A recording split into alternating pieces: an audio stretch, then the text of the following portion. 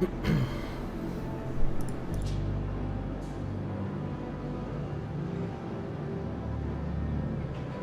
evening.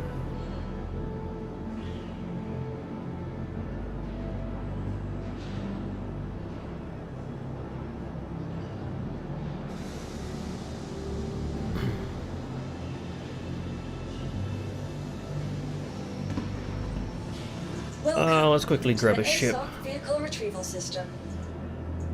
I want to do ASD one more time before we go and watch some old CitizenCon stuff.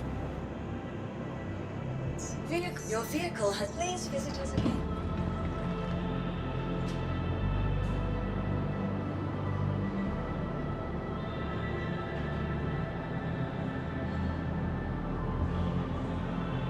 Start this event already. Boom. There we go.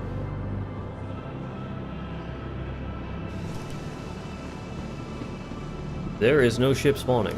Welcome to the ASOP vehicle retrieval. Vehicle selected. Stand by. Uh-oh.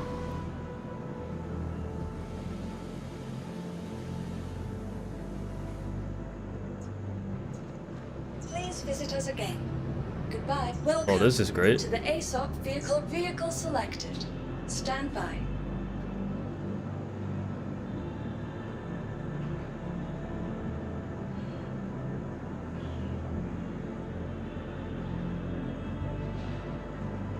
Please visit us again. Goodbye. Why the fuck is it not working?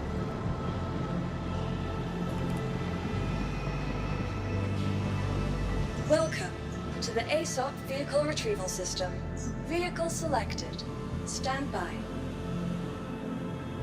Oh boy. Please visit us again. Welcome to the ASOP vehicle retrieval system. Vehicle selected. Stand by.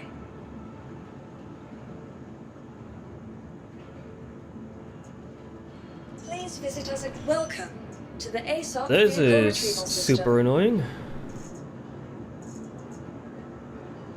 Vehicle selected. Stand by. Please visit No, us it just again. doesn't work. Then I guess the other ones also don't work.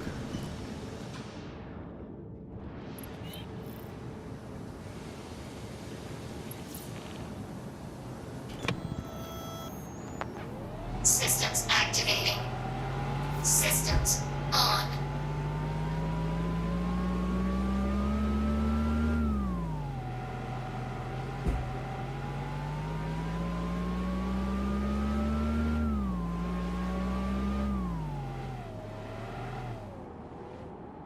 Systems off. I suppose this ASOP is also not Welcome working. to the ASOP vehicle selected. Stand by.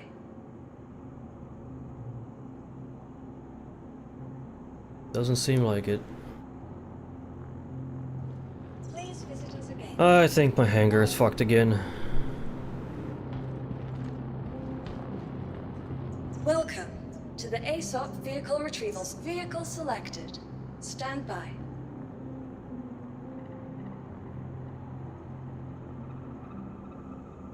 Yeah, I think my ASOP is fucked again.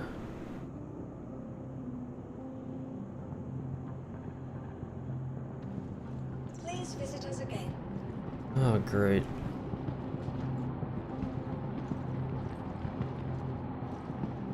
Alright, let's see if we can hop regions, see if that fixes things.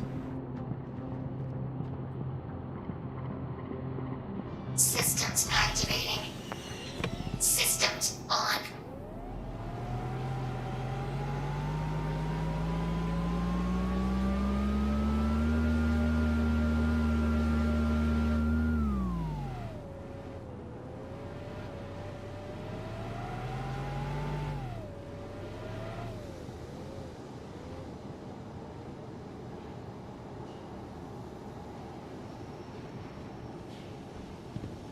Okay, let's...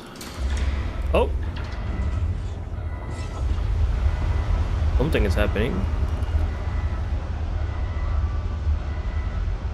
That is a huge delay.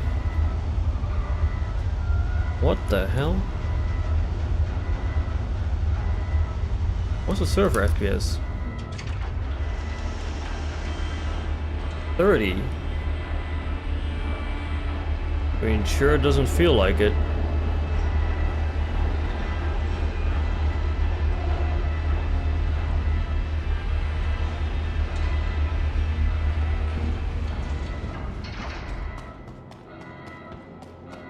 Now I kinda hope that it's not gonna queue up all my requests.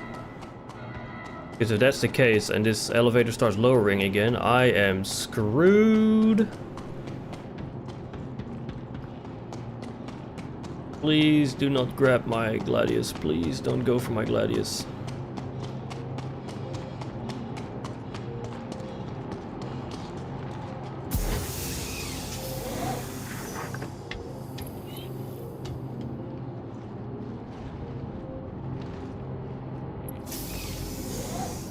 Aegis combat system activated. Systems green. Alright, let me just quickly... Oh. Let me just quickly do something. I need to tweet something out. Landing gear retracted. Copy this.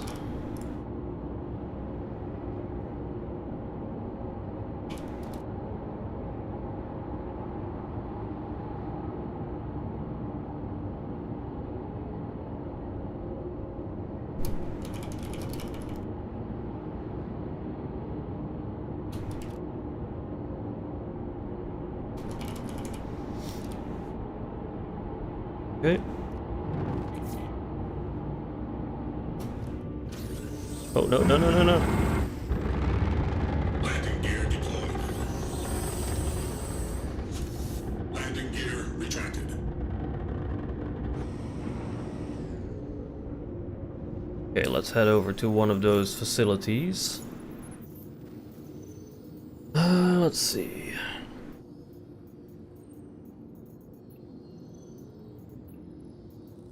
Let's just do Project Hyperion. I just need a marker to one of those locations. That's it, really.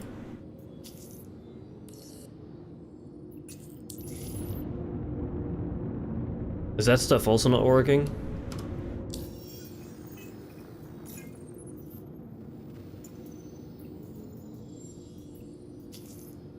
Oh, there we go. We got ourselves a facility. Shields online. Shields offline.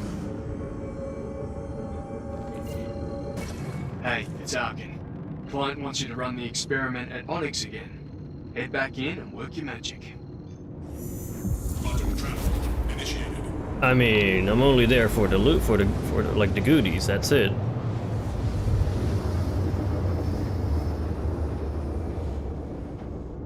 Quantum travel complete. I'm not gonna run the entirety of Project Hyperion again.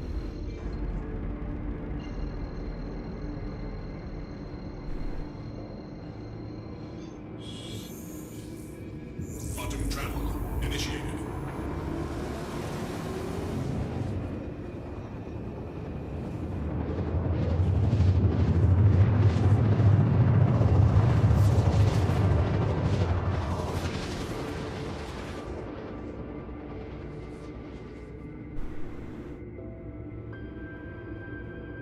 Quantum travel complete. Let's see if I can get the timer sorted again. Hold up.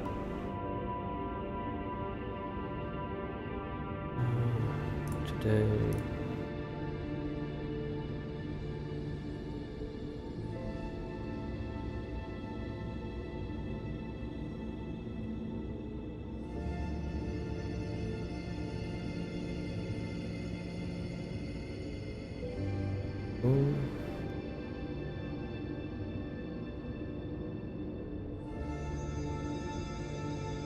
That should hopefully be good. Yes. There. Timer is sorted.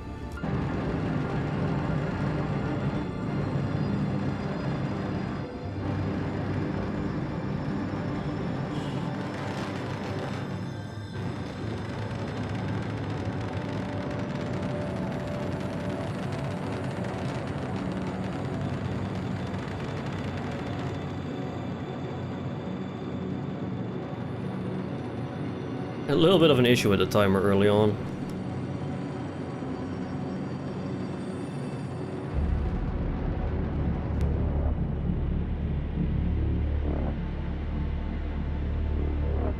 Don't go blacking out now.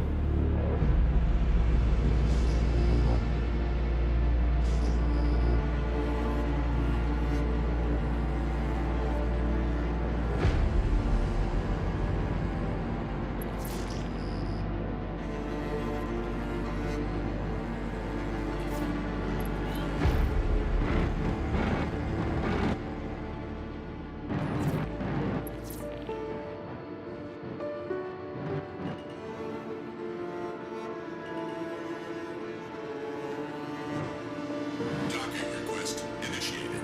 Docking request denied. Landing gear. Well, obviously. Ow.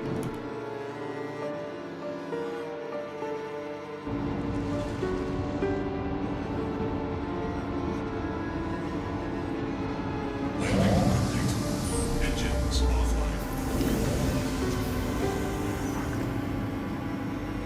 Alright, let's see if we can find ourselves some gear.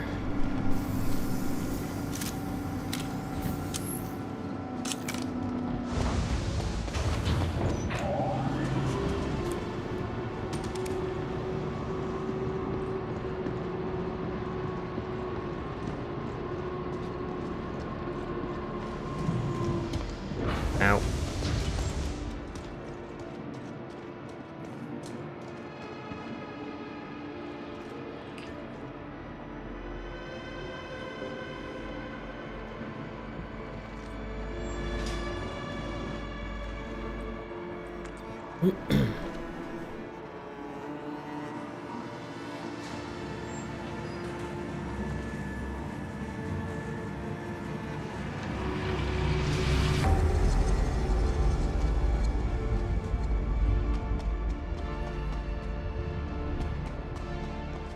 Alright, let's quickly go to research.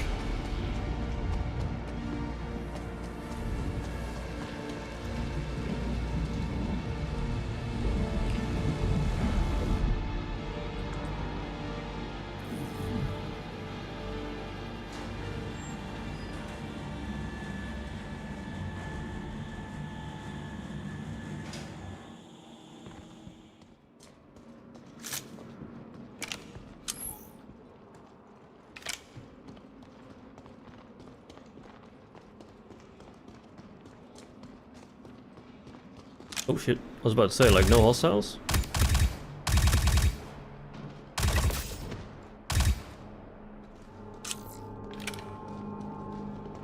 That it? I feel like there's a bit of a delay going on. And it's a BR2. Yo, darkness, hello.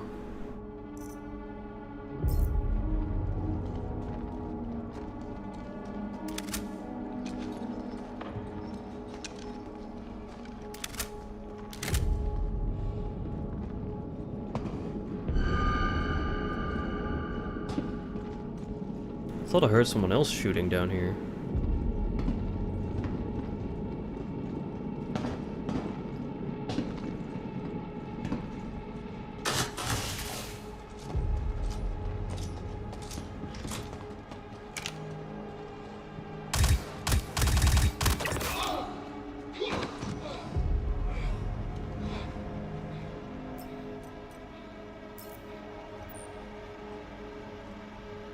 Damn, that armor is cool.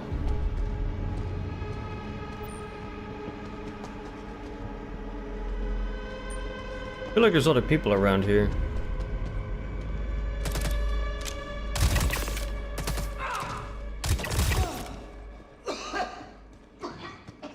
I don't know what it is, but it feels like there's some input delay with the guns.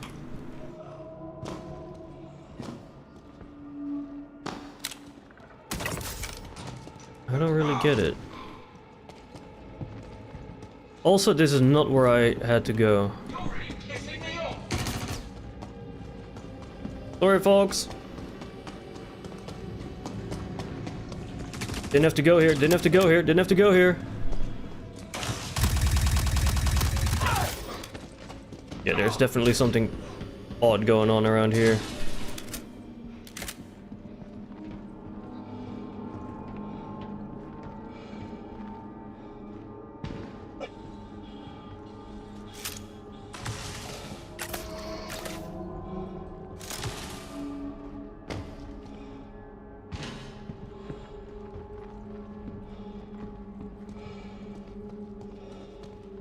What's the server stats like? Server FPS of 10. Servers have been doing well last several days from what I heard from others in New York. Yeah, I heard that from others too.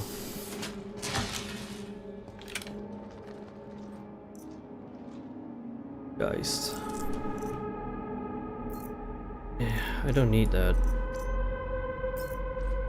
I already have the white helmet.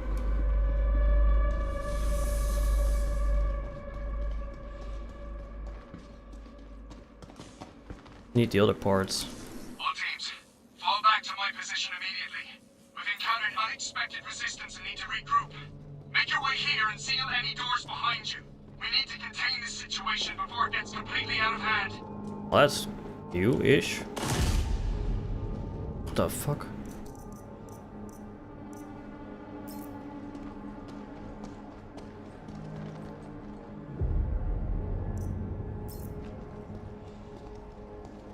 Keep hearing gunshots, but oh. You see like how the animations are like fucked up in between? I don't really get it.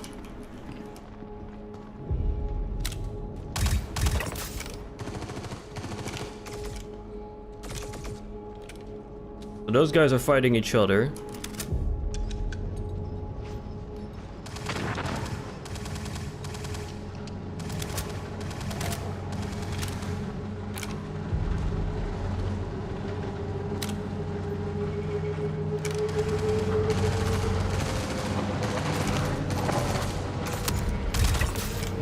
There's some mad decent going on.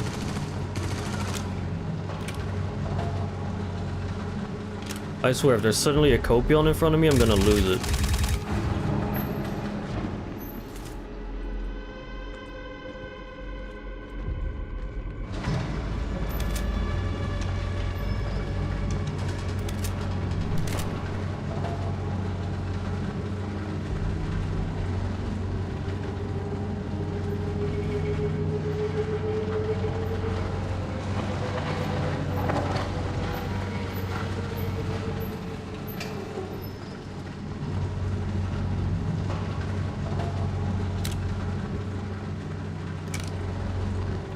There's a lot of decent going on, holy shit.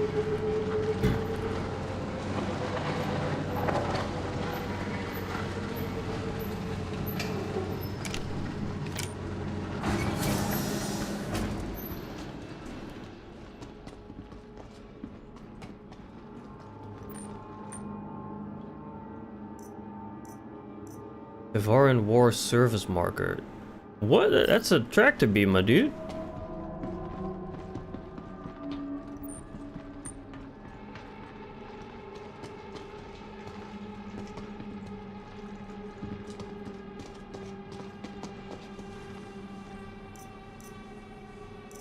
Tiger Claw.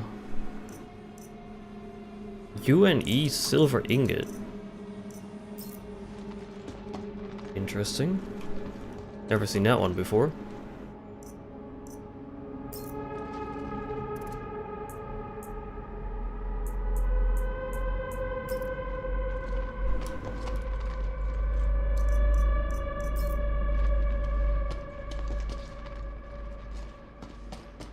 Well, let's just go down to side B.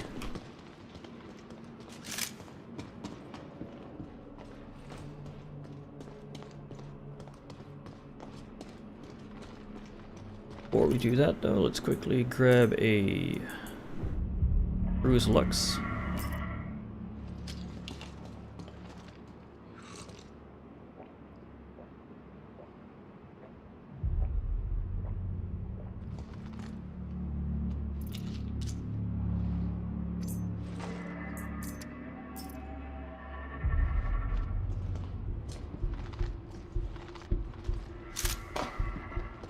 Alright, let's head on down.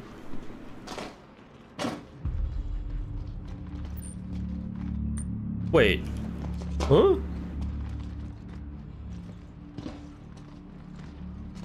Is this where you always go? Wait, huh? I've never been here before.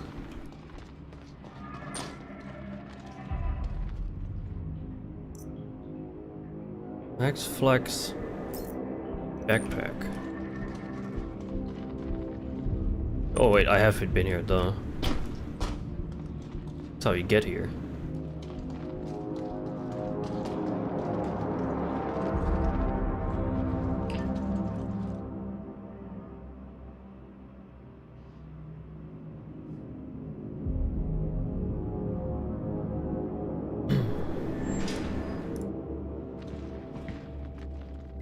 Alright, side B, let's go.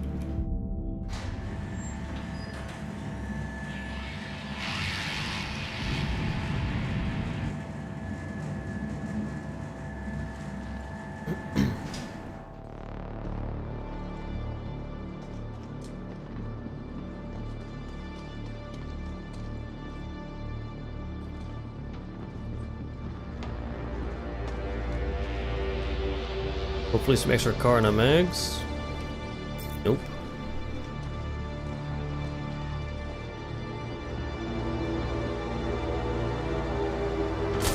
Oh, what the fuck? Also, isn't there supposed to be weapons here?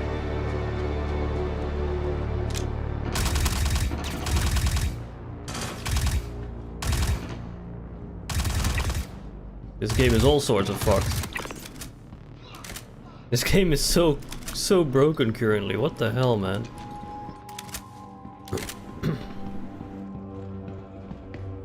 I swear there's supposed to be LMGs in there. But there's none.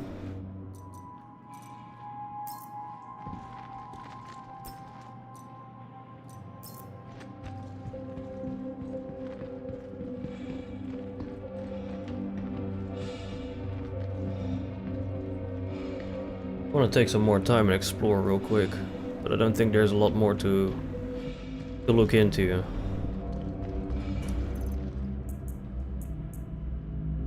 F-55, ugh. Привет. It's odd that the LMGs are not in there. I think the server is completely fucked.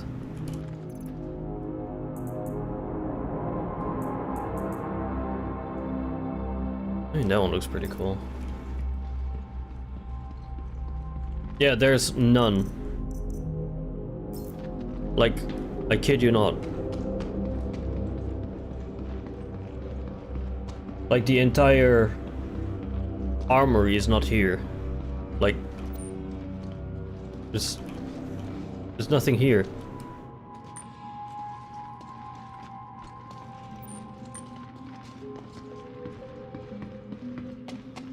I don't know why, but they're not there.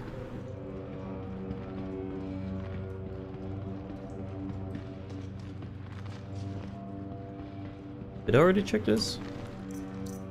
Yes, I did. Okay.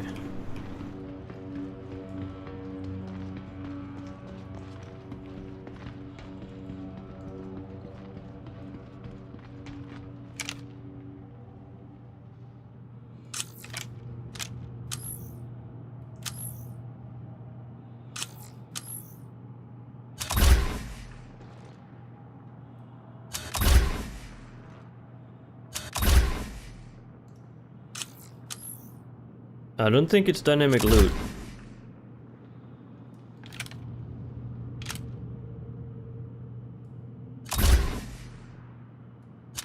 What the fuck is going on, man?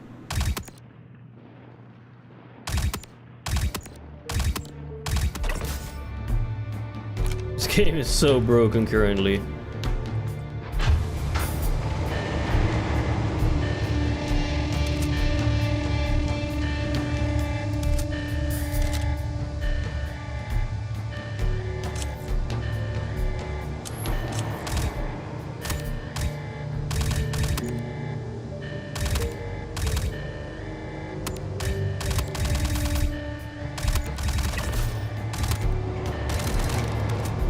It's firing the gun even though I'm not even shooting it.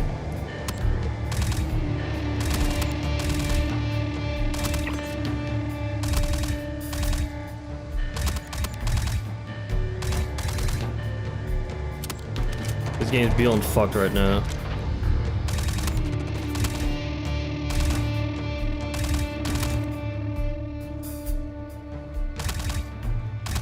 Well, I heard it's on I heard it's on Star Citizen, like, on a lot of servers right now that it's broken. I don't know why. Like, look at this. It's so weird.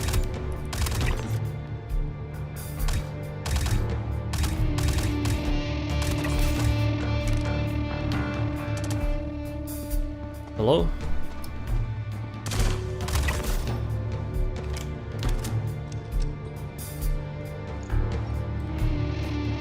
Oh shit, hold on.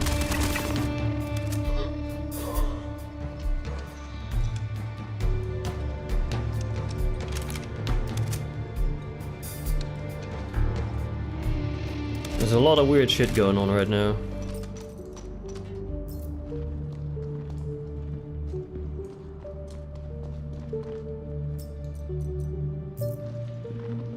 All gallant, no Karna.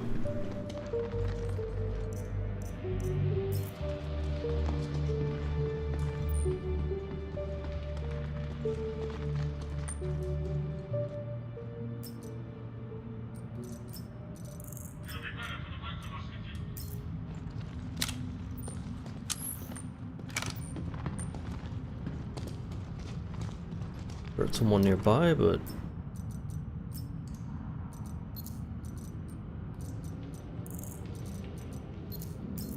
can I not pick up the gun?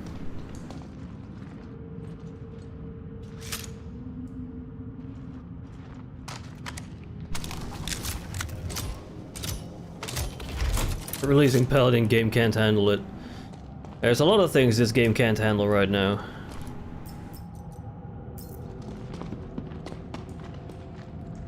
Please tell me there's more people with these ammo. Yep, there we go. No. No. Just want to loot the guy. Doesn't even have what I want.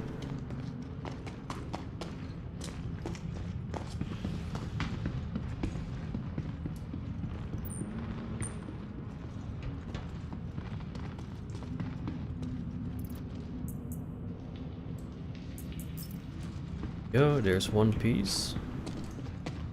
I think that's the only... yeah, that's the only container here.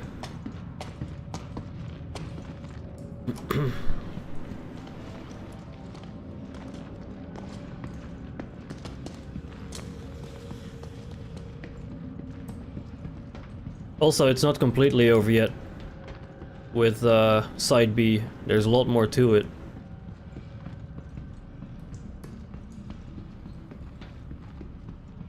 It's already on the PTU.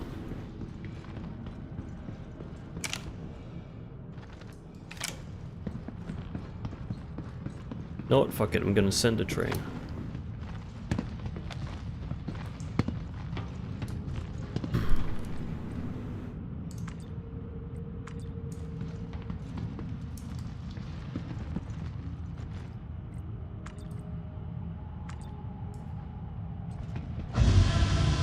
Oh, there we go.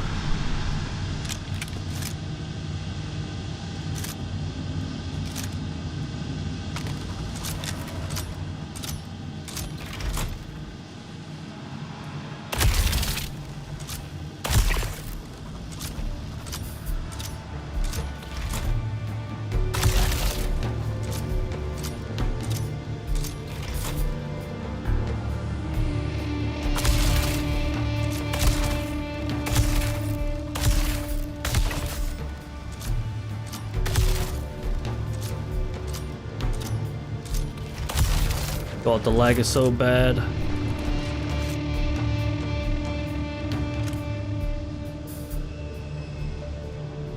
Oh shit. Wait, it's not even aiming where... what?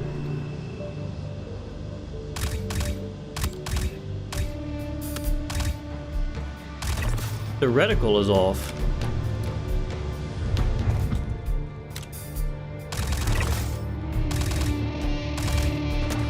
Oh, crap.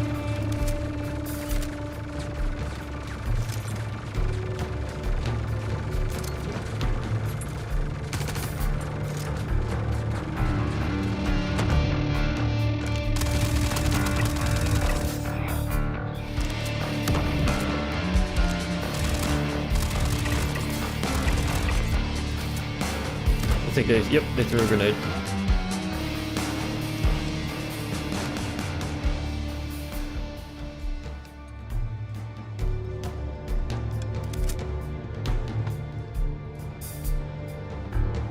There were two NPCs in the same spot. You dropped one, but the other got some shots off on you.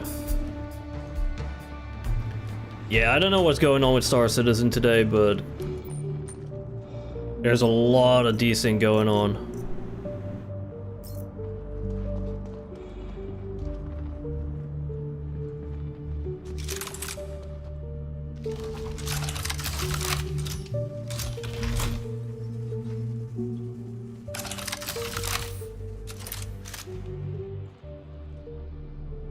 Like, NPCs are stuttering all over the place.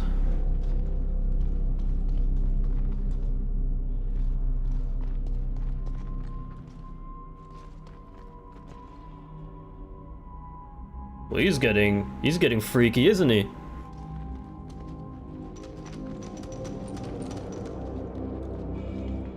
Even in death, that man is jiggling his ass.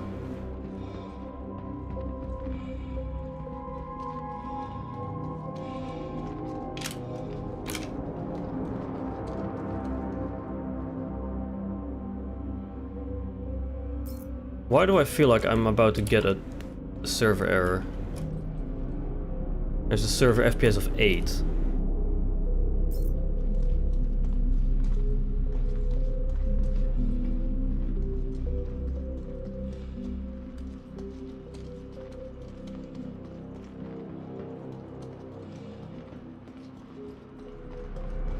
I think there's a server error coming in because there's no enemy spawning.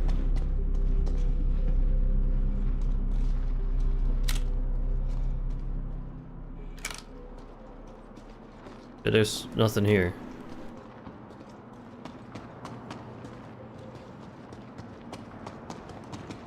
Oh no, wait, there is.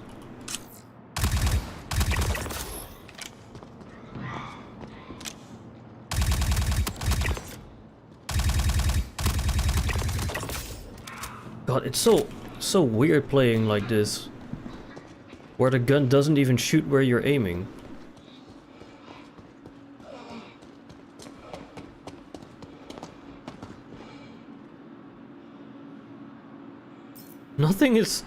Nothing, you can loot nothing.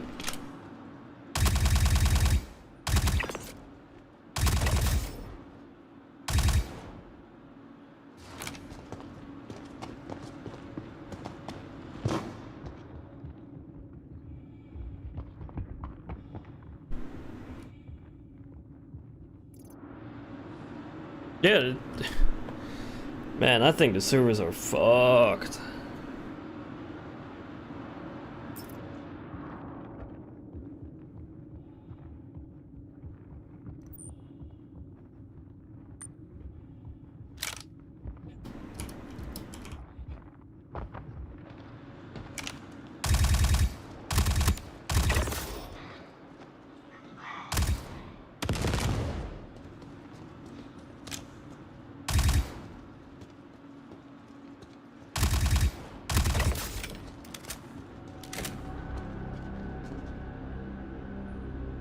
Everything is so broken. Holy shit.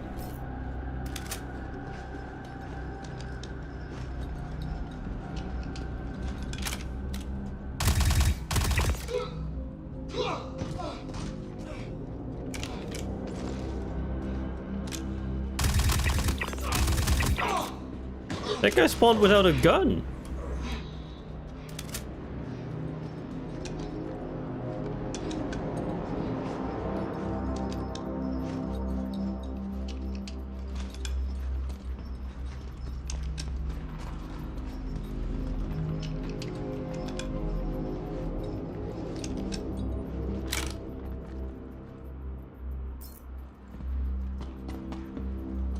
Well, this sucks if everything is broken.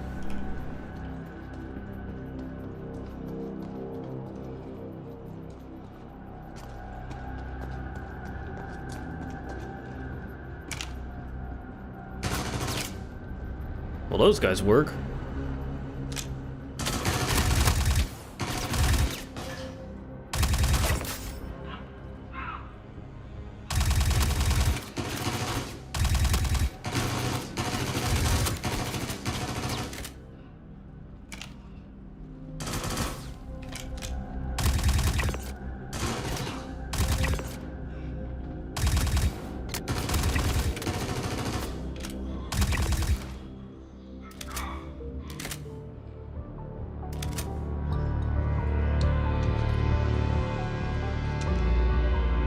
Is that it? I think that may be it.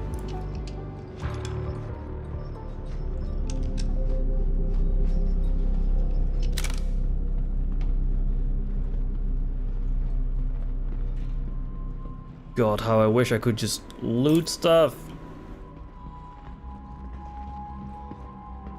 I wanna loot stuff, man. That's why I'm here.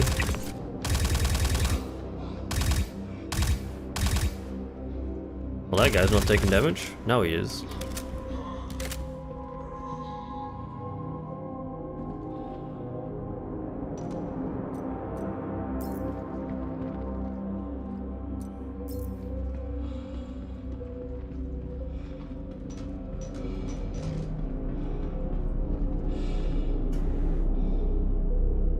Yeah, none of these boxes are working here.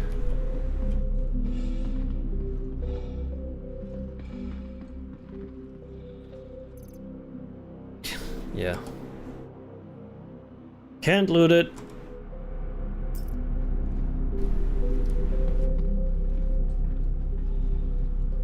$6092.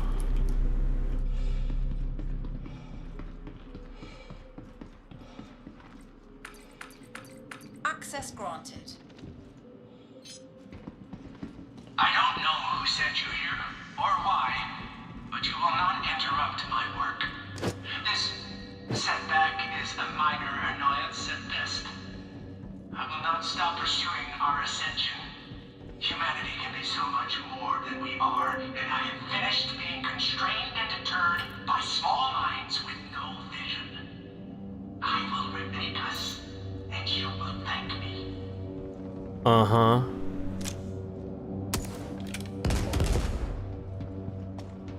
Right.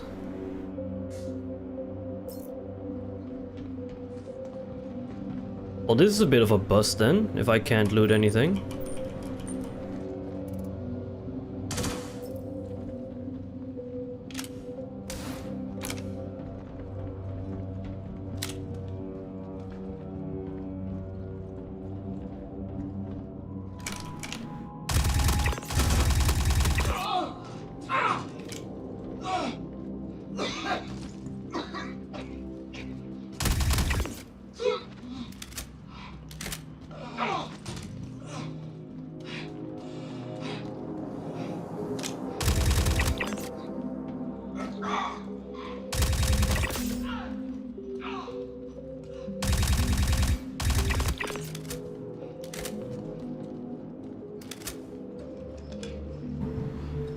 Even the repull is not working anymore.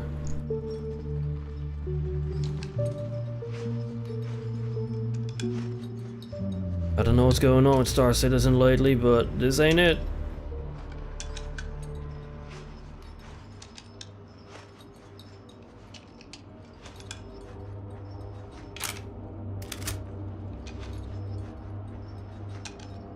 Oh, now it's slowly repulling again.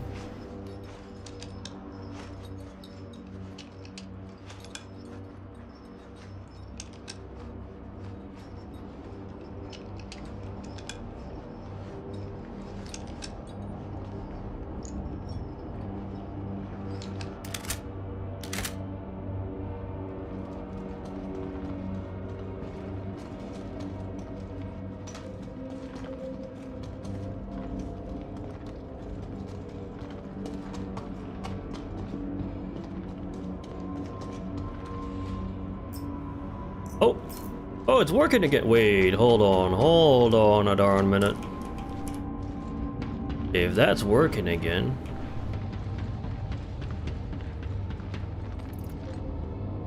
These are also working again.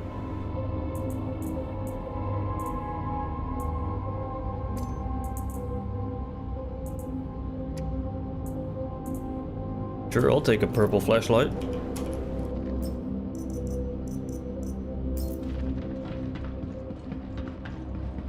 Can you actually go back once you go through that door? You can, okay.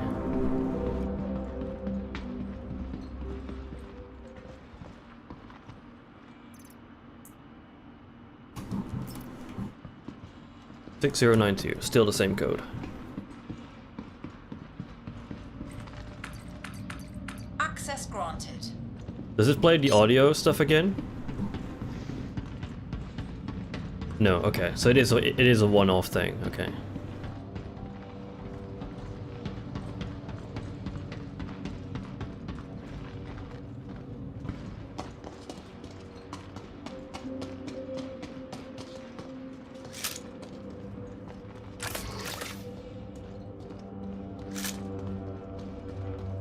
Alright, so I gotta go to the other side. That's not what I want. Gotta go to the other side real quick and grab the code.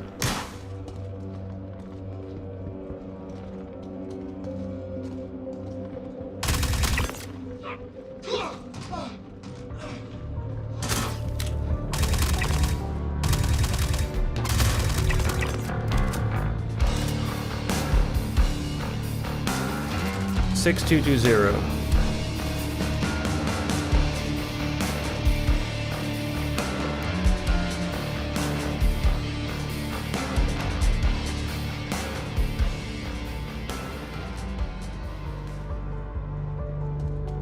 $6220.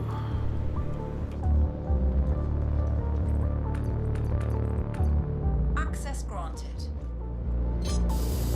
Thank you. Oh, it's just a Novikov backpack. Not a dead rig shotgun. 8x scope, we'll take that. Not a Novikov backpack. It's not really the loot I was hoping for, to be honest.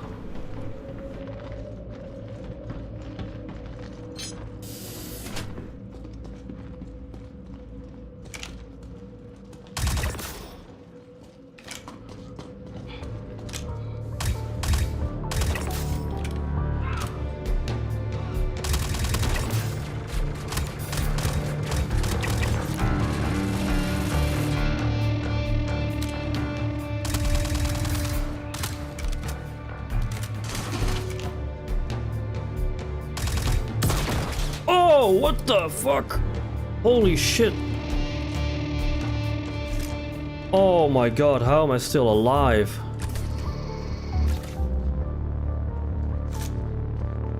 Oh, that scared the fuck out of me.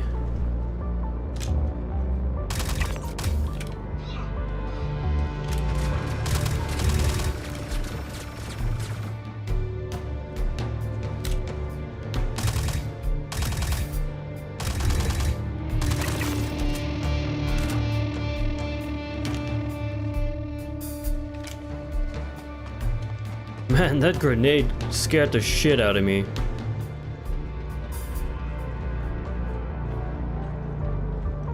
I'm so lucky to be alive.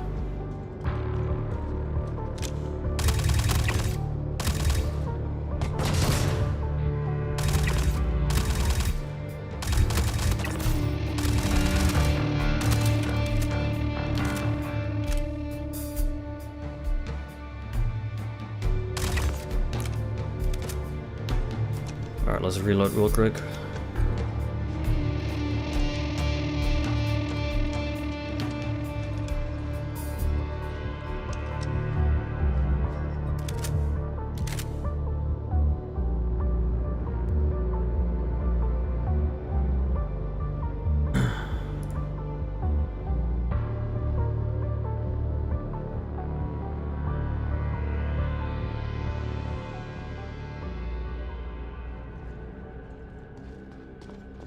Okay.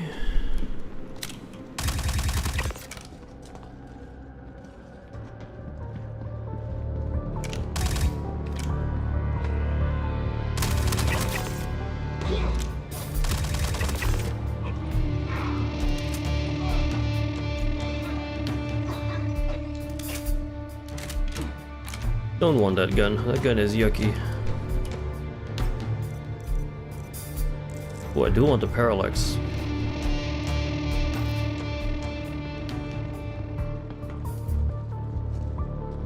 There's another box here. Hello. Oh. Just a damn backpack. Hello?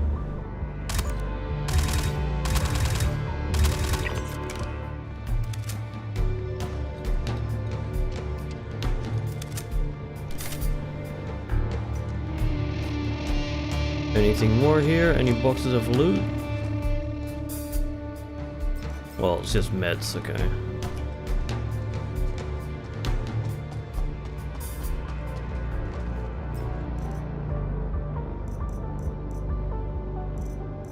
Just a 1X, it's not even a night vision scope.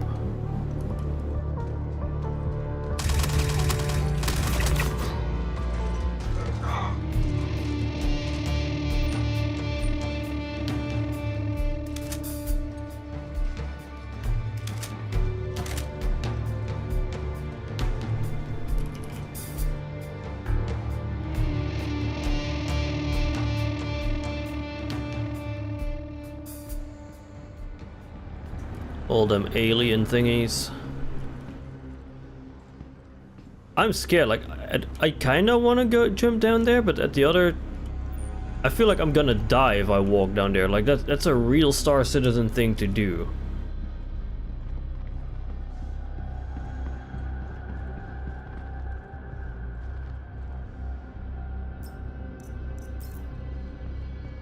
Oh shit, there's another box here.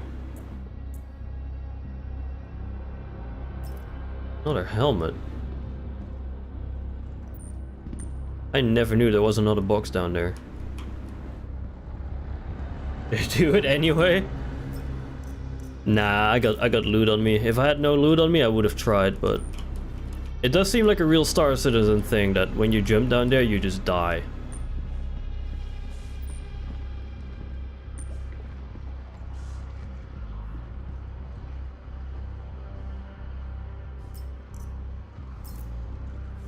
Oh shit.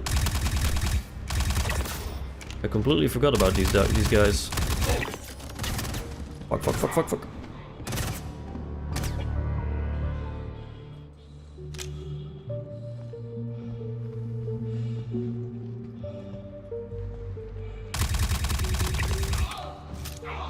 I completely forgot about them.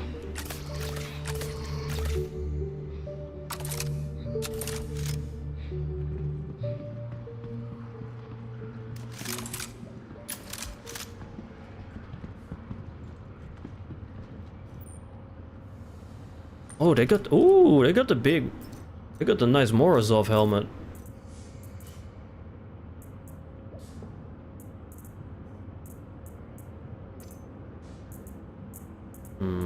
Don't have...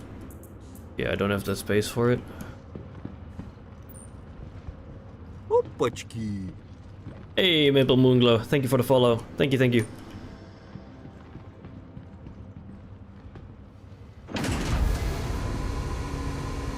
Okay, nobody else.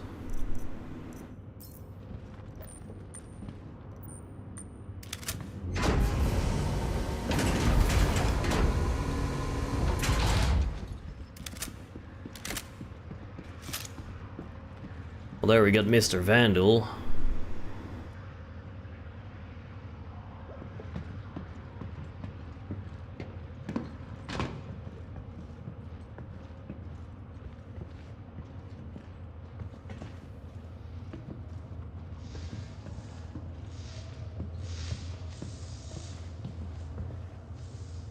Now we got Mr. Vandal right there.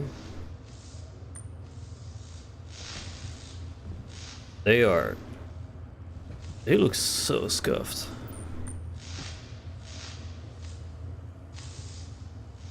Like, ugh.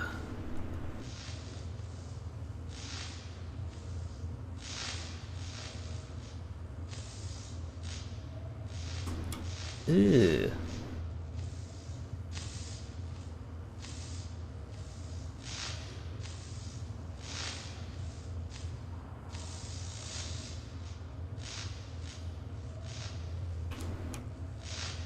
They are fucked up.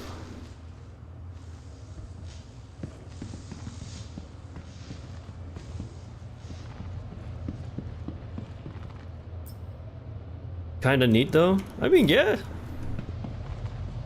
Oh god, I thought I was gonna fall into that grinder.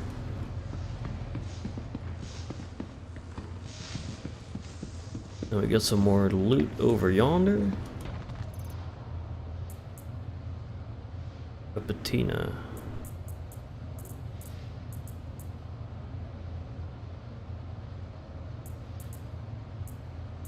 What's the other helmet I got? Meyer.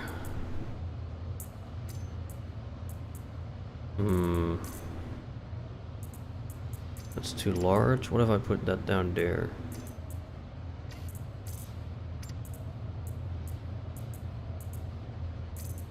Can't put that in the leg armor. Okay, I need to find 1 more percent somewhere. If I put this down here.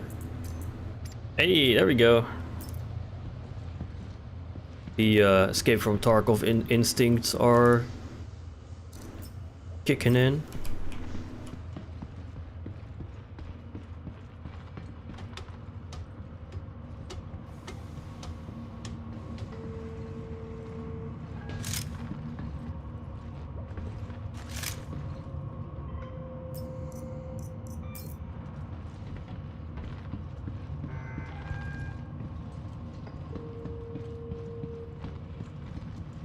Yep, there's more loot down here. Another helmet, but it's not the helmet that I need. I mean, I can't bring it anyway, so...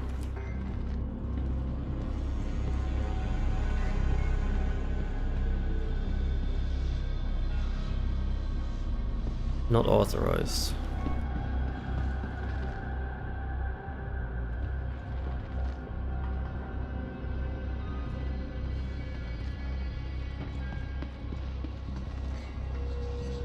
Oh, is it oh, it's probably because I didn't grab the reagent stuff.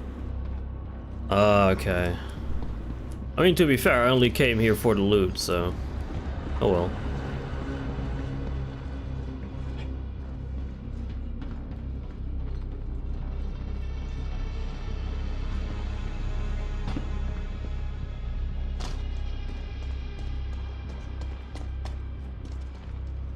Well, we got the loot.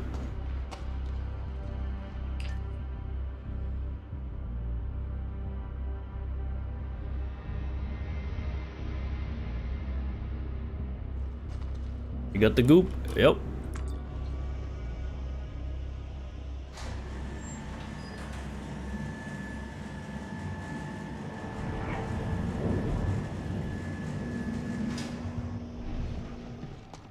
Alright, let's go back to BEIC. Go back to BEIC, and then there's something I want to watch again from last year's CitizenCon.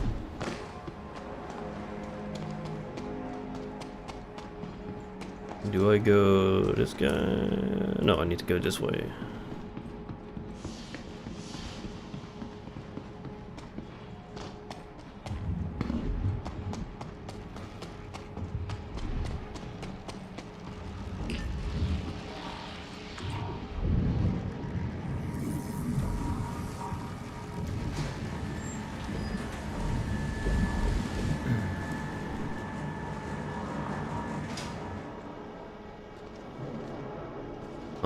Yep.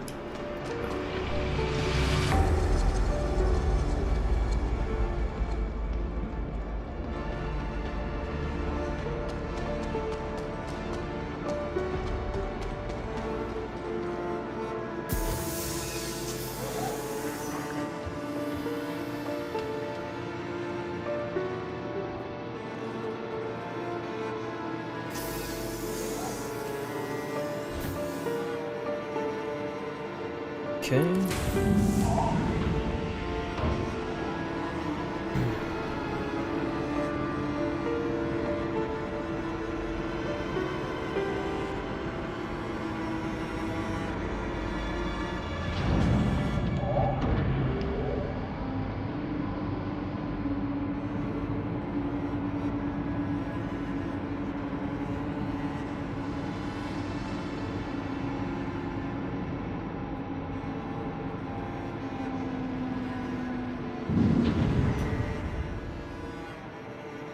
Hold on, I'm just checking something real quick.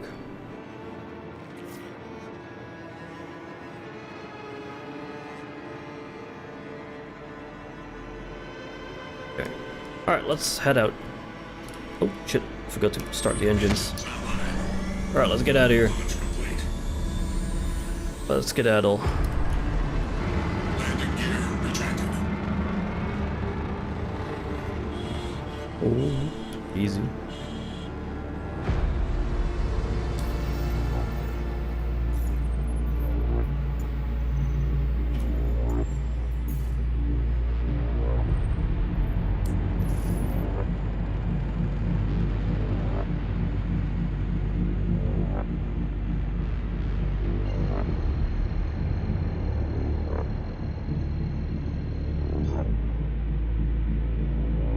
Quantum travel initiated.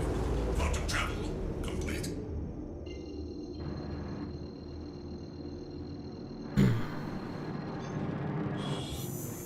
Quantum travel initiated. Don't tell me that's gonna quantum travel me straight into the planet. Because I'm gonna be upset if that's the case. Okay, thank you.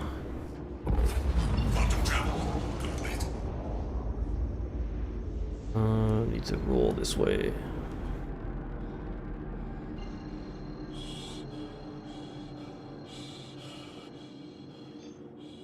Quantum travel initiated. Quantum travel complete.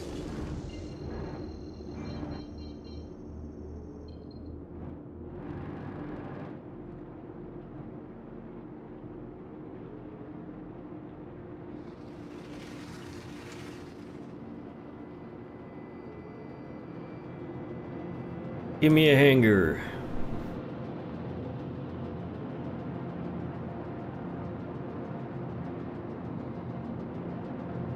I said, give me a hanger.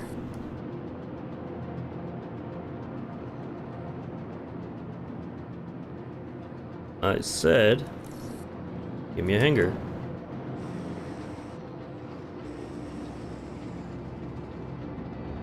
I really think this server is screwed.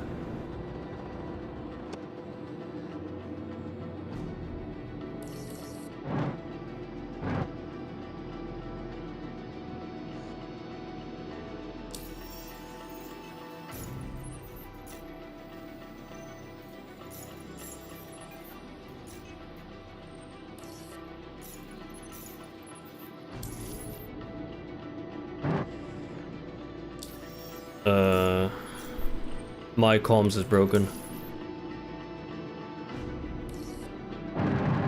Which means I cannot get a hanger. Oh! Friendly target. Holy shit. What the fuck?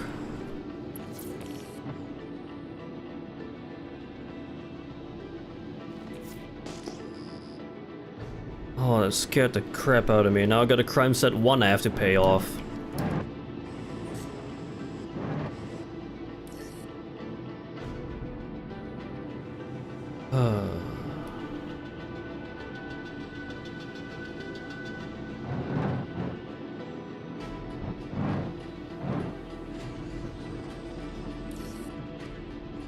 Landing gear deployed.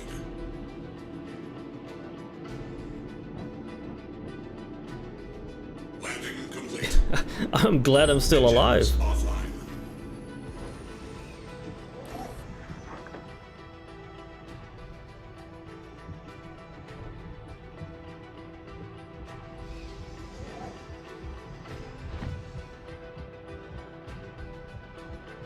Kind of expected to die there.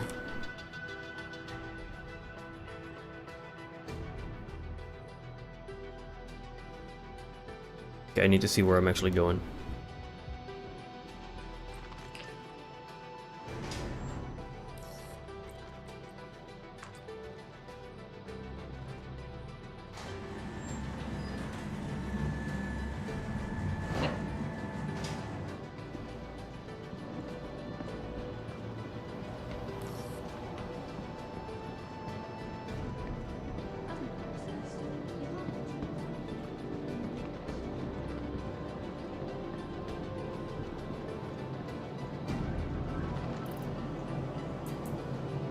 Okay, we got a lot of stuff we need to put away. The sniper rifle, for example. That silver ingot. Armor, armor. Helmet, helmet, helmet. Sniper scope. Well, we're gonna need to keep the drinks. Max can go back into the backpack.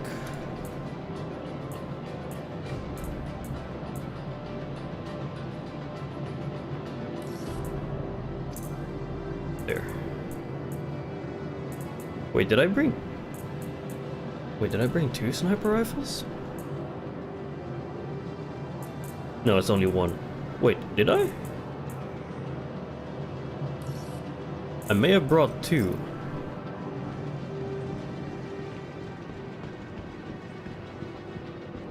Alright, let's go to the admin terminal and pay our crime set off real quick.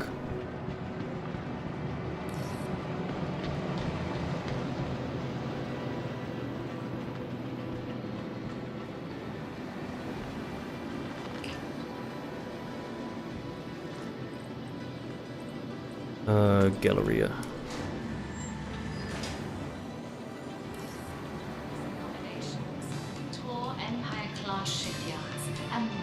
Oh god. Come, visit Orison, the city in the clouds.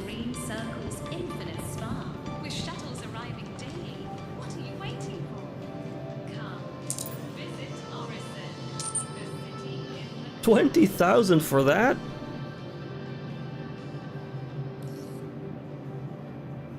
And it's being escalated in a week. Ugh, fine.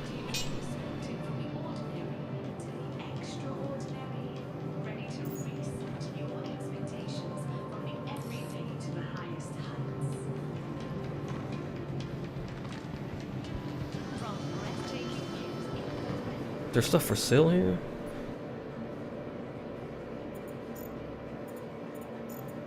They are selling waste, silicon, scrap, hephaestonite, steel, titanium, carbon.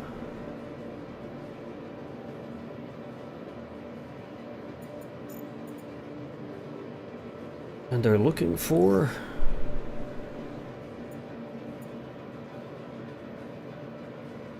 City in the clouds, watch out for Vader. Yeah, he's not there luckily.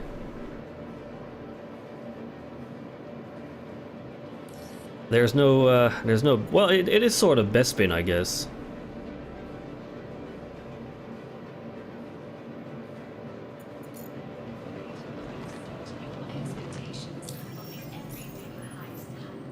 This is just broken, ugh.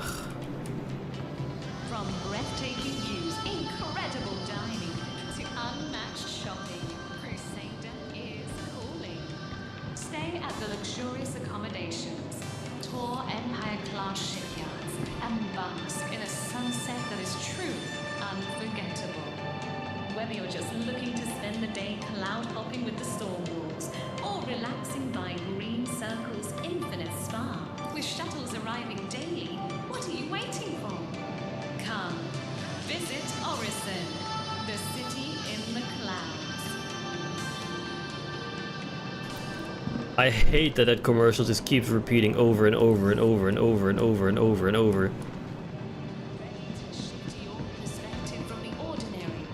There's no other videos, it's literally just that one.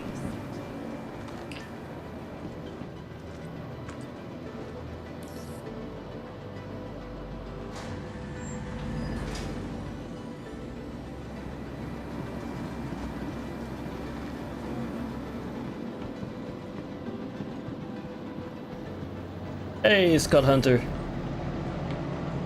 Praetorian? Hey, hello, hello.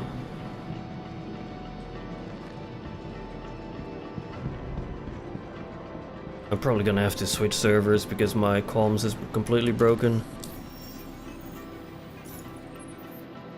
Yeah, this stuff isn't working.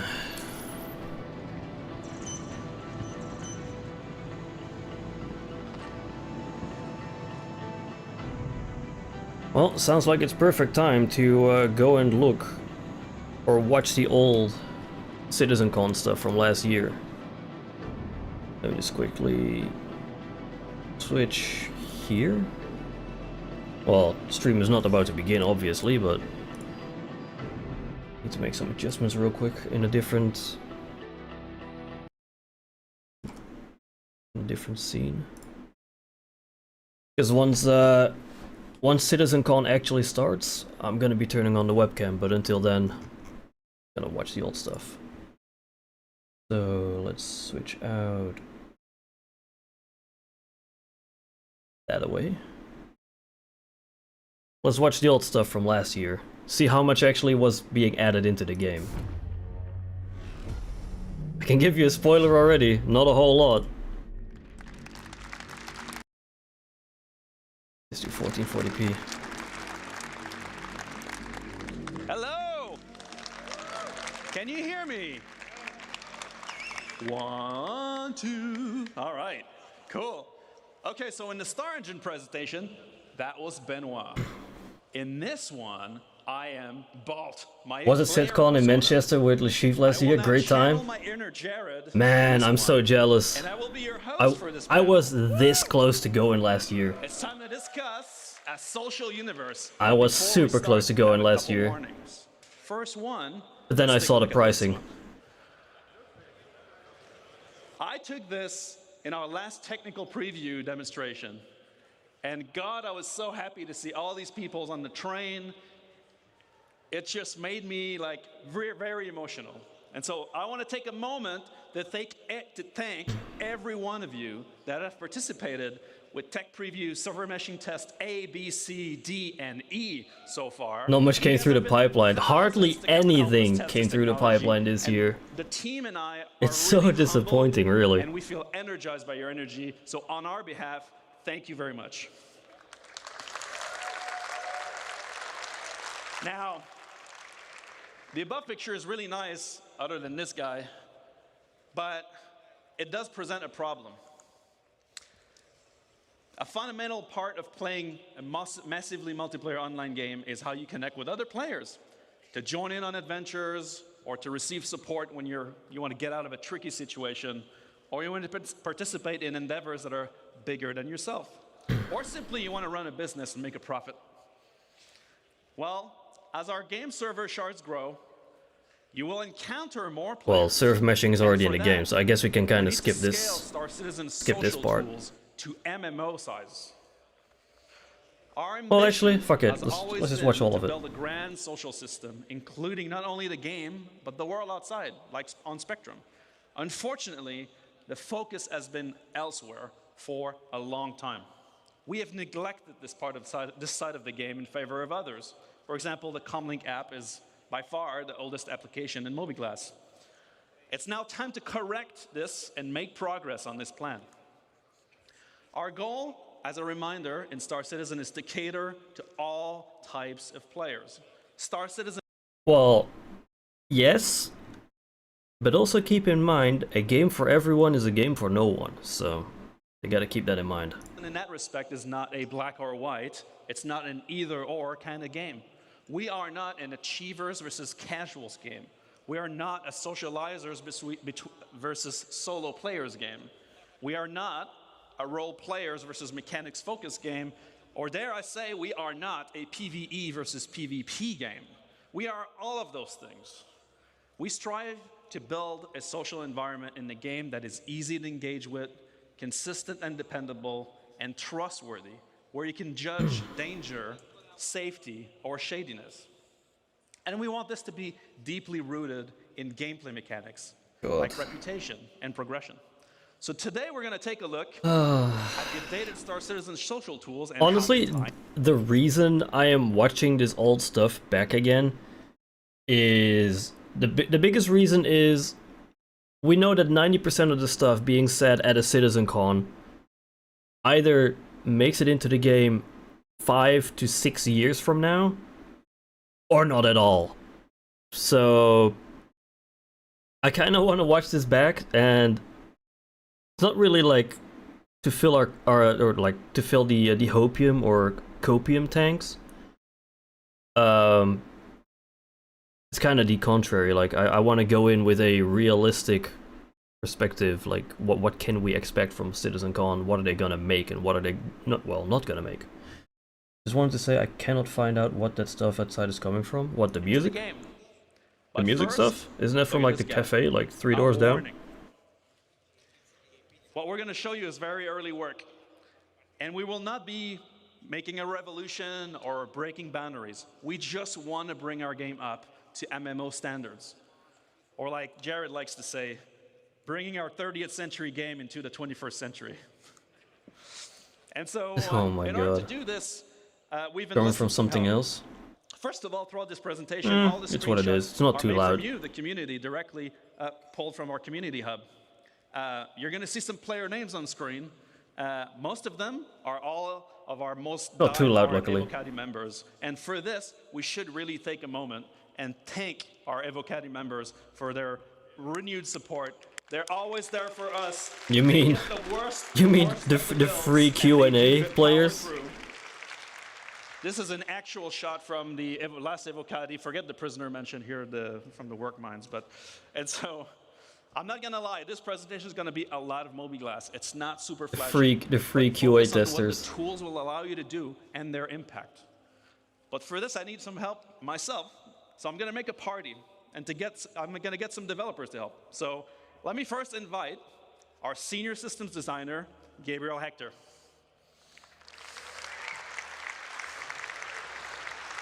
Hello, CitizenCon. Hope you're doing all right. And Ben, you forgot to cover the Swedish before in your earlier introduction, so tjena. Ah, nice. The what? All right, we need some more. Let's invite Assistant Design Director, JJ, to the stage. J.J. Abrams?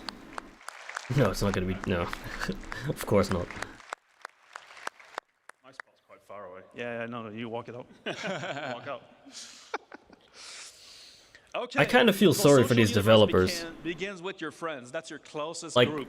It's the they first stand go-to there you on wanna stage play. in front of Our current thousands of friend people. system is dated, and it includes things And that are, well, not These really kind of these people are friends. usually like the So my most first question introverted goes up to people JJ known to to kick us man. off. And What they are have we to doing stand there in to front of improve thousands of friends and people. friends management? So, That's we're taking crazy. Our oldest app in the mobiGlass, the Comlink app, and we're upgrading it to a brand new social app. Hey, the Comlink app, the one that broke for me in Star Citizen like 10 minutes ago. Now, this is the new and improved friends list. So you'll notice, sadly, one of our oldest friends that we all have is missing, though, and that's ATC. Sadly, our friendship has ended with ATC. What? I'll have no friends at all then. So this is now just a dedicated space for your real friends. I feel like your mic's pretty sensitive. I So can hear you're some now of the gonna be able white to see noise what when those you real speak. friends are doing with richer presence information. That's So not white giving you noise, that's better my awareness PC of fan, where your friends probably. are, what they're doing, or if they're not on, when they were last seen. And then you'll also be able to reflect your own status, so you can let friends know if you're away, don't want to be disturbed, or if you just want to hide offline for a while. Another key upgrade is synchronizing Yeah, in it's Spectrum as well. absolutely So you'll be able to terrifying. see Couldn't be friends me. that are in Spectrum itself, Arena Commander, or just chilling on the launcher. And that also means that you can accept and receive invites to and from Spectrum even while you're offline. And throughout this presentation, any functionality that is shared between the game, That's good. the web, and the launcher, Good to know. we're aiming to synchronize across all. And speaking of synchronizing, As long as you can't hear the when we music have from multiple outside, I'm characters, a happy camper. your friends will be shared across all of them too. Nice. So some people are real socialites. I know, I've seen them. They have a lot of friends. I'm talking multiple pages and pages of friends. What are we doing to help management of huge friends list? Nice humble brag, Ben. Well, in fact, we are giving you the ability to add notes to your friends list, so you can remember. We have none of hey, this, by the way. This is that cosplayer that I met at CitizenCon 2954. Check Or multiple times, maybe can't it's hear it coming JJ's through your mic. super Perfect, weird perfect. username. This is JJ. Also, you can add people to a favorites list. We're meaning like that a the people that year interact past the this most in the now. game are always gonna We be have shown none of at this in the top of your game. friends list for your convenience. Additionally, we're moving the voice chat into the social app. And, well, why? Who you gonna call? That's the question. You're gonna call Who I'm gonna call? Fuck it, nobody, because VoIP never works in Star Citizen. You're gonna call your party, so this is where it should live. It never works in Star Citizen. Seem to have got a lot of UEC there as well, Ben. I swear to God, I didn't dupe any cargo. This is just my personal allowance. Yeah. Sure. All right, so that's all cool for your close buddies, but the one thing that always happens when you meet people is that some of them aren't nice. Abusers, pad rammers, active griefers. For your convenience, nothing in Star Citizen is for your convenience. True. What are we doing to help the situation? Absolutely true. So, in addition to the friends list, we're also now going to have a block list. And we like to think of block people as reverse friends. They're just people that you really don't want to talk to anymore. So what we're trying to do is we're doing something called blackholing them from communications. So you can't see them talk, and they can't see you talk anymore. And not only for communications, whenever you see some of these other systems we're about to talk about where you can group up, we're going to make it harder for you to see each other as well. Now, we also have a much requested hostiles list for people who have made a real enemy of you as well. The KOS list is finally making its way in. Oh, yeah. Is it though? You'll also be able to add notes here as well, just so you can remember that person I blocked 2 years ago. You remember why, because you're going to forget. And then for those situations where someone really wants to go the extra mile to be a super mega ass, you can report them to us, and we'll deal with them for you. I mean, to be fair, I like that you can add notes to I can find my friends easily based on rich presence in real time, and I'm ready to go on an adventure. But for that, I need a party. The party is at the core of the social experience. When you're heading into a mission, meeting with other players, or whether they're a friend or not, our party system is very bare bones at the moment. It does have some cool features, but what are we planning to improve parties? Yeah, so as you said, it does have some cool features like party launching, the party markers. Again, none of this made it into the game a year later. Let's take a closer look at the new features of the party list. So, with server meshing, we are right now at a unique opportunity for us. So we already support large parties, but we want to do this well. We have been seeing what you do in the tech previews, and people have been partying up in hundreds. 100+ people in one ship? Come on! And that's all right. We just want to make sure that we're adding better support for this, like search functionality, making it easy to find people in your party. Also, just like we did with the friends list, we're adding rich presence here as well. But for the party, you're going to want more real-time. What do they mean by rich info, presence? Like if someone's downed or dead or maybe offline for some reason. A big thing, though, is the ship and seat breakdown. So, oh, that's you will see. Well, yeah, maybe I was about to say, like, that's cool, but I've seen this last year. So, you will see all the vehicles that your party members are in, as well as the seat that they are in. Hold on, let me... All the vehicles. You will see... The ship location... Pilot turret gunner. It doesn't really say what turret, though. So, you will see all the vehicles that your party members are in, as well as the seat that they are in. This will give you great situational awareness and allows you to coordinate better than ever before. It's essentially a mini fleet manager. Oh, how I really want an org fleet manager. I really do. So there's going to be more improvements as well. So you're going to be able to control permission for invites. So only your leaders and assistant leaders can actually invite people. So it's no longer an absolute free-for-all. And we're adding an absolute MMO staple as well, which is the ready check. So as we add more and more challenging group gameplay, you're going to be able to coordinate a lot better. And while we're talking about group play, and maybe it's unwanted. Is this really needed though? Because we're improving the quality of life for our streamers as well. So we'll no longer have a shard player list. We're going to be obscuring things like your on-screen name and location and so on, just so you're a bit harder to find while you are. So they're adding a streamer mode. That's the full friends and party tab. Pretty cool. It's a party for the eyes. It's a party. I actually find it insane that there's absolutely nothing from Corpse after all these years. Right, so the new friends and party place is really yeah. There's nothing for all your real-time there's nothing for orgs. Or access your comms channel. There's cool, but as we nothing. navigate the verse, The it's only thing always we very have for difficult to orgs find people.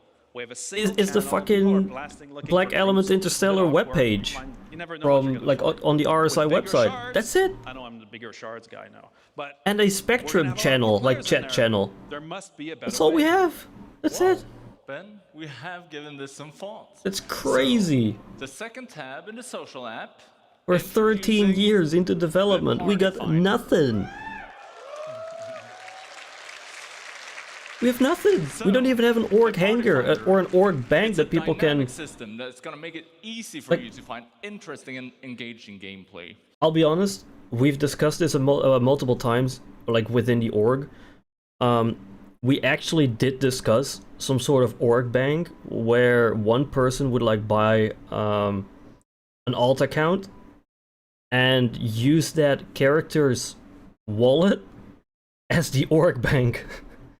We have genuinely thought about that until CIG actually comes up with an actual org bank and like an org fleet manager or something.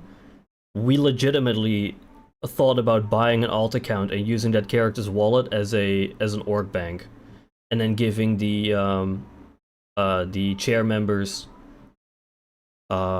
access to that account. However, account sharing is a bannable offense in Star Citizen, so we decided to not take the risk. But It's we did think we player legitimately count thought about that matchmaking. multiple times. So, if you are looking for more players, just go in here, advertise your party, give it an informative name like Ben has done here, Space combat fun times. and you could even set things like a specific contract that you want to play, or roles that you're looking to fill. Maybe you need gunners, engineers, pilots. Meat shields. Mid shields. Got plenty of those You in can the also org. limit the number of members. You might want to do some, again, specific content. So you want to do with a set number of members in the party, or you might want a tight-knit group. That's something that I would like very much. Maybe you just don't want to split the contract rewards, right? So once you have that information, then it's time to list your party. And then people are going to be applying to join your group, which is kind of like a reverse invite. You're applying to the party, you're joining yourself, you're getting involved. You're the reverse guy today. I'm stuck in one gear. So you can then request, the people that are requesting, you can then look at their information and you decide on whether or not you want to accept or reject them. just so you can It's tailor wild. your Like, group to the kind of gameplay that I you cannot want. wrap my head around it. Like, Then, on the other side, finding a party should be easy too. So all We of have those nothing of things that this. Gabriel just mentioned, so like setting your group name, roles needed, party size, and so on. I you're still gonna be not able to watched the use those scum filters off to find of the right group. Gladius affair the other week. And this is all Gladius because we affair. want you to find the kind of group gameplay that you want to engage in, and it's for all types of players. Did I miss FPS something? Combat, racing, beacons, roleplay. Oh, are you on even about dungeon the, planners, finding cool vistas. what you call it, the, should always be easy to find action, things to do. Stormbreaker people to event. play with. The Stormbreaker, So I can create a party from a couple friends. I can party op launch that into they the ran. game on the same shard. Then I can share my party with the party finder. oh, And other Hathor, people who yeah. wanna join up. Oh, that was Now we're something. But I'm curious. As we're That getting was at bigger something. shards, let's say that already. We got our How asses we handed to improve us by communication. the Gladius and the Very other much guy, of a other mess right group. now. Our chat's very bare bones, and voice comms, we never really know if they work. Well, let's chat about chats. Hold on, what did he say? We never really know. It's very much of a mess right now. Our chat's very bare bones, and voice comms, we never really know if they work. Well, I know if they work. They don't. They don't. VoIP never fucking works.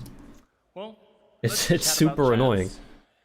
So, we're adding options for you to customize the chat window, giving you the power to make the chat your own.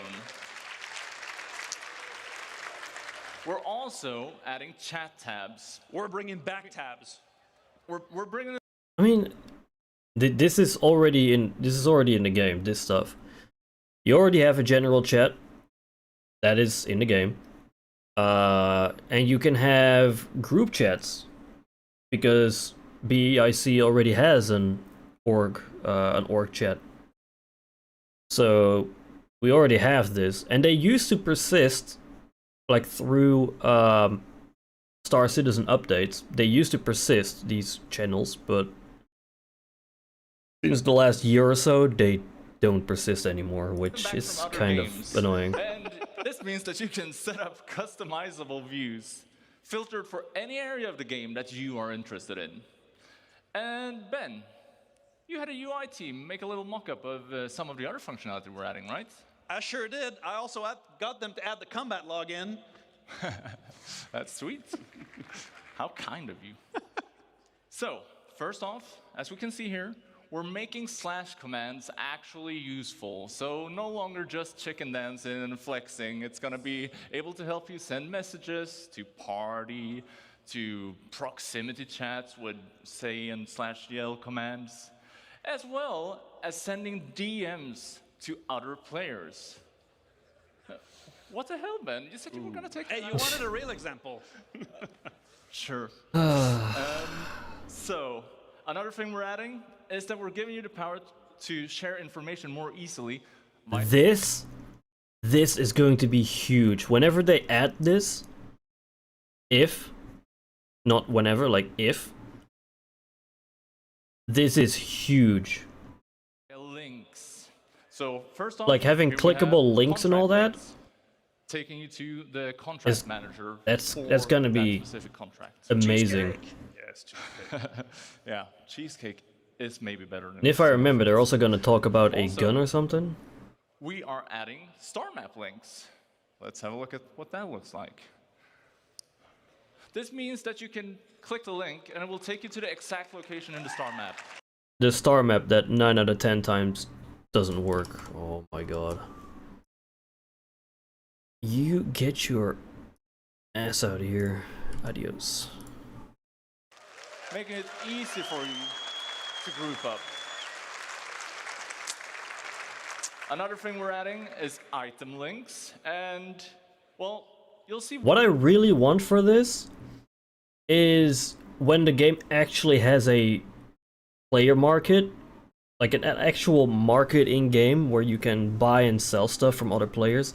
What I really want is be able to right click on this, like on the item, and then click a button that says like view price, and you click on it, and then you get like an overview with like what's being sold for what price, like that kind of stuff. Or like right click on it and then click item info, and it opens up like a little screen like what kind of item it is, and have like a 3D model of it, like, you know, going around. Why you want to link items in our crafting your home. That's what I presentation really tomorrow. want from this. Lastly, we're adding player links to make it easy for you to connect your friends with one another, right? So while we're talking Wait, are they doing the? Are they gonna be doing the VoIP thing? Okay, no, I'm gonna skip that. Do you want to invite him to the party? I sure can. I don't care about VoIP for right now. But what if you're new to the game? Ben, behind you. Oh! The guide system. So we've introduced the guide system on the web a while ago, and this allowed new players and experienced players to match up, basically for a new player to get training and learning the ropes. Wait, are we bringing it in the game? Yeah, of course we are. Are you though? Are you actually going to bring this into the game? Of course we are, he says. So, ultimately, we want to encourage you all to help one another. And it's very important for a game as large and as complex as Star Citizen is. And while we're improving how we teach you the game, it's irreplaceable to have another player by your side showing you the ropes. So, we want to keep the guide types from the website, because there's already a lot of good ones there, and they already cover a very wide variety of gameplay. And as we add more game systems, more guide types are going to get added too. And base building's a great example of that, which is a little teaser there for tomorrow. No, teaser. Your tease. Oh, yeah. But now, how do you become a guide? So now there's going to be a list of requirements that you've got to meet. And this list will require you doing content like contracts, beacons, or many other things as well. Becoming a Sherpa in Star Once Citizen. you've checked that list, you can then opt in to become a guide. I mean, I probably would. And really, we've done this because we wanted becoming a guide to really mean something, both to yourself, to other players, so they can rely on your Probably would experience. become a Sherpa. But why become a guide? Out of the goodness of your own hearts? No. You want to get paid. Some of you love to help, and a lot of you already are. But while I don't have time to get into specifics today, there are going to be rewards available for those of you that do put the effort in. Because we like to get paid. You do like to get paid. But ultimately, we want you to want to help. All right. So I've been doing a lot of guide stuff, and I've reached a guide level in a field that I like doing tons of content on. Or I'm a new player and I need training in a key area. How does this all tie together? Let me answer my own question. It ties into Beacon's trust and rating system. Honestly, Or as we say internally, on one hand, I'm Beacon's kinda happy that actually good. CitizenCon is only 2 hours long instead of 2 days. Yeah. Because when Beacon's I have was been in the streaming game it for a last while, year, but we are juicing them up. I streamed 17 Let's hours look at how we're juicing them in up. f- So in first like off, 48 hours. I tying into streamed the guide I streamed stuff, 17 we're adding out a of new type out of of 48 beacon. hours. So guide beacons. I It was means that if you are dead a guide, you'll be at able the to end. respond to them. If you need a guide, you broadcast them. I was And dead if at you the need end. a guide, you can be certain that whoever responds to them knows their stuff. So this is obviously good for new players needing to learn the game, but even seasoned players like yourselves, you're gonna have a great use for this because there's always something new to learn in the verse. So you just post your question, you broadcast it out, the guides get alerted, they can accept it, contact you, and once you have the information you need, you take the beacon down, get out there, and use your newfound knowledge. So obviously there's many different types of guide beacons here, but we're also adding more categories to service beacons. Now, all this beacon stuff sounds fine, but let's be honest. I have a friend, not me, but every Are beacons actually working again in Star Citizen? Because I feel like they've been gone and broken for most of the last couple of years. Well, not last years. Probably last year or so. Year and a half. time they use a beacon, they get ganked. How are we going to do? What are we going to do to make sure that whoever is answering my call for help is trustworthy? Are you sure that's your friend and not you? Yeah, okay. So we've got a few ways of tackling this, and one of them is actually subsidizing the beacons. So guilds contribute rewards to the payouts on service beacons, and we'll get to guilds shortly. But that could be money, reputation, or potentially other rewards as well. Because we like getting paid. And ultimately, that keeps the cost down for the people that need help, but rewards the people that are helping. And this actually finally makes it viable to do beacons for whatever profession you like to do. Medics, refuelers, and repairers, just to name a few. But if you misbehave and you fail the beacon, there's no payout for you. So that's one incentive. The other is that we're adding a proficiency rating. Responders can earn that rating by successfully completing service beacons. You go from bronze up to gold, which indicates your level of experience and success, and only the top few will be able to earn platinum status, which essentially puts you on a leaderboard and marks you as one of the best playing in your region. And most reputable. So when broadcasting, responders offer to help, and you'll see their rating. Then you'll get to pick who you want to help you out. Then let's say you're not very good, or you like to misbehave a lot. Failing a beacon will result in losing rating, and then repeat offenders will enter the red zone. The bald zone. And then only really desperate people are going to take you on. We're making the system much more robust to the point of automatically determining success or failure. So we're putting a lot of I don't think focus on anyone making would the system take on difficult to exploit as well, someone that's in a many negative different ways that it can reputation. be right now. So criminal types, like you, Benoit, will have to get much more creative. So yeah, that's all great from the beacon broadcaster's perspective, right? It's pretty cool stuff. But they're not the only ones getting ganked. The beacon responders, they're also in a bad position. So what are we doing for the beacon responders? Well, we want to give you some idea of the risk you're putting yourself into by responding to the beacon. So we're adding trust rating. So if we look at this person who's looking for some help to repair here, well, you can see their last 5 recent beacons that they've broadcasted. They have 2 neutral ones. Something's gone wrong, but it wasn't necessarily bad or illegal. Then they have a red one. That's bad. They have been up to something. But they have also been successful with 2 beacons. So well, at least you can assess the situation before going into it. Is it worth it? Is it ensures not your worth it? safety when doing a good deed.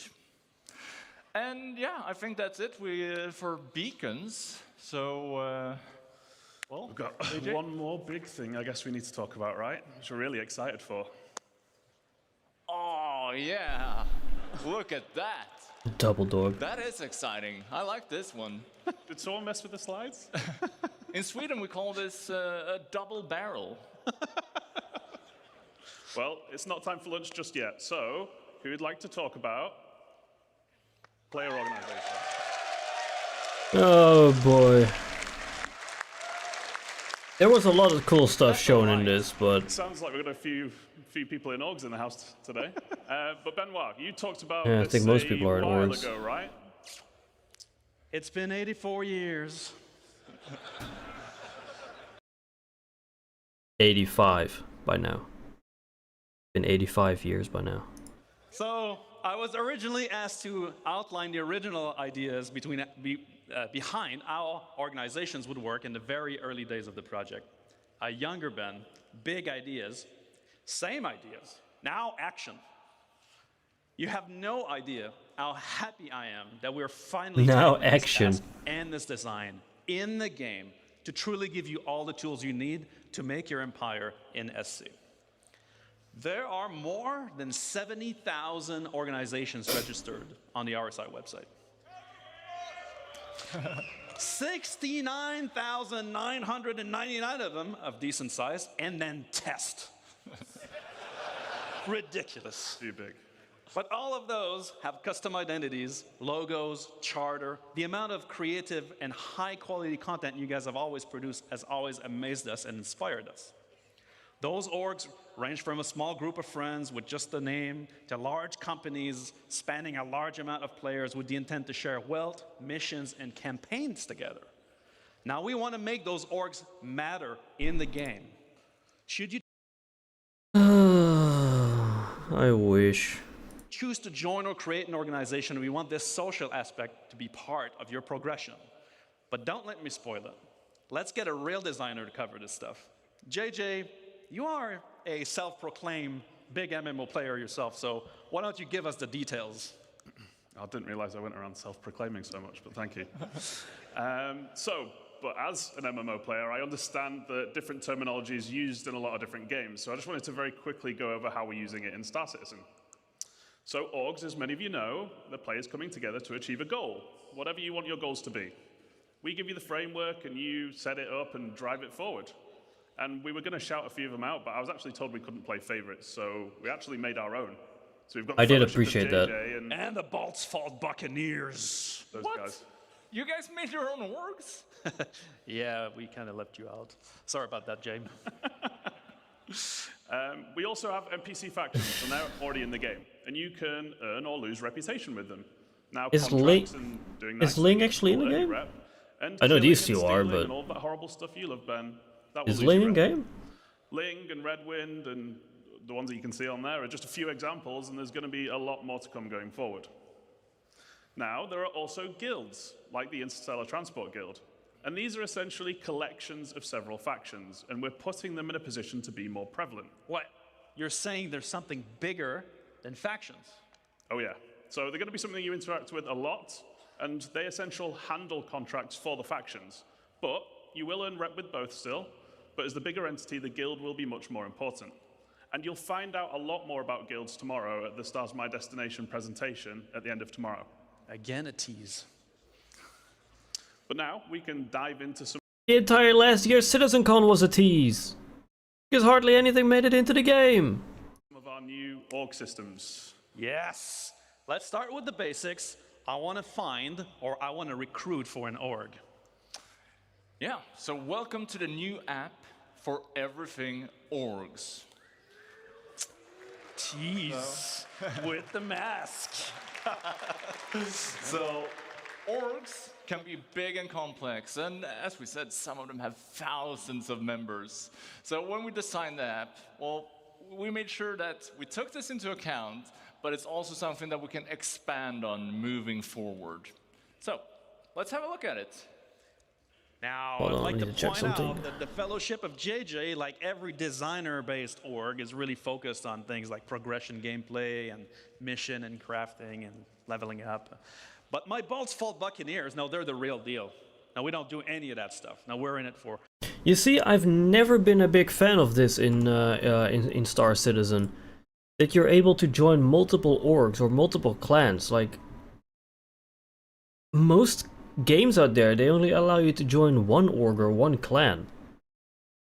And I find that really odd that you can join multiple ones. It's not... I don't know. I would probably prefer that if you were only like limited to one org. Profit, interdiction lines, shipboarding action. We get all that sweet cargo for free. For free? That sounds pretty illegal, Ben. I don't know what you're talking about. What's in those crates? Slam! Anyway, it sounds like you guys might be interested in joining some big orgs. Well, I prefer something smaller. Screams But I think it's espionage. fair- Exactly. Like, I don't know. I have been playing with the idea to make the org that I run like that it has to be the only org like tied to your character. Like, either in my opinion, when it comes to like clans and all that stuff, you're either in or you're not. That's kind of how I feel about the entire thing. Like, I don't see a reason to join multiple orgs. Like, most people only work for like one employee or like one employer as well. Like, in the Netherlands, it's not even allowed to work for multiple. Well, it is kind of allowed to work for multiple employers, but it's a bit complicated. But I don't know, like, in my opinion, you should only be allowed to like join one org or clan instead of like Say what, 5? that we like playing different ways and will want to join different orgs. The recruitment tab is the place to find them. So, we're giving you the tools to promote your org to potential members in order to give a best first impression to them. I've just noticed that, Ben. You might want to have a word with Rich. It looks like What? he doesn't want you. No way. I'll have to speak with him. Anyway, yes. So we're adding filters for when you're basically trying to find a home. And we want to cater to all types of players because we're a massive game, right? And orgs are combining tons of different gameplay in tons of different ways. So you can search by name if there's an infamous org you've encountered out there in the verse or online. You can search by size. So if you're after a big and active org like me, or a small and more close-knit org like Gabriel. Then you can also search by the gameplay focuses you enjoy. So maybe you love trading in PvP, or maybe you like events like the Daymar Rally. Safe? Yeah. So I guess you'd end up searching for, say, social and racing, maybe? What if I love committing crime and roleplay, asking for a friend? Crime and roleplay. Anyway, you can search for whatever you like, and if it's not there, why not just create it yourself? So, we allowed you to join multiple orgs back in 2014. I can still do that, right? Oh yeah. So we're keeping it supported. I was kind of hoping that they were gonna say like, nope, that's going out the window. And we're actually doing the Star Citizen thing, and we're going one bigger. One bigger. So we're giving you an additional one to join when we actually bring it into the game too. And we wanted to keep it because we've all played games where it's far too limited. Like, one org per character just isn't enough for a game this size. It is! Yeah, and here you get an idea of what the full screen will look like. It is, because why wouldn't it? Why wouldn't it work? One org for one character. Why wouldn't it work? Because if you join a bigger org, like 99% of the orgs have dedicated branches for different types of gameplay. Like, you're gonna have the security branch, you're gonna have the mining branch, the medical branch, the cargo hauling branch. Like, most big orgs have multiple branches to basically, like, for every type of gameplay. I don't get it. It's gonna be your one-stop shop for joining or finding players for your org. So let's have a look at the core functions and features to look forward to in the rest of the app. This is the Summary tab. On here, you can select one of your orgs that you're in on the left-hand side, and you'll see, well, a summary, a lot of at-a-glance information. So we'll introduce some of these one at a time. So first off, announcements and org information. Simple stuff. You use them how you want to. This is huge. Also, we're adding an events log. So in here, you'll get a summary of important events within the org. When this stuff gets and added, this changes is to org statuses huge. or settings. In short, these things, well, it's a big verse, and it's easy to miss cool things that happen in your org. And these features will help you stay on top of the day-to-day life of being an org member. Okay, we're also adding an events calendar. So That is huge. When they add, like when they're gonna add that's huge. So by default, it's going to be populated with our in-game events, so you never miss a thing. But more importantly, you'll obviously be able to add your own as well. So you'll never miss another meetup to get together for group content. It's tough to get everyone on at the same time, right? So use this for your Convoy Tuesdays, Casual Fridays, holding hands in Horizon Saturdays, whatever you want. Getting crushed by the Buccaneers on Monday. That's Gabriel's favorite. It is my favorite.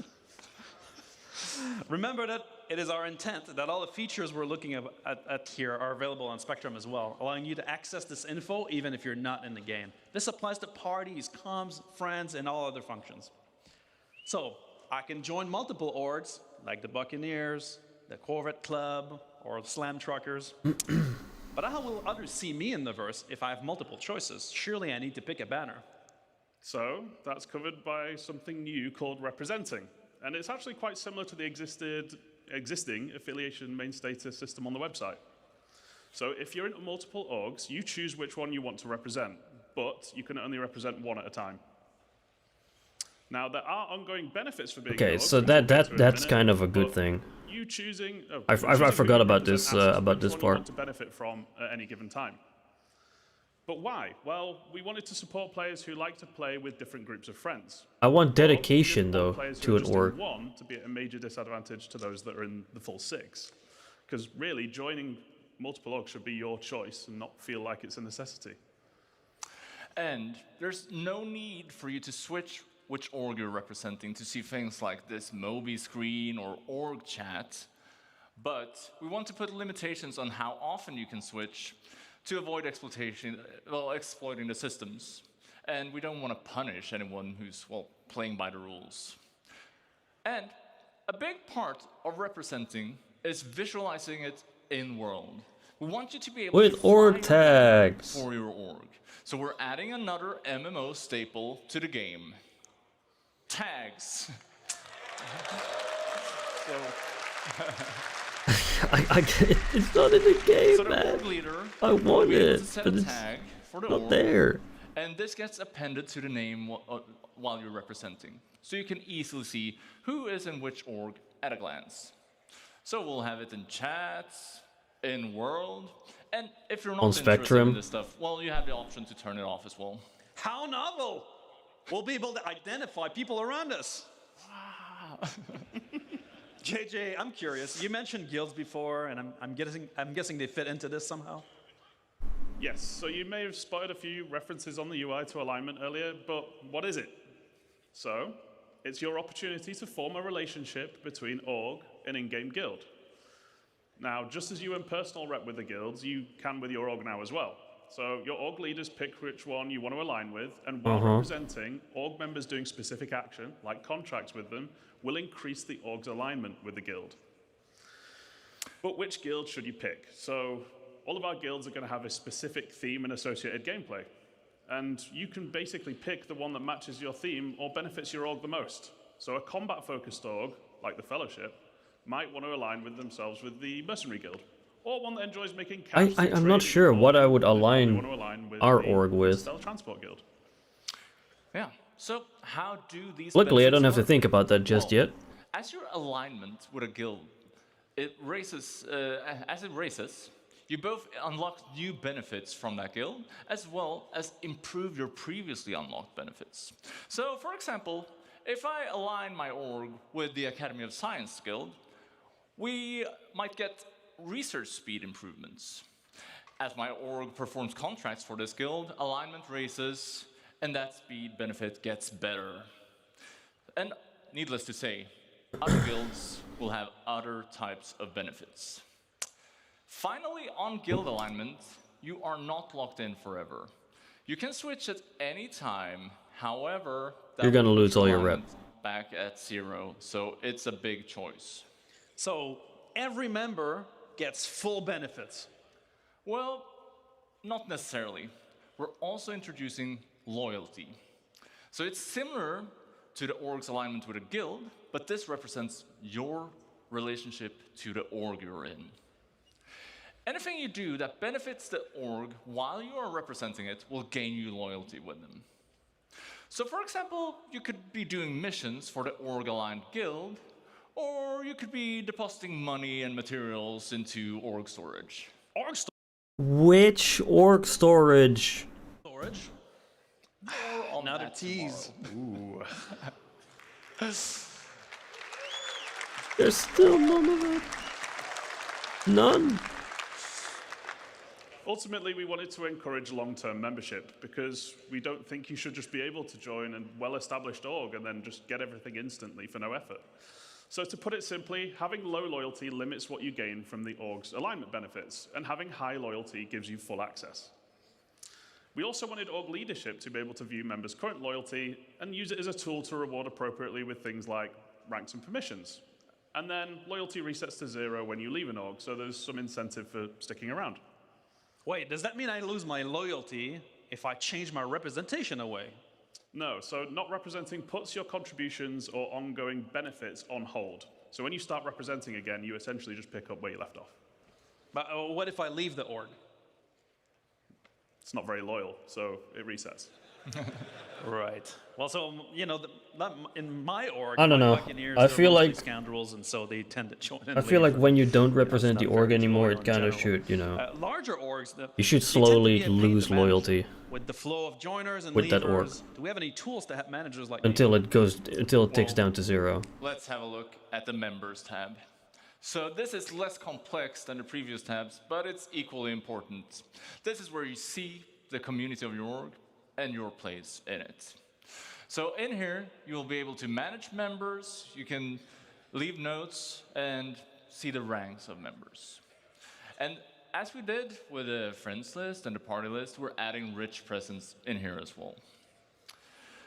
This is What the do they rank mean with panel. rich presence? Like, It I gives you don't a get clear that part. indication where you sit within the community. And you'll see permissions on here, but that's something that we'll delve more into at a later date. For now, I'll just say that the leader might be able to determine permissions for each rank, and well, it could be things like inviting new members or accessing org storage. Stop teasing us with org storage. God. Come on. So, all right. So None of it is orgs here. form and friendship and animosities build up. Maybe my Buccaneers and the Fellowship of JJ don't really see eye to eye most of the time. Would be great for this to translate in game, wouldn't it? It would, wouldn't it?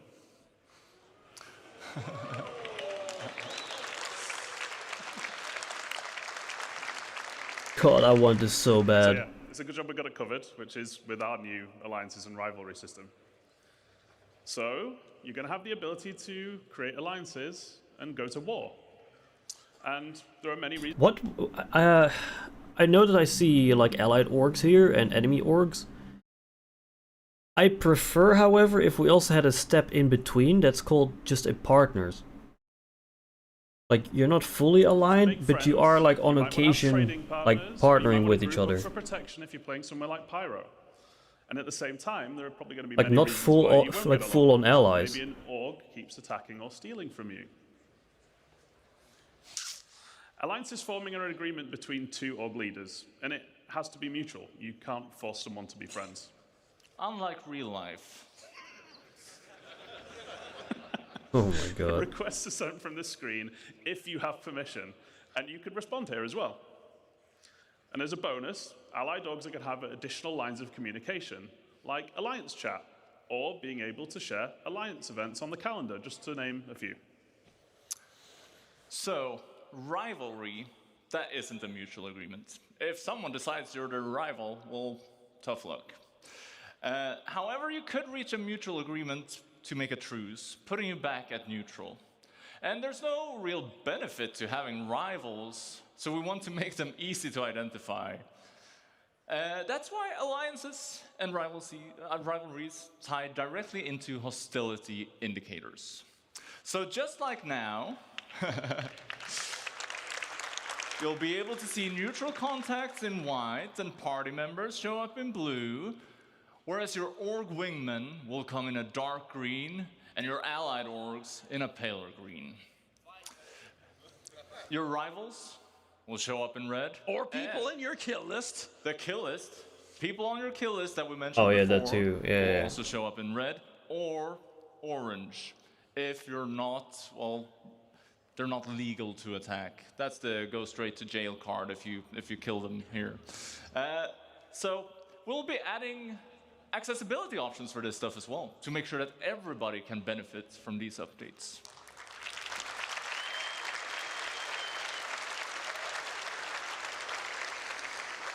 So that's everything for Orgs today, but it's just the tip of the social iceberg. And we didn't have time to show you everything, but there's lots more to show in the future.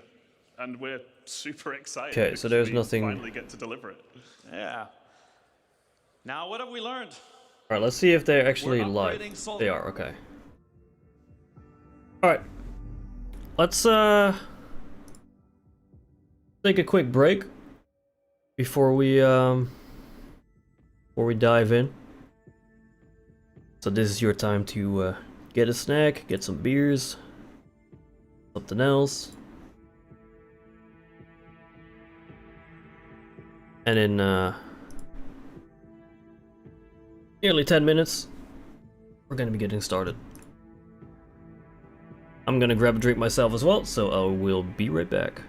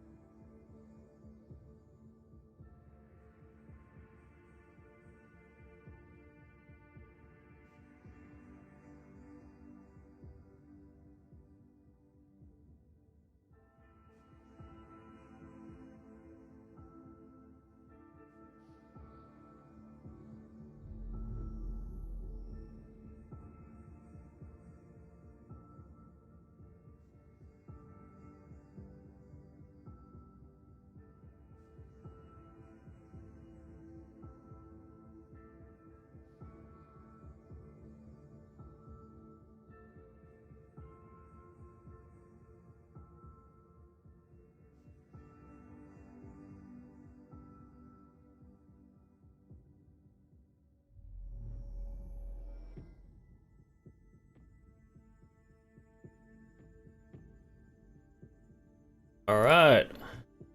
Get started. Might as well, boop!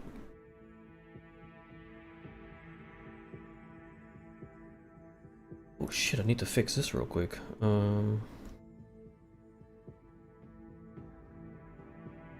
big, mate. Oh crap.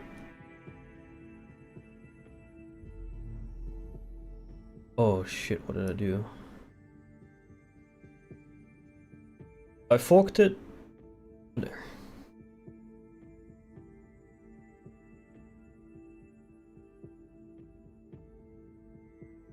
Still not perfect as is, but... Base cap!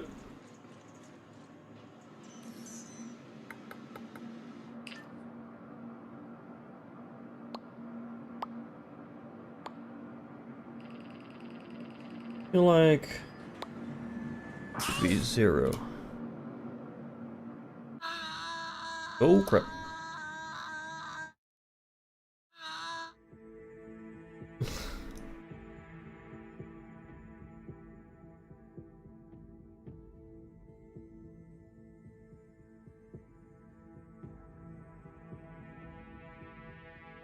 No.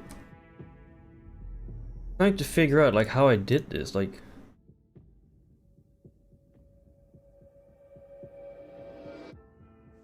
Somehow I cut a part off from this screen at the top and I don't remember how I did.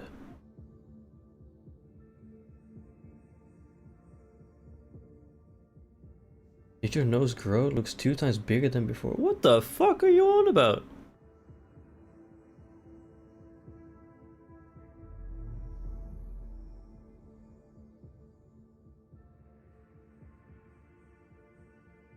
And down goes the org loyalty for Wolfram.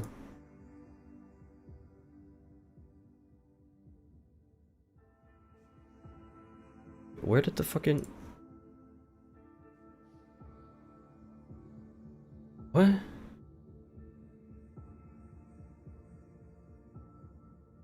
Where did the fucking thing go?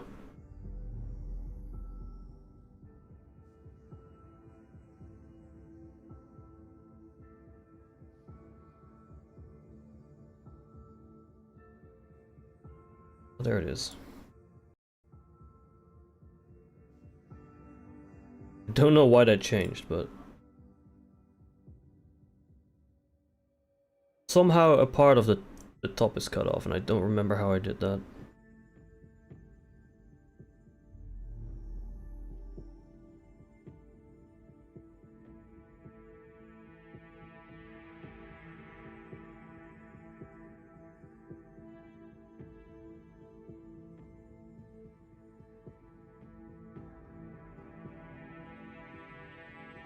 I swear it was something like somewhere in transform, but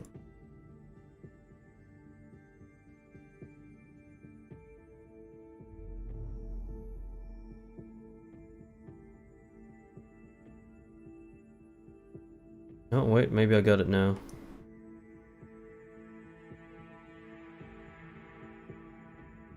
There we go, I got it. Is this supposed to be Dr. Disrespect or something?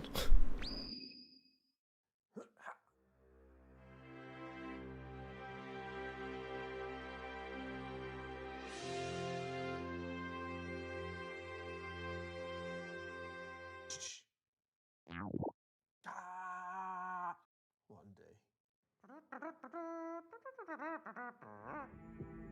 What the fuck?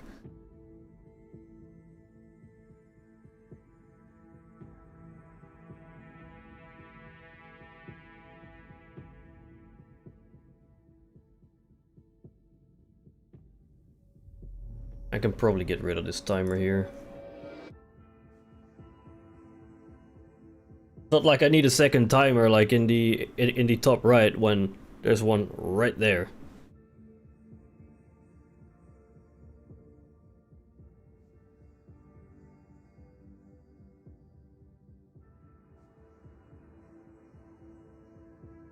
Here and here we go. Well, in 2 minutes.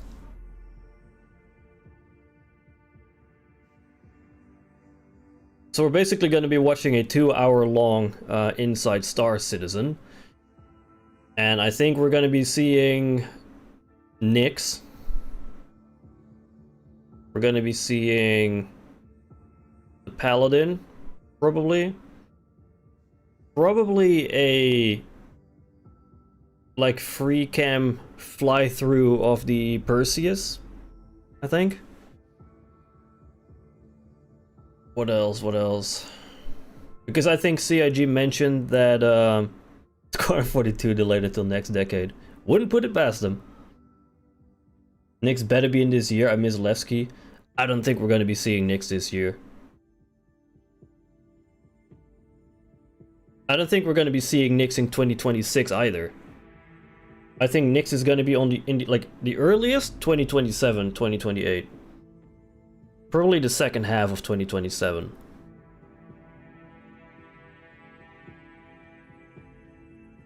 That's going to be my prediction. But I don't know. I got no clue.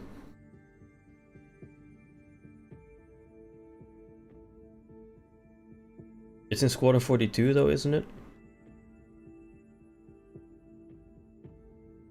No, I don't think it is.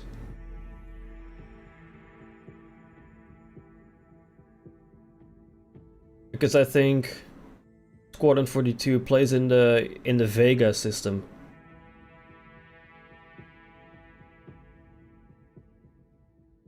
My secret hope is a small glimpse at the Connie rework. I mean, as much as I hate Origin, I really hope we're gonna be seeing some updates to the 600i rework or Gold Pass that they announced like 2-3 years ago. This year has marked a turning point in Star Citizen's history. We have finally moved past the question of whether we can build an architecture to deliver a universe with incredible detail at massive scale, seamlessly, and where thousands of people can all play together. Server meshing has been working pretty much flawlessly at scale for the past 9 months. It has brought a more populated and active verse with up to 700 players online and in the same space at once. It's greatly increased server performance and delivered a much more responsive player experience. I couldn't be Did we not see my gameplay like an hour ago? No online game does presently. Where my gun wasn't shooting properly, and even the ability to mesh, but none do it at our detail, scale, and seamlessness. Of course, there will be continued improvements to server meshing and to Star Engine, but having moved past this last big technological hurdle has allowed us to finally focus on quality of life and I want to play whatever they're playing. Something that has long been overdue. We're about to deliver our 9th patch in 10 months, with content that has brought Star Citizen storytelling into new and exciting directions. We pushed more than 24 features and more than 2,000 bug fixes. And while there is still a long way to go, the game has gotten more stable, performant, and fun as a result. We see this in player metrics. More of you play every day. The daily average users is up 45% from last year, and your playtime is up 15%. So more people venture out into the verse and stay there longer than ever before. And through all that, we've told the dual stories of the Frontier Fighters Assault on Pyro and the moral compromises being made to combat the regen crisis. I mean, to be fair, I do think the game has become more fun come to a rest for the time being. It's time to look forward to the next chapter of Star Citizen, where the instability in Pyro and the callous actions of some pave the way to new adventures, new locations, and new threats. Last year, we announced our next Star Citizen would be Nyx, home to the People's Alliance of Levski and bordering the Vandal threat. Today, we're proud to share that your adventures in Nyx begin not next year, but next month, when Star Citizen's third system comes online in Alpha 4.4. 2 new systems in 1 year. That's only possible because of the tireless work of our development teams, server meshing accelerating what's possible, the support teams behind the scenes. Well, fuck me, I guess. Importantly, all of you. Fuck whatever I said. That we're not all together under one roof this year, but in many ways, we're more connected than ever. Across the globe, many of you are gathering at watch parties. Well, 9 of them fuck whatever I said, I guess. And countless others springing up in communities everywhere, and that's all crazy today. So even if we're separated by oceans and continents, we're bound together by the same passion for space, for discovery, and for this incredible universe we're building together. Whether you're at home or alongside your crew at a watch party, grab a drink, sit back, and let us take you inside our up-and-coming plans. I mean, I got my drink right here. Nothing fancy though.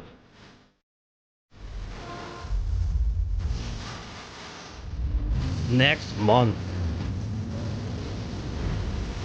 Holy shit.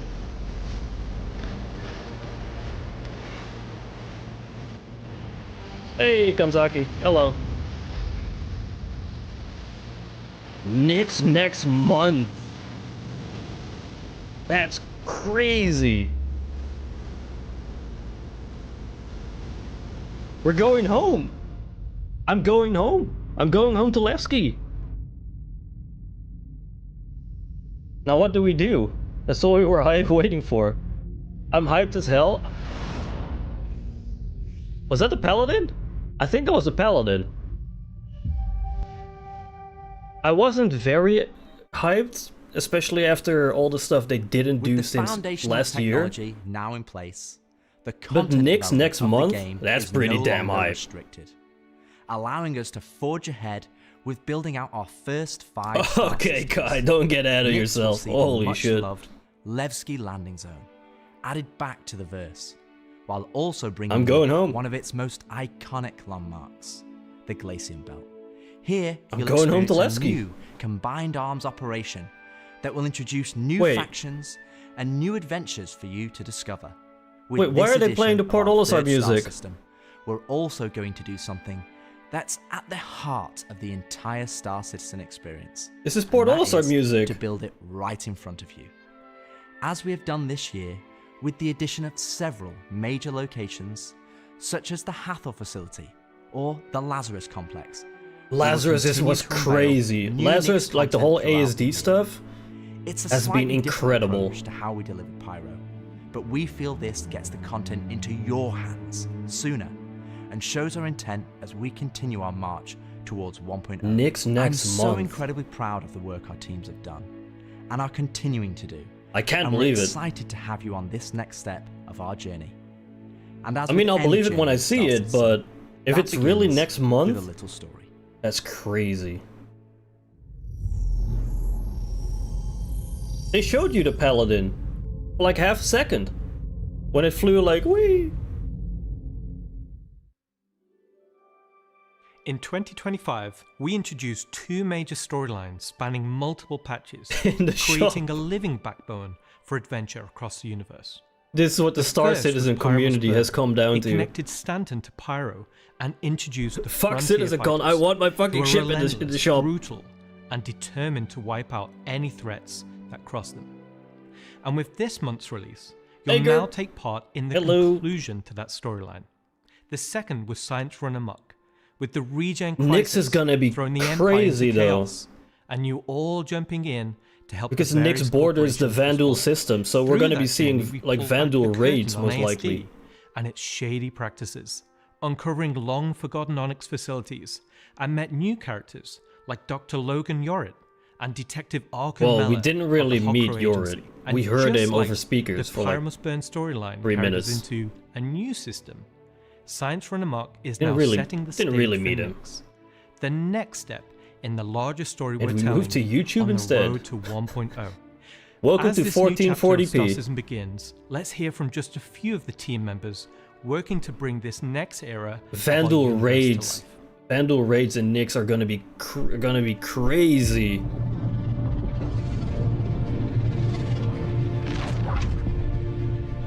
When the Nyx system was first discovered, the United Empire of Earth, the UAE, came out and did scans and kind of found out that the system wasn't really worth settling. The planets were too hard to terraform, the resources were too tough to get. Terrapin so they scanning? opened it up. Yeah, right. And one company saw opportunity where the UE didn't, QV Planet Services. And so they Is there a chance expanded slightly- into the system and I mean, tried I to can, yeah, mine yeah. as much as they could, making a very slim margin by the sheer quantity of resources they were pulling out. Is that better? The system itself sort of ran its course from sort of a large corporate interest perspective, and then was mostly left abandoned. Now this ended up being the ideal situation for the People's Alliance. No problem. Who were a group of revolutionaries who were trying to overthrow the dictatorship of the Messer regime that was going on in the Empire at the time. So they went to the Nyx system and established what became known as Levski. They wanted to Levski, make my it home. everything that the UEE wasn't at this time. They set up what they saw as their ideal society, where everyone's voices would be heard, where everyone would be equal. But they've fallen onto hard times. So Nyx today is kind of at an interesting point in its history. Now that the UEE has kind of transformed itself into a democratic society, what is their role? What are the People's Alliance rebelling against? Yeah, nothing. And they still see the Empire as being inherently unfair. They see their role as still trying to create a free and fair society. But on the other hand, they have Is the more UEE problems really than unfair? ever, and there's new threats I feel like lurking it's around not. every Like, corner. And they have to ask, are I they feel like the prepared to UEE is handle fine. that? Or do they need to turn to the UEE for help?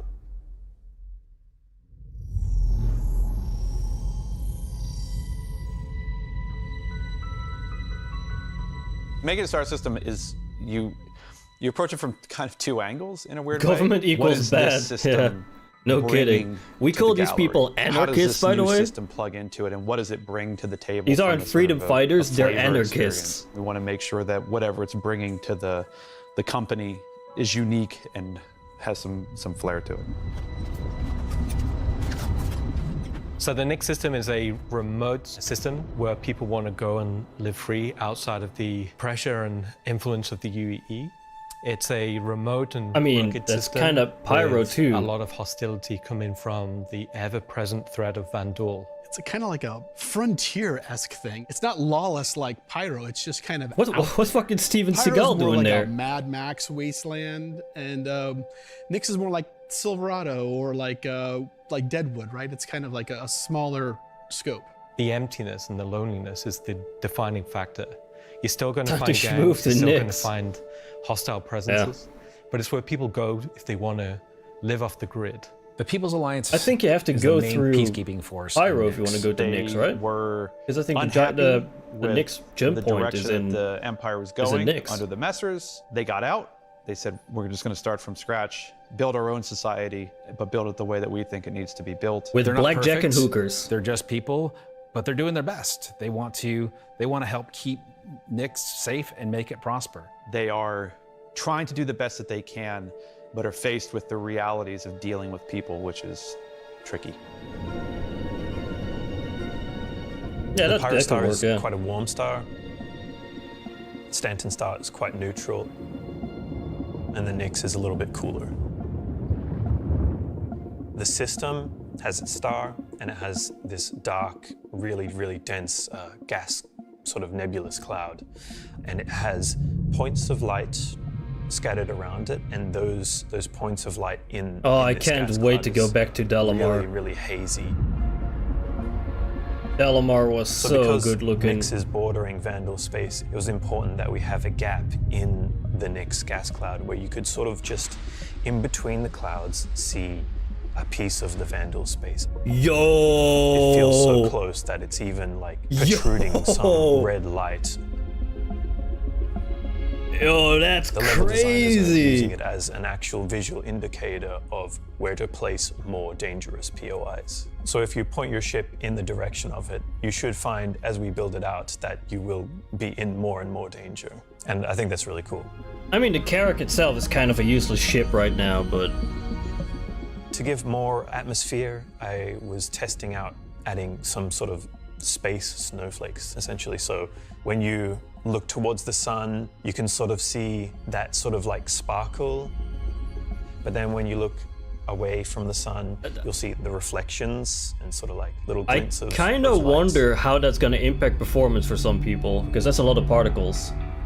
For the Yeah, jump Ignite was points too in expensive. Nyx, That's we'll also have two that's on also this a useless release. ship. We'll have one from Pyro to Nyx and one from Stanton to Nyx. It should be going from They're cool Nyx looking to ships, Castra, but we're essentially they don't really have any bypassing functionality. Castra temporarily. Hey, we want to make sure you can get there any way you want. Galatian Belt is a huge asteroid belt that is in sort of the middle of the system. Galatian Belt is a combination of a bunch of technologies that we already had. The asteroid fields we use for planetary rings and the gas clouds. And it's Man, combining that them to looks make so something good, completely though. new that Holy we've just shit. not seen before. It's full of resources that are still left unharvested because it's kind of a tricky spot for mining. It's not the easiest place to go, but that means that there's still a lot of opportunity for independent miners to go out there. So the rocks in Hey, Nix Xion. are a bit more sharp, like sorts of like icy look, rocky, cliff-like, very different from those in the Pyro. I feel like Gateway from... too is all of that extra added movement. Hey, Xion, thank you for that the just follow. Adds a little bit I feel of like extra Gateway from flair. Stanton to Nix is cheaping out on the way they previously built. People who are trying to elude capture. I think they're kind of trying to appease to the PvE Andes who don't like way more PvP. interesting flying in those Because spaces than just having to go through Pyro if you want to go to as Nix, we build out the Glacian Belt over the next year, there's lots Steven of Seagal places again. to put new content. like, hey, Boy Zero, thank you for the follow. They're, is a very I think the PvE large Andes are going to be a little bit asteroid annoyed that they have to go through QV Pyro Planet to get the Services Nix. had built a And I think it's just going to be a mining base on that temporary got taken over jump point. by the People's Alliance and renamed Levski.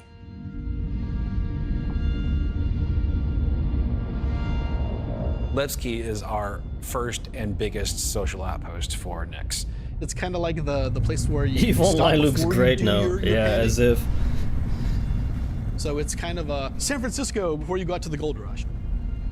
It's going to be the central hub. No for longer a point-and-click trade, adventure. Hauling and all of the commerce within Nix, and I always also pictured Pyro from being like Nix Tama in to EVE. I've other never systems. played EVE, But so it does have a CD underlayer to it. love that gas cloud. Yeah, same. Over the I've always been a years, huge fan sorts of the gas clouds in Star improving Citizen. the generation method of those asteroids to culminate towards this specific point to make large, explorable location.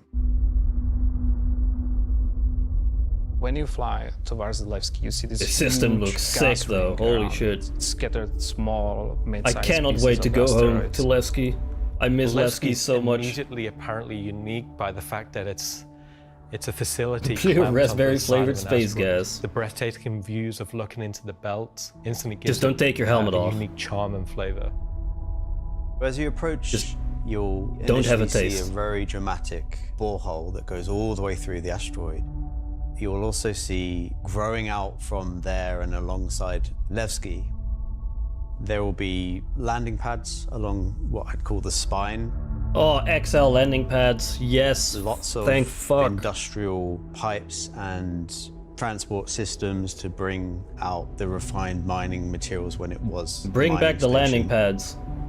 Before Bring back the landing we were pads. using Fuck an actual hangars. Planet, so we Bring, had all bring of back the the landing space pads. available to place all of these Yeah, structures. Levski looks crazy but now it good kind of right meant now. that we had to create an asteroid which has the appropriate size to. If we took the whole shot of the asteroid, you will see that there is an area to fly underneath. We plan on bringing in Hull C gameplay, so this is exterior cargo elevators. So as a team, you will be able to load and unload cargo. Hull C enjoyers There's a lot more rejoice. movement on the exterior, such as the cargo trains. Someone going wake round up the tracks. Kronos. It's now going to be fully EVA-able. There will be walkways around the main landing zone to walk on using gravity plates, but you can drift off and kind of go wherever you want. They can explore fully the whole place, which is great. That's me, you nut. I didn't know that from your name. Unlike the majority of anarchists living in Pyro, there are people here in Nix that care. It's not a downtrodden or derelict, dilapidated location. It has a sense of order. Hull C. Where the People's Alliance Getting proper gameplay. has people living. But we've had Levski before, and Oh, we have we've had updated Levski it before. quite substantially to be Absolutely more in line with the newer features that have been put in since, but also visually. And there's been a lot of quality of life fixes. that we've Levski looks wanted to add stunning. and bring up to like a good standard for a landing zone. Gracing the main lobby of Levski is a large statue of Anthony Tanaka, who was a child worker. And was being worked to death, all of them were. And Anthony Tanaka just had a break and just said no, and stood up against the foremen, the supervisors, the managers, the guards. This is basically and the was fucking killed for it. belters from And The so Expanse. he became a sort of a figurehead and kind of was one of the linchpin moments in seeing the kind of like the fall of the OPA Messer regime.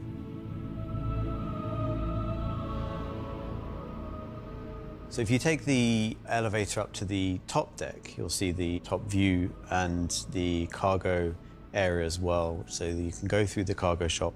You've got your normal kind of cargo Space Oliver needs. twist. You'll have ability to trade and buy your tractor beam and other gear that you need.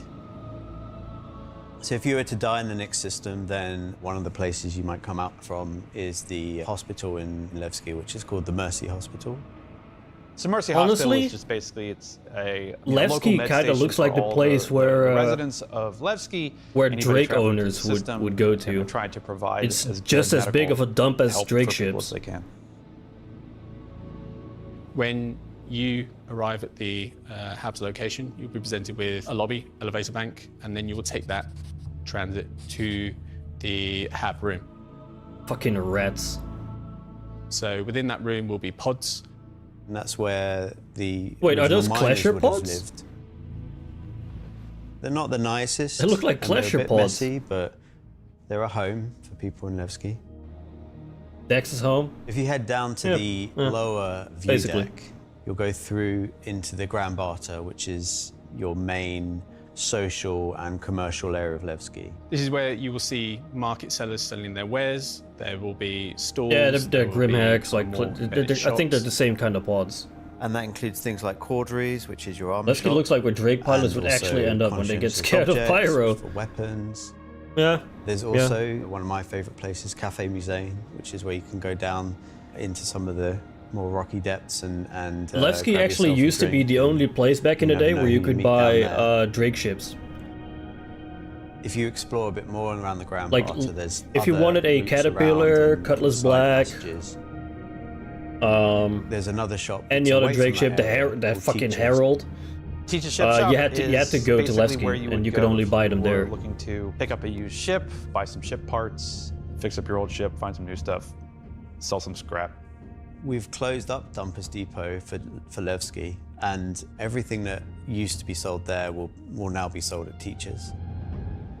Another new area, as well as the cargo shop that we've added, is the refinery deck for Levski. That's where you can take your processed goods, not just from Levski, but from the rest of the Nix system, and refine. Thank fuck, no and sell longer those a goods there. refinery deck that As a lot of the looks content exactly in the same as next coming every other releases for refinery deck. Nix is going to be mining It finally related. looks a little bit different. So it's super important that Levski is a really nice hub for mining type of gameplay.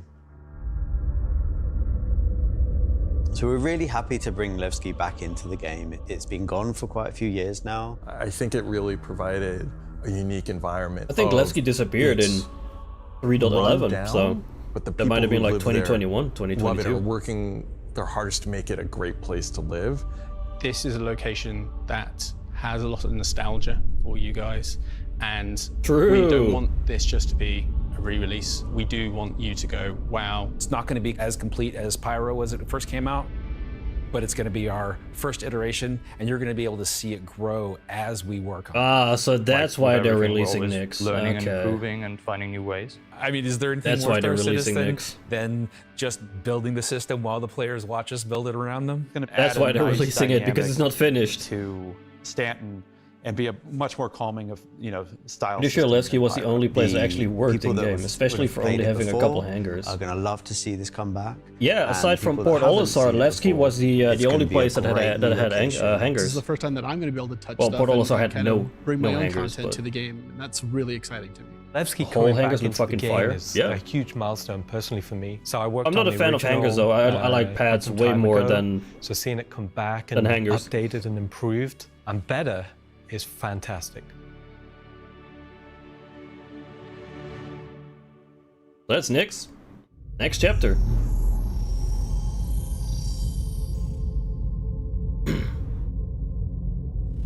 It worked, then they removed it. Yeah, because of 3.11. So we've talked when they about added Levski, we've talked Xenothreat. about Glazing Belt, but you're probably asking yourself, what's the new gameplay activity we're going to be doing? So let's find out. Welcome to Nix is your first experience in a new space station in a new solar system. It's a mystery to be solved. System there's Oz. things for the player to explore and look into. There's going to be some twists and turns, of course, some combat, and if you're lucky enough to survive, maybe some good rewards. This is basically a continuation of kind of our ASD storyline. So in the closing out what we called our Science Run Amok storyline, we had revealed that ASD had been procuring sort of very black market illegal stuff in order to conduct their experiments. So any idea how big Nix is yet? Going to be continuing on that trail. I think it's in between Pyro and Stanton, but it's mostly going to be empty. And they're hiring Intersect to investigate. Intersect Defense Solutions is the leading military defense contractor in the UEE. So the Navy contracts with them a lot for doing various kind of military operations that they don't want to handle themselves. Also has basically no gameplay attached to it. Players to be working directly for the Navy. The Navy just doesn't call up random citizens and ask like, hey, if you're free, can you fly a helicopter? I guess as a player, when you can think about like, oh, where am I going to be doing missions that are capital ship battles or large fleet scale stuff or military operations, that's all going to come from Intersect Defense Solutions.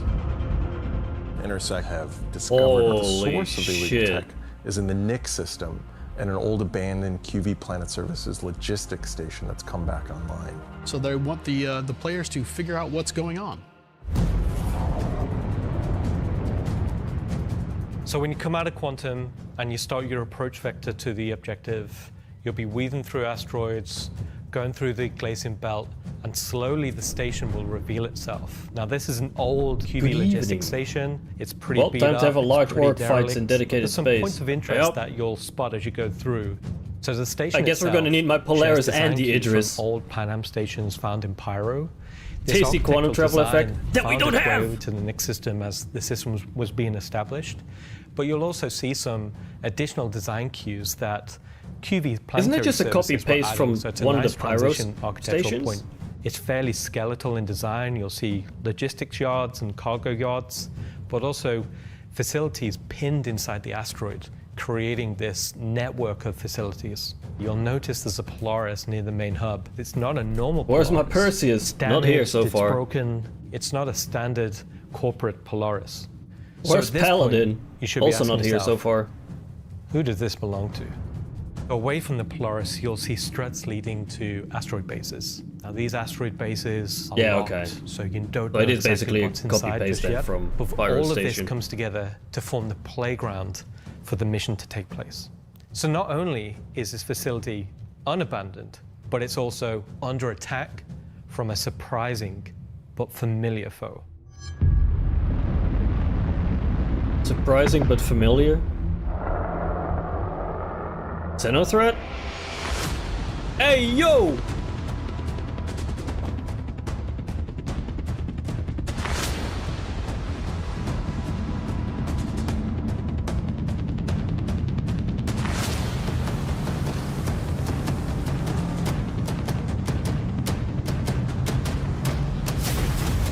For the first time in the PU, the Vandal. Yeah! Fucking finally! Yes! So the Vandal are a nomadic, very, very, very violent spacefaring race. They've been striking out against outposts and such in the Nix system. They don't really know what they want. Don't know why they're doing it. But it seems like whoever's running the station is. Oh, Dr. Yorid, I'm gonna bring you so many fucking Vandals in the system, and they're unaffiliated to any clan. There's small groups coming in and picking at them. But as time goes on, those raids are getting bigger and more frequent. They'll be the scythes that you're familiar with, glaives and blades that we all know and hate, and a new craft for the PU, the Vandal Stinger. Oh, the Stinger! They're adding the Stinger from Squadron. You will be contacted by some civilians on arrival asking you for help. So at this point, you have a choice. This is You can either bug out, crazy. mission over, or join the fight. Nah, we joining the fight. We are taking those Vandal scum This will be the first time since the PU into the launched grave. that you'll be able to fight against Vandal aggressor ships. This fight will be intense. The player should be able to deal with them, but they will have to be prepared and they'll have to come back in to fight off this initial wave, and that won't be the end of it. After you fight off the Vandal ships, the mysterious inhabitants of the station invite you to come on board. Which INSEC sort of will encourage you to do because it'll help further their investigation against what's happening here, why these QV stations have come back online. You dock your ship, you board the station, and it turns out the inhabitants here have a real surprise for you. The player will be immediately ambushed. These guys are not your friends. Why are you telling this? Because the people that are inhabiting the station are going to fight you every step of the way. The fight will be. Why are you telling us this? Definitely will be Why are you telling that the player is getting ambushed? Are you stupid? Getting a sense of what exactly is going on there, who these new people are. They'll be in unfamiliar armor. They'll be wielding unfamiliar weapons. And we want you to get a sense that you are in a new place, in a new territory, fighting a new faction. So after you survive this initial ambush, you get back in touch with INSEC, and obviously the question is, who are these people? Why are they attacking? Why are the Vandal attacking them? At this point, there's more going on here than anyone thought. The directive from INSEC is to explore the station I have and no collect as much words. information as you possibly can. Along the way, you're going to get to explore some new areas. Yeah, tell us the entire plot. Tell us everything that happens in the mission. Why don't you? Ship. There's asteroid bases nearby with obvious installations there, other forces that the Vandal have been attacking. There's a debris field. Explore the locations in any order you want and try to find I'm out sorry, who but that these pissed people me are off and quite a why bit. The Vandal are after them. You'll find new clues. You'll find ways to solve the puzzle of what's going on at the space station and find out what kind of loot they have for you now that you beat them. And of course, this they is should a not have- legally open station, so anything you find is yours to keep and They should sell, not have maybe even give to Wicklow. told us about that. This isn't just a one-time event. This is a Wait. permanent sort of mission that we're going to be adding That's to the one game. of those. You That's can one of go those back Vandal and like repeat boarding this pods that was mission lodged in and there. Find ways to do it even better, even faster. There'll be a different story and different flavor. Obviously, we can't have the same thing happen every time. Because There'll be otherwise other players missions might that assume INSEC it's a will offer to bug. you, based on the evidence that you found. Now you know the real story, and you can start digging and giving more information to INSEC. Nah, I along don't the think way. players would think it's a bug.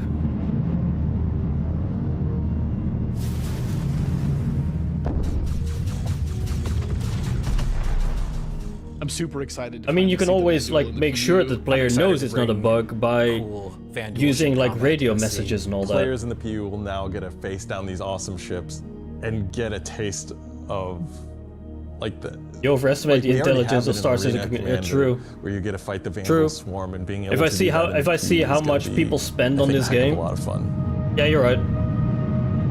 I overestimate So them. this marks a great milestone for us for not only pushing hard and adding great content this year, we're also being able to introduce the next star system and introducing the next landscape to tell new stories and add new gameplay beats into the ever-expanding universe. So we'll leave 4.4 there. If you're at one of I'll the be watch honest. parties, please raise a toast to the great work that all the teams have been doing this year. I'll be And honest, right I'm back in gonna just a try few my minutes best look ahead to at some of the things coming in completely 2026. forget about that mission. I'm gonna try my hardest. Hello, everyone, and welcome to the Voyager Bar in beautiful scenic Orison, where the That was a staff bit of Cloud loud. Imperium Games Manchester is gathered for their very own CitizenCon Direct watch party. But yeah, As the dozens I'm of gonna such try my events best to happening in forget about locations that around the world, part, we about that gathered mission. today to watch this Oh, sneak shit. peek at just a little of what the next year of Star Citizen has in store for I everyone. see your channel points. Oh, that was really good, everybody. I'm Jared Huckabee, your host for the festivities and for the show today. And let me tell you, it's not a joke. It's not a gag. Next week, we're hitting our 9th patch in 10 months. And then in November, we're going to finish out the year strong. What mission? with a Yeah, long-awaited exactly. arrival of the Nix system. And in case you missed it because you were chatting with friends, hi. It's not the lawless wasteland of He's got Pyro his many beard folks back, have thank been God. speculating, Yeah, but an true. independent system with its own set of rules and laws and multiple ways to get there. It's an exciting time for everyone at Cloud Imperium Games because as the architects What of our ambush? precision Yeah, universe what are you said at talking the start about? of the show, the foundational tech that we've been building for so many years has now unlocked us to bring more to Star Citizen than ever before as we continue our journey towards 1.0. Now, before we continue with the show, let's get a few housekeeping tasks out of the way. First, we're simulcast on YouTube and Twitch. So if you want the keen communities of Twitch, he looks not as tired. Well, to be fair, he also didn't have to do Second, like 17 hours today, of presentation. We want to see and hear what you have to say along the way, and you can tell us on social media by using hashtag CitizenCon. We're especially interested to see any photos from those watch parties that are happening across the globe, and we're going to find some way to bring a few of them into the broadcast later in the program. Third, we've also had a CitizenCon contest going. He also didn't sprint across the hall this time. Also true. Slice of life in the PU videos, and we played the winning entries during our pre-show countdown. The offerings were super varied. The idea was to work with a team sad his dad to is no show longer around the to life experience of a this with him. miner or a Yep, hauler or a bounty hunter absolutely. or whatever. But one guy I think he just lost said, his dad. "I'm I gonna think make a video about last how year or awesome 2 years I ago. I am." think it was. And I respect that. So shout out He also Nocturnal didn't Revenant. I don't tear a remember muscle. if you were one of the winners Yep. getting an L21 Wolf from Kruger for their efforts, but you won the coveted Disco Lando Complete Narcissist Award. Good job. And to all the winners, Fucking I'm love sure this someone guy. will either be in touch with you about your wolves or they'll just show up on your accounts. I really don't know how that process works. I fucking love Probably would've Jared. been good to find out before the show, huh? He's so afraid. Either way, if you missed the pre-show and are curious if you won, you can check the replay after we're done here today. All right. I just realized that my bosses, Chris and Sandy, are sitting in a movie theater watch party in Switzerland right now. A completely captive audience. So real behind the scenes here. This is especially torturous. Who doesn't for Chris love Jared? Right now, because he's super excited about There's the some. next segment we've got I coming know up. of some. Aren't you, Chris? And you're just sat there right now, forced to watch and listen to anything I say. This guy Did is either such of a you regret treasure. that decision so long ago? All right, so I've probably pushed my luck enough. Let's get to the next thing. When Nyx arrives next month, it'll have Levski, the Glacium Belt, and the new Welcome to Nyx operation we just discussed. It's wild that you got But charisma throughout as a job 2026, position. we'll Yeah, also continue absolutely. to build the star system out with new features and new technologies that will not only Jared set is incredible. Nyx apart and give it a unique identity from its sibling star systems, but continue to set Star Citizen apart from other video games altogether. Now, at this point, if you're running one of the watch parties, you're going to want to crank your speakers up for some brand new music from the maestro Pedro himself. And let's take a look at some of what the next year has to offer for the Nyx system. Okay.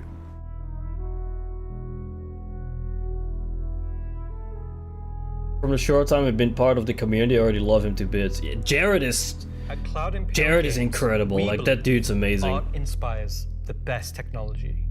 And through the development of that technology, it pushes us to create even better art.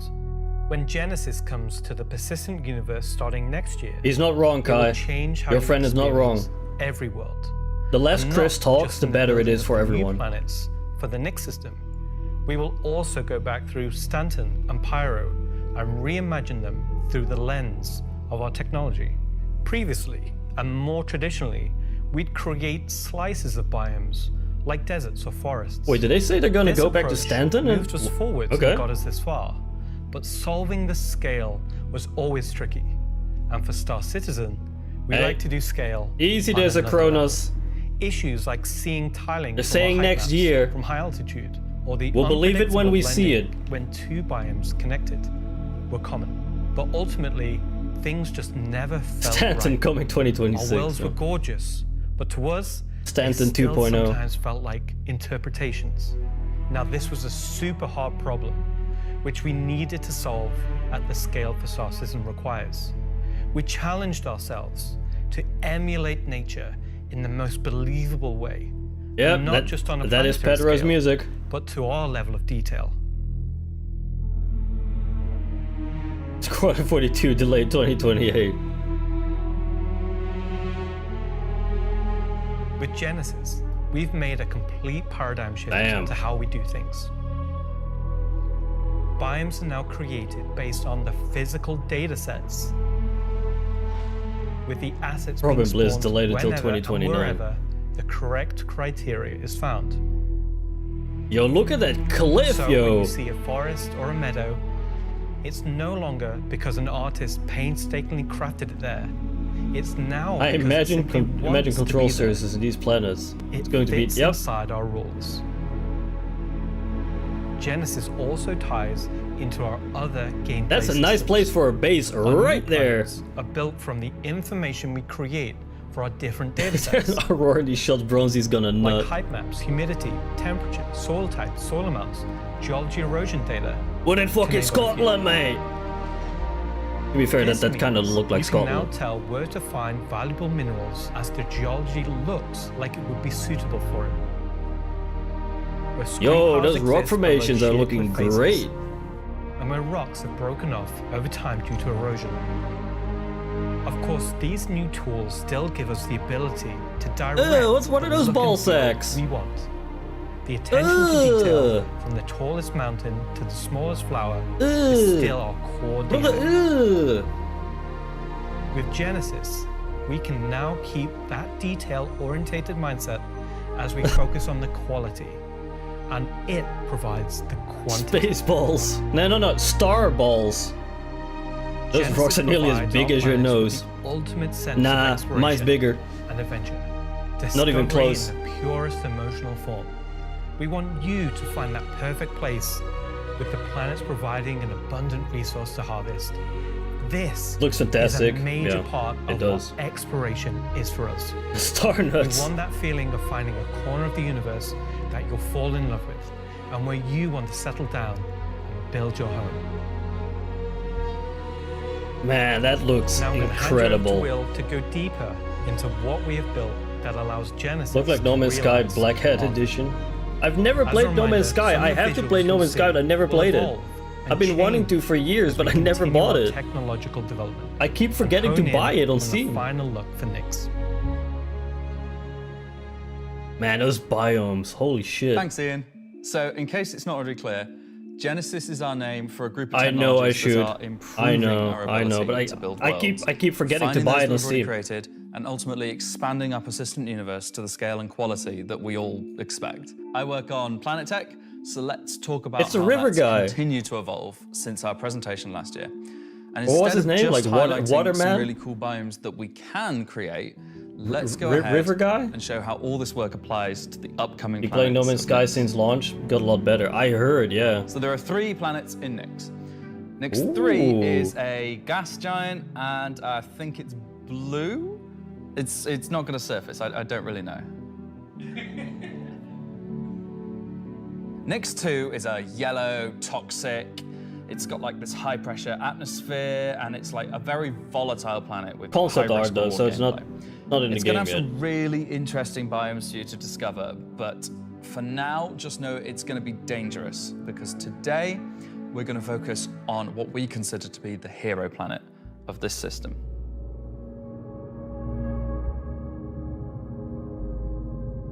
Damn. Nyx 1 has got Looks like an alien, like a fucking Xeno over diverse there. set of biomes, from weathered rocky mountain ranges to Looks like a vast freaking sweeping forests and xenomorph. grasslands, and from damp, expansive wetlands to claustrophobic, festering swamps. Holy These shit, core man. biome concepts give us a fantastic platform to hone our technology. In some cases, It's fucking because the current Dagobah. tech couldn't do them at all.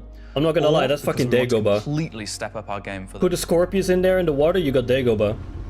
So, let's approach this planet in much the same way that you, the player, will, from orbit. Green and The toxic, orbit appearance of Birmingham into the planets game. going Let's forward go! is far more tied to what is present on the surface. Previously, Birmingham we had different data representation. that drove the orbital and ground coloring. Didn't they That's show that because last the year? orbit Yeah, they was did. designed to look like vegetation that we'd place on the surface, and the ground They did coloring that when was they- trying when to they be a showed mix of off, soil, rock, Genesis. and the organic compound coloring that forms the kind of colors there. Now we author much more of the data in a unified way. When you look at Earth, you see blues and greens for ocean and vegetation, and brown or yellowy tones for sand and soil. Well, We wanted unless to you look keep at it as Birmingham. simple as that. The same set of textures and data that define the color of the soil, sand, and rock on the ground are used to create the orbital look. We then assess the presence of vegetation and competition between different species. This is on 12 each part minutes of my the planet, 2 and hours use I that to already blend seen. in tones of green, including variations due to Wait, what? species health and the current season. This creates a far more complete image and allows you to identify features, geologies, and potential points of interest all the way from space. Let's go down to the surface and start with something closer to what you're used to, but in a whole new light. This is one of the few times a year engineers are allowed to show off. Yeah. I mean, it looks amazing, so... When we approached the surface of the planet, we wanted to start by focusing on just the soil and rock. One of the things that was missing from our terrain previously was simply feature complexity. Genesis gets me Looking fucking at our nice. contemporaries, we lacked detail at the ground scale. To combat this, we've added a new layer of data. As much as I like how this stuff medium looks, tiles. it's not gameplay. Like, it looks cool, These are absolutely, intelligently no placed denying on that, top of the existing but you can't do 4 kilometer anything terrain with tiles it based except on for slope, soil look type, at and it. other erosion So, data. And it these looks medium amazing, tiles don't but it's not just gameplay. create height changes, they also bring in local erosion data both for soil and bedrock size values. And this gives us a whole new level of terrain detail, of scale, and allows us to create far more unique locations across the planet. I'm a sucker for looks, so am I. So now like, that we've nailed the surface, let's I love have a look taking at adding some screenshots, rocks. but We've now it's got not two gameplay. major contributors to the rock content of our planets. Firstly, long-desired feature, cliffs. Yeah, those cliffs We be are looking adding large hot. scale, very detailed to all our cliffs based on the geology at a given location. This adds an exciting new dimension to steep slopes that we simply couldn't get before. Can't be eye candy all the Second, time. is a big Exactly. one for you ground vehicle enthusiasts. Rocks are now found not scattered everywhere, like spilt popcorn at the cinema, but only in places you'd expect to find them, thanks to a brand new rock scattering algorithm that isn't annoying as hell. Using physical data generated for each large and medium If I tile, wanted to see rocks, now I'd rock go distribution outside. makes sense and has a physical basis. So if Once you're base still building is crashing in, into them cliff base, after this cliffside comes base, out, dude. That's on you. I don't know. The rock assets themselves fuck have is had a that? grow up too. We now create rock sets related to a particular geology. That I mean, I look like wouldn't they mind originated building from a the same base like source. beneath This a ties cliff, into how we like can distribute against a minables in mountain, much more interesting but ways not too. on top of a mountain. It's way too tedious. Earth is So going now to that feel our like a base new terrain planet once and the rock tech scattering is. looks good. Yeah, it's gonna Let's have more add some scrap. vegetations and explore some additional biomes. Coming from Elite on the Commodore 64 to this over the years graphically blows my mind every time. Next one's forests and grasslands. Not are even full of that, trees, like- various grass species. I rock grew up with formations, games like Star Wars and they're found in Rogue all sorts Squadron. of elevations, like mountain And valleys, if you open look back at plains, that and then dense compare it meadows. to this, it's crazy. And when we start to add a bit of Insane. fresh water, they begin transitioning into more wetland type biomes. And while forests are super cool, let's focus on the grasslands and wetlands today. What back in Scotland? So, This is what I imagine how are we Scotland making is these like, look to be so honest. great? Obviously, we've had grass before, but never meadows of it. Because until now, we This haven't been looks able to so spawn grass in fucking large good. enough quantities or effectively represented at distance. So we're stepping up our game in terms of spawning, shaping, and shading grass. With Genesis, we now leverage GPU spawning to create vast quantities of assets across all biomes, whether it be dense meadows or Pretty more much, mate. complex collections of Yeah, ground I'm cover on like you point. can see in these wetlands. We are also able to fit our grass tiles to the ground by conforming them to the unique terrain underneath. Now we can finally cover every low complex NPC. terrain shapes with grass and ground cover assets, and as a result, they are now gravity aligned, meaning each blade is oriented It's so as high, you'd expect, high not detail my sticking stream out like status before. whenever they're showing it off. Is it just for you or everyone? Because if it's for everyone, then... Next, let's take a look at how we light Oh, our grass. damn. Now, I've been wanting to as go in to real life, Scotland, the but never been shading there. of a grass blade, or indeed a whole field of grass, is lit very differently to like a flat surface. We now use a solution that shades Too bad there's zero meadows of gameplay grass on the far planets. more like fur That's what or I'm saying, hair. like, And it this, looks if you cool, think but about it, makes sense. At a distance, a field of grass there's is nothing to far do more like then, a carpet or you know, cloth than a flat it looks surface. cool, but This improves how our grass looks from a near perspective, as well as bringing us nicely into how we're solving the distant representation of grass. So, let's talk about the distance problem. One of our biggest achievements with Genesis is allowing us to build beautiful biomes out of flora and geology assets, like a building set. Miners are gonna love this? Yeah, absolutely. No. Too late. But in the past, this broke down very quickly when objects simply disappeared when viewing the same biome from 10, 20, 100 kilometers away. Because we don't hide planetary transitions and allow you to view complex regions from very large distances, there are almost really wonder perspectives from which you can how see a our corp location is gonna of look with Star Citizen. Genesis. So, how can we Like, is afford it actually to gonna look like an evaluate complex actual, spawning like, object at runtime for planet-wide entire city? swathes of the planet? This is the Enter water guy, yeah. virtual terrain. This is the river guy, water guy, whatever you Virtual want to call terrain, it. or VT for short, is how we now cache and represent our terrain at varying scales. That is the guy. This has been the enabler for all of the lovely advances in terrain complexity and asset spawning we've shown so far. And it's also how we now evaluate and represent vegetation from a distance. Fidelity is When insane, creating absolutely. the VT for Yeah. each part of the terrain, we assess if vegetation has covered the ground, and if so, what shading should be applied. For all of our biomes, Could this just we're man now be the able to use dictionary? the same shading model for the distant representation as the close-up asset, whether that's our lovely rolling hills, some more dramatic rockscapes, those muggy wetlands, I mean, or even compare our these festering planets. Like, compare what you're seeing right now. So, compare that to yeah, the piece we of shit didn't that forget fucking about the swamps. Elite Dangerous And they're coming added to next one as well. as first-person Built planets. using the lessons learned and all the technologies we've developed, these swamps now spring into existence from the planetary data. This biome combines all of the elements from the other biomes we've shown you today, from water interaction, denser spawning, unique ground coverage, and I think it creates something really unique. The fuck is that in the background? Is that a giant crane? Like, right there. The fuck is that?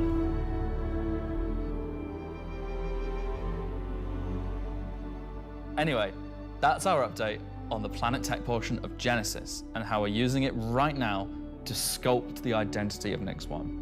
And I hope you're as excited as we are it to might be an explore this excavator. and everything we haven't shared yet next year. Omnom, get the fuck out of here. As you can see, Genesis is now inspiring everyone here to create planets of the quality and believability we've always strived for. A meeting of technology and art that I Could be truly anything, but it looks like an believe excavator. will set The big all one of like us in Germany. apart from It might anything actually we've be done before. Germany. And with that said, let's move on to a little travel between systems, literally. Back to Pyro. Up until now, our mission system has been specific to the star system you're in, meaning a Stanton mission has to take place in the Stanton system. You see that swamp? You and can a Pyro go there. mission has to You take see that place mountain? there. You can We've go never there. been able to link these together, but with the 16 introduction of our times third the star detail. system, it's time for this to change. And that begins with the introduction of interstellar cargo. What are you talking about today? System hauling missions. You hear that? Hauling is back. No one said Holly was gone. He doesn't even play the game. These are exactly what they say on the tin. Missions where you're going to You start say in, that bank Stanton account, you can and empty end that. in Nyx, taking various volumes of cargo. Oh my between god, I stations. can't So there'll wait be to high pirate volume these whole cargo that sea kind of nerds. fulfill the purpose for the Hull C and the other series of Hull ships. And there'll be a few Oh, sort I of more cannot direct wait. routes. So you might pick up We some pirate these whole sea cargo nerds. from Ruin Station in Pyro and go through the jump point to Stanton and drop it off there at one of the Elios. So if you've never sort of experienced the jump point or going through it, these missions will require you to. They're no way limited. You can do them in any sort of ship you want, any size of ship. I'll be doing them in my Drake cutter myself, between Stanton and Nyx. Well, yeah, because in Nyx they're also adding the I've got a few ships, but the Drake cutters are really cute, so.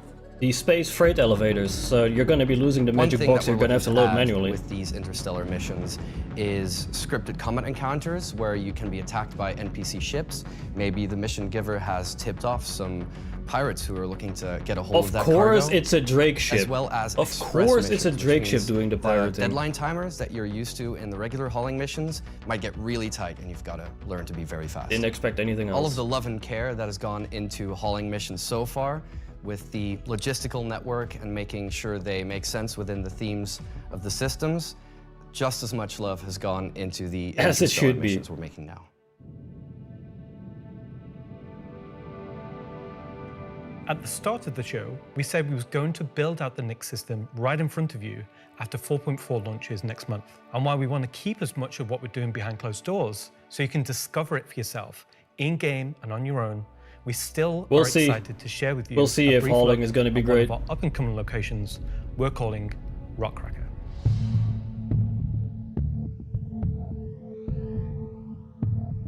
This is all concept art. Okay, so Rockcracker, Jared, is our internal name. Rockcracker is where you have to crack a rock. It's a big rock. You want more? It's a way out into the Kiga Belt. These fucking guys. Old QV breaker stations.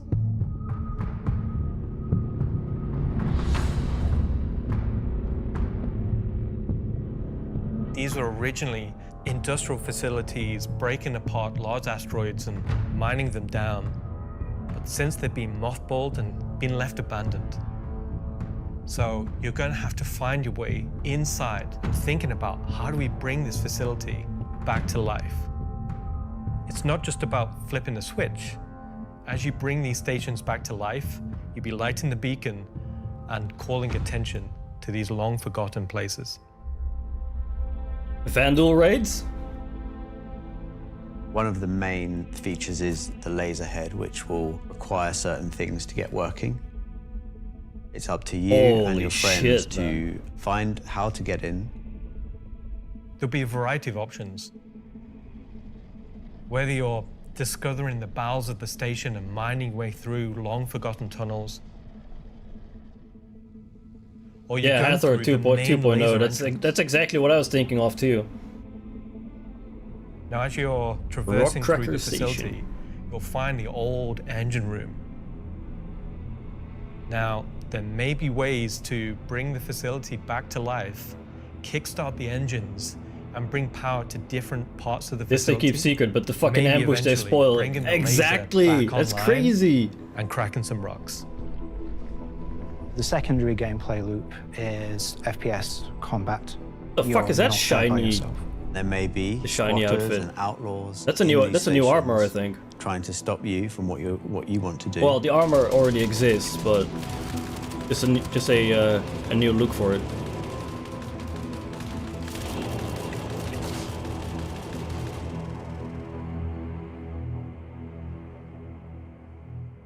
Oh, I saw some texture popping in there. So you've found these old facilities, you've brought them back to life. You've systematically brought power to various functions of the facility. You've activated the laser. You've fired the laser. You've broken apart the rock.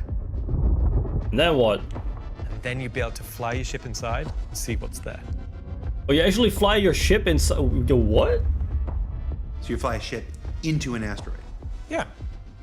You just get into your ship and fly in and start searching around and trying to find the pieces that you want to mine. That is Look how big that is. That's a fucking mole. I'm really excited about Rockcracker because it's a sandbox activity. You can kind of go to these whenever you want to. This content is for players who enjoy mining, who enjoy exploration, investigation, and don't mind a little bit of FPS content while they're there.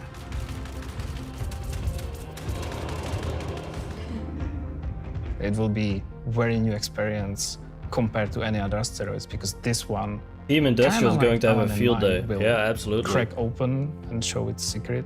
And one presumes you can make a decent amount of scratch. It is Hathor in asteroid space, yeah. that's big enough you fly your spaceship into it. It wouldn't be worth doing if you couldn't make a good amount of coin. Yeah. Making promises for the econ team. Yeah. They've got to balance it. Oh, you can see you can see the texture wrapping right there. Minerals. You can see the texture wrapping. All the other mechanics and features that we want in the game for 1.0 It's gonna be a PvP hellscape, and I'm all for it. Where like an organization or a group of like an entire org is gonna hold it down, and just get a monumental amount of minerals. Ooh. Give me that shit yesterday. That's some of what's coming over the next 12 months. In addition to what we've shown, there'll be new mission packs tailored to the People's Alliance and their struggles. There'll be events that this mission is invest not going to be into in the like when storyline Nyx releases, of so it's all going to three be systems somewhere next we'll have in year. the game. And of course, when we begin populating these with new planets, there'll be a whole host of ground-based POIs, settlements, and structures inhabited by those trying to make their way in the verse. And all of this in service of building star systems that complement the massive corporate yard of Stanton, the lawless ganking of Pyro, and now the new frontier of discovery for the Nyx system. Should I say ganking? You already did. All right. That's pretty damn cool. Good job, everyone. So yeah, a whole lot to take in there. Interstellar hauling is the beginning of a massive expansion to the mission system that'll let us connect these 3-star systems like never before. Friendly reminder, we've reached the halfway point of Rockcracker is Sitcom just Direct. one of the next operations that'll be 1 coming hour to the to Nyx go. system in the first half of next year, where you're going to fly into an asteroid and do that thing that miners love more than anything else. Complain about PvPers getting in their way. Yes! No, I'm being told it's mining. It's mining. And of course, one of the most anticipated features coming to Star Citizen, Genesis, and what that means for the planets of Star Citizen, including the ones already in there. So let's talk to Also, Will is Hain it to find just out more. me? And I'm just remembering that Will Hain is in France at the watch party. Okay. Is it just me, Ask or Slarty does Bart Jared Fast look over like how he they're has gonna got a use Genesis to lot of update the makeup planets on and his move to Stanton face? and get back to me, all right? And see if we can get some fjords. What else we got? Jared doesn't look like Jared to me. Like it looks like he's got a bunch of makeup on his face. That went up for sale a couple weeks ago and has a whole bunch of mysterious items in it. And that's where I can tell you now that almost all of them are tied to the Nyx system in one way or another. Yeah, I let's think so, find out yeah. what's actually in there. There's a gunship flight suit and helmet. 2 Hey, yo, armor look at that sets from that AK. mysterious faction causing a ruckus with a Van Duel. And an Intersect BDU sweater and Wait, outfit. I a couple bought of this. crazy weapons that I'm certain we're going to learn about in just a few minutes. I bought some this. Slick Levski swag. And finally, I'm to getting an celebrate the AK. long-awaited edition of the Van Duel to Star Citizen, I'm a getting an cool Van Duel line with AK-74. an adorable plushie, which I swear to love and squeeze and cherish forever. So yeah, it's a pretty solid haul for this AK-47s year's for digital goodies everyone. pack, which you can still pick up right now on the We're RSI getting an store. AK today. So now, let's go Hurrah! ahead and transition into our next segment. Hurrah, comrade! Much We're of what getting you see in the space show arc. today has been We're getting the space culmination AK. of a lot of people's work in... What's up? All right, I had a dream about like this once. Yeah. Okay, so against everyone's better judgment, the thing has finally happened. Can I help you? How you think the show's going? Good. We're getting the Nyx star system and the Van Duel are coming. Kind of been a lot of Nyx, right? Well, yeah, but it's a major milestone and it deserves a major showcase celebrating everybody's hard work. And you got more, right? well, yeah, there's spaceships coming out. Cool. True, I didn't get the flight suit Wow, yet it's like either. They only scanned the original community portion of me. If pictures steal your soul, imagine what face scanning and PCAP does. Well, this has been super cringe. So I'm gonna head out. Bye. Oh, regular CitizenCon is still better. You should have done that. Of course. True. Thank you. Part of me that isn't a soulless marketing puppet. All right. No. The fucking puppet there. No. No. Let's just go to some spaceships, shall we? Here we go, Paladin. Hi, my name's John Crew. I'm the vehicle director here at CIG, and welcome Someone to wake Talking up Ship, Wolfram. where we're going to talk about Paladin. 3 new ships coming to the persistent universe.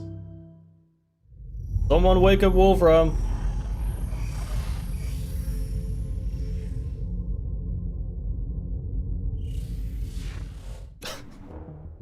The last year has been pretty hectic in terms of vehicle deliveries. I think we've delivered the most we've ever done in a 12-month period, and we've covered all the way from tiny little snubs all the way up to capital ships. We've kind of filled out a few little gaps. Hey, Buttercup. Thank you for the follow. Ships by some old manufacturers.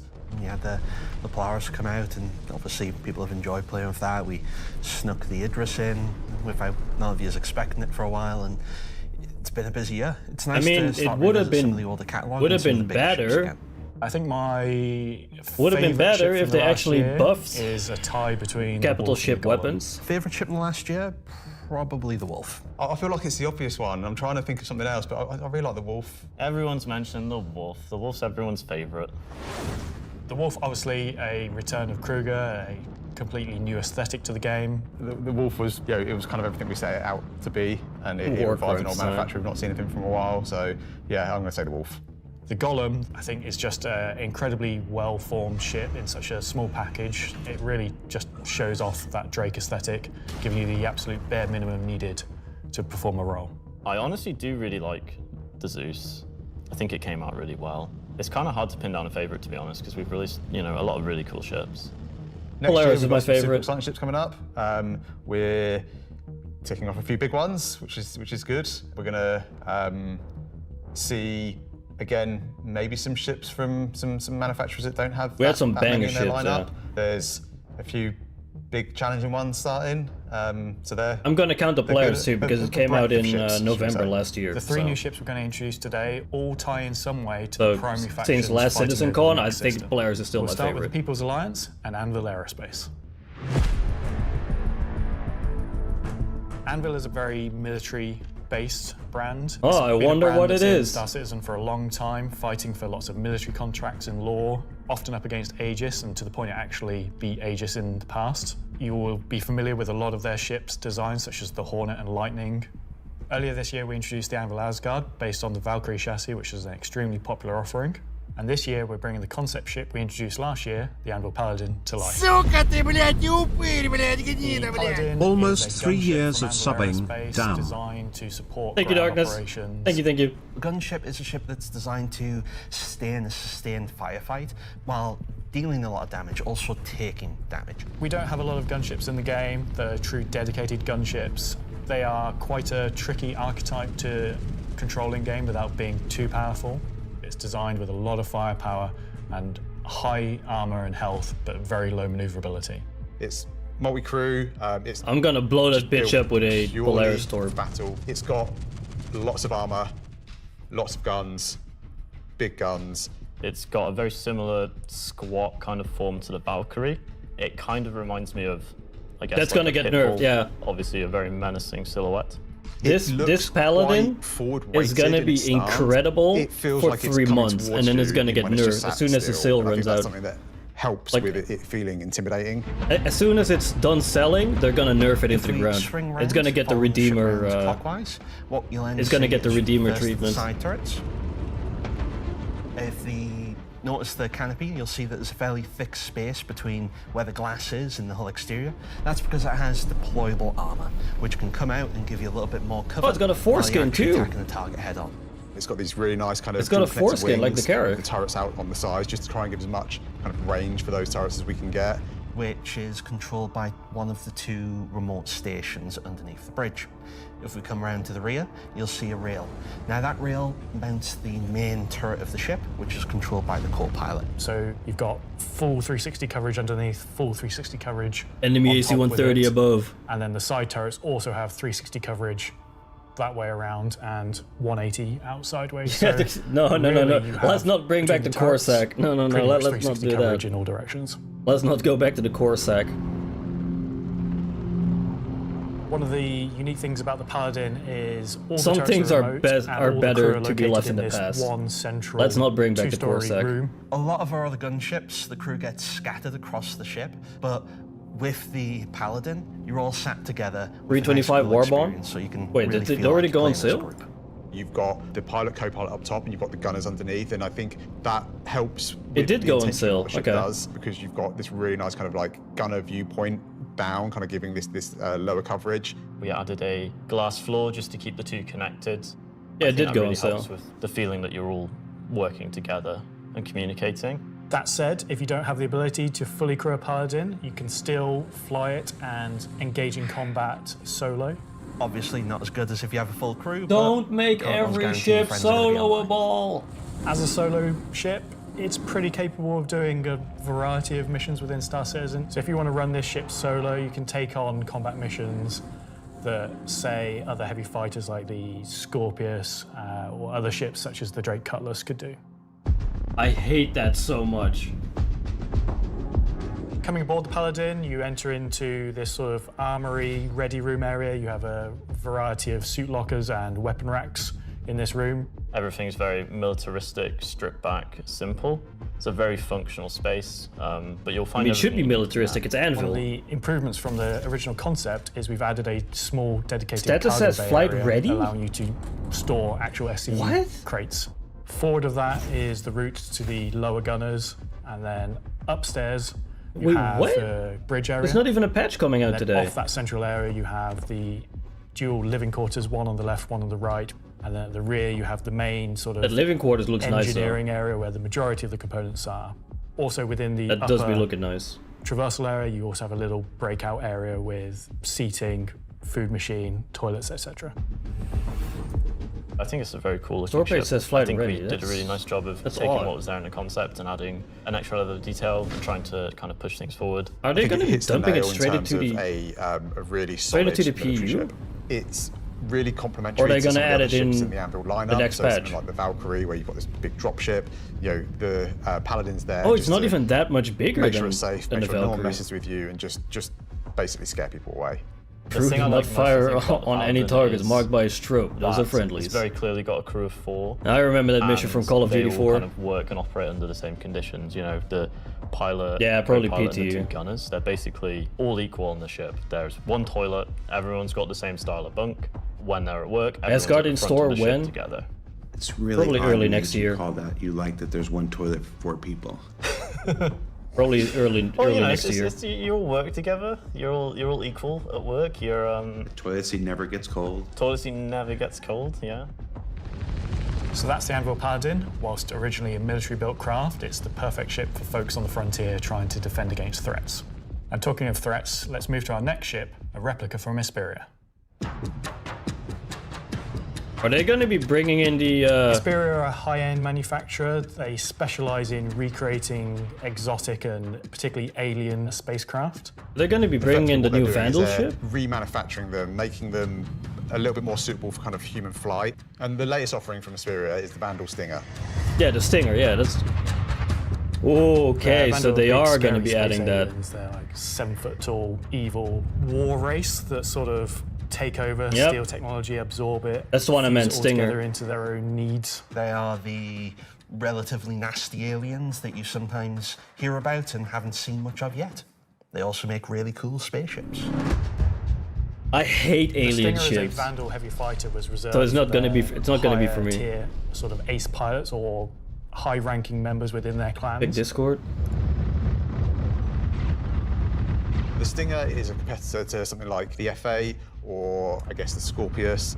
It packs a lot of firepower in quite a large frame, so it's a very, very not surprised. tanky spacecraft. The firepower is almost unrivaled in terms of just both the number and the size of them. So it's there for players who don't want Holy agility. crap. They don't want to be in and out quickly. They want to be there brawling with Jesus big guns and taking all the Christ. hits. One thing Hesperia have done differently with the Stinger is they have done away with the majority of the bespoke weapons. They heard everyone's complaints about the glaive and blade and have stripped off the original Vandal weapons to allow customization for standard human weapons. With the exception of the single-size 5-gun. Because it was too well integrated into the whole. Even Yeah, the for MFDs are Hesperia to nice. remove. All the additional weapons are generic mounts, so they can be swapped with any of the existing lineup that we have in the game. True, it's By going to doing get this, its it provides ass greater beaten by an flexibility to the end M50. user, and this is something Hesperia wanted for the civilian market. For that one bespoke weapon, the size 5 plasma cannon, functionally it is the same. I think this is as kind of like existing the size 5 plasma Vandal cannon version of on the side F8 of the Lightning. Glaive, but it is a sort of Gen 2 model and wraps it in a different aesthetic compared to those models. You'll see they're very much older Vandal styling. This is much newer Vandal styling, but underneath it is the same weapon that people have used for years.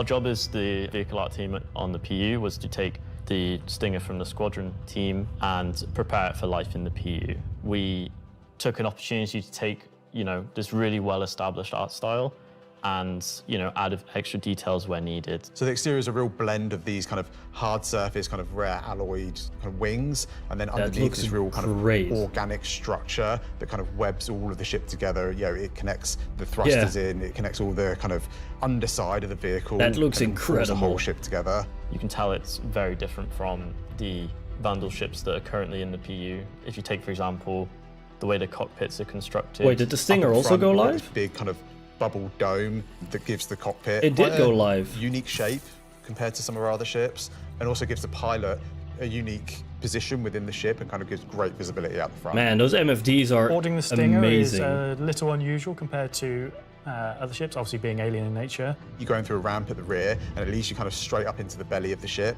There's lots of organic that detail, looks amazing. rib cages, kind of strange alien forms. On entry of the cockpit, the seat kind of comes down towards you, and you kind of climb over the back of it a bit like a motorbike. You're basically riding into the cockpit. It feels very much like you're being carried inside the cockpit. Into the traditional prone flying pose that Vandal pilots use.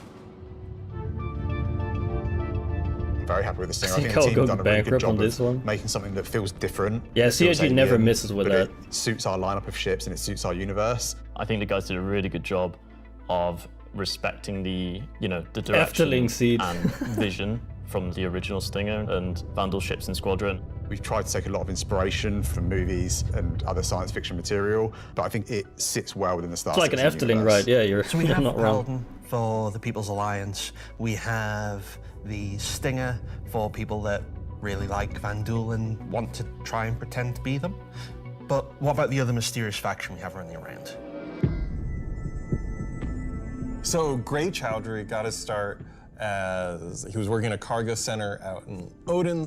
He started being able to get his hands on some stuff that other people couldn't, items that necessarily you couldn't find on a store shelf, but you wanted anyway. I think Gray is interested in, happy customers. Gray just sees themselves as a conduit to get these things in the hands of people who would appreciate them. And I think that his latest offering is really going to turn some heads.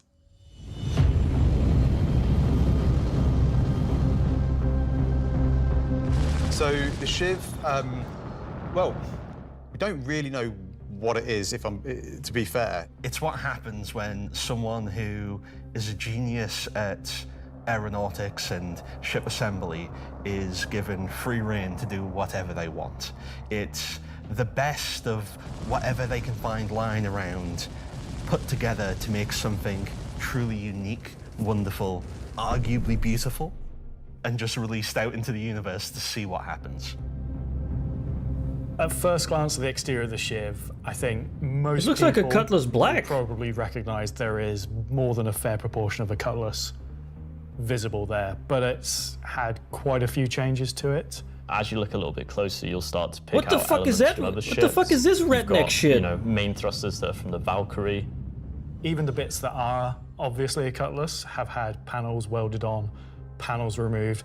The top turret, which is now remote, is just this hodgepodge amalgamation with multiple other ships' turrets. And then the changes continue onto the inside where, again, What the it fuck is sort this? of feels Cutlass-like, Alabama, but then you'll find Alabama the there's bits spaceship? of Crusader ships just integrated into the wall instead of what was there originally.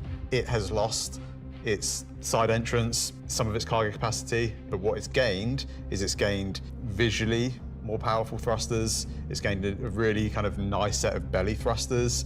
It's upped its fucking firepower. Timu Cutlass. As ever with It's the called a refined Shiv. work from Gray's Market, you can see that great care was taken to the health and safety to ensure that there's no trip hazards anywhere. But who's the manufacturer? There's loose cables, panels are exposed. It's not If you Drake. look carefully, you'll notice there are tools laying around in the cockpit. It's getting Reminds me of those T-62s or MTLBs with the backyard engineering add-on armor. Okay. Yeah, it's one for doing stuff and then you need a second one to wash your hands. It's not an animal. It has very much taken that ethos of Drake and moved it down a level, which I think is quite an achievement. How do you? Just look at this thing. How do you even begin to describe the madness that created this? It's the Shiv. This looks like someone became an intern at CIG and was like, where did it come from? I'm not going to answer that. Just nothing. Just no comment. Gray goes to places and talks to people. I mean, you know, there are just many ways to intern find these create things this? that, you know, I mean, it's on the are they side of legitimate, Gray's market. You know, manufacturers? No. Are they operating on the right side of the law? Maybe not, but you know, money's money. Does Gray have a motto, an ethos to live by? It probably comes down to, don't ask where I got it, don't ask how Oh my I got god, it. Gray's market, as in like Gray market. I think the ship is for someone that is looking for something a bit different, a bit away from the norm. They just want something that's unique. It's definitely for people who like a rustic aesthetic. It's a fun ship, but it's also really strong, to It's be honest. literally a and pile it's of shit, yeah. absolutely a statement. I'm happy with the 3 ship offerings. They are obviously very combat heavy. There's something we wouldn't normally release all at once, but honestly, all of them are a different statement and they're all cool. As always, super excited to release these Somehow ships the into Drake game to see fanboys how got players even more react disgusting. and play with them. It's always fun Did to somebody see show this to the, Listy? the quirks and the shenanigans that people get up to. Someone needs to. So that's talking ship for another year. Someone needs to make a screenshot of that and like tag Listy in media with that, because Listy is gonna lose her shit So when I've just been she informed that we sees have that. to do a bit of a timeshare agreement this year, so we have to throw it over to Alexei for Talking Weapons, which is an extremely original name. Ship is also flight ready. So 3 ships flight ready immediately. That's wow. What are they gonna show for The IAE? new edition that come out in October. Like, what are they gonna release for IAE? The weapons that does not have a manufacturer, the weapons that you can think of that were made by space pirates. Gray sells whatever he can sell. Ironclad. Sometimes he gets his Ironclad hands on Perseus. some weapons that come from Yeah, true. unknown Ironclad and Perseus. origins. He will sell things that no company in their right mind would ever make. These are the most kind of like scrappy and taped together and the most kind of like pyro-ish weapons that you can think of. Right now we're releasing 3 new weapons. Rocket launcher, the LMG, and the long-awaited Space AK. The dovetail is on the wrong side of the I AK. think this is the one that not only is the most in demand, but I've the been dovetail, politely badgered the about dovetail most. mount on the It's a AK fun rifle that is basically mounted on the fires wrong energy side. and It's ballistic mounted in on the sequence. ejection port so side. Your first shot will be your ballistic, your second shot will be the energy. That's where You'll the see cases on are top of supposed the to arc, eject. There is a On the bolt right side. that It's on the wrong cycles around, side. and that goes off with the ballistic shot, but it does not go off with the energy shot. And that is just like a really fun way of making a weapon work in kind of like a scrappy, glued together kind of aesthetic. The LMG, this thing is a really fun, slow firing, hard hitting beast. It will bring the 50 cal, and the only other weapons that have this right now in the verse are the Bearing sniper rifle and the Coda. Honestly, if you even get hit by one, What do you just mean, instant nerd? Tier 1 injury, back to medical. I just know my guns. It's mounted on the wrong side. You know what? We made all these really complicated, fancy guns, and some people just want, I want a slow firing rifle. Give me a scrap together box that fires the biggest thing you can possibly find. We don't have a rocket That launcher. looks like a fucking of RPD. This caliber. It will be 3 grenades straight together that you pull into the tube and fire What towards the your enemies. The cool fuck? part about it, it will have an arming distance, so you will not be able to just point it towards an enemy. It's also going to have a lot of spread. So essentially, you're going to have to get very close with your launcher to be able to blow up ships with a single payload in it. You can't actually aim with the apparatus because you've got the tube on your shoulder and you try to aim it, you'd have to physically put the tube in your head. So we were like, oh, we can't have an aim apparatus for this. And then we realized, like, it's in the spirit of being a tube that you can't use the aiming girlfriend hasn't apparatus, spread and to you you. just Oh kind of my like, God. all right, I think that's the middle of the screen, I'm gonna hit it. It's in the spirit of being a tube. Rangefinders. Hey, yo, is that a I'm gonna rangefinder? talk about binoculars. Binoculars are really cool. We don't have anything like this in the verse, and I think Hey, yo, that's it will a be laser. really convenient to Are we use painting something targets? that's dedicated to Are we look painting targets for the bombers? things, I saw a especially laser. far away, I saw a instead of sticker on there using for a your laser. sniper scope, for example. Will the binoculars have glint? I think it's a SOFLAM. I'm not aware of this one. Probably not. I think it's a because SOFLAM. Binoculars are not something that you need to be aware of. It's really funny because obviously, due to Glintgate, as you know, I beautifully Glintgate, internally yeah. call it, basically there was a lot of community feedback basically saying like, oh, I really like spotting people. I really like playing a spotter. And essentially I was like, oh, this community wants to be able to spot people from distances. And what can we make gadget-wise that doesn't require new features? And it was like, binoculars. And I prototyped a thing. Are we which getting a essentially was JTAC? just a scope in a hand. And it worked. So we've got some really cool binoculars coming that allow you to spot people from distances. And how much damage do the binoculars do? We're getting a Depending on how you JTAC. We're getting. We need to start trading some Thanks, JTACs in Alexi and the org. Zach. That's the end of this segment for this year. So that's talking ship and weapons, unless anyone else is going to come and tell me something else. It's been an exciting year, and I think the next year of ships is going to be even more exciting and expansive than this year. Is he hinting at the Kraken next year?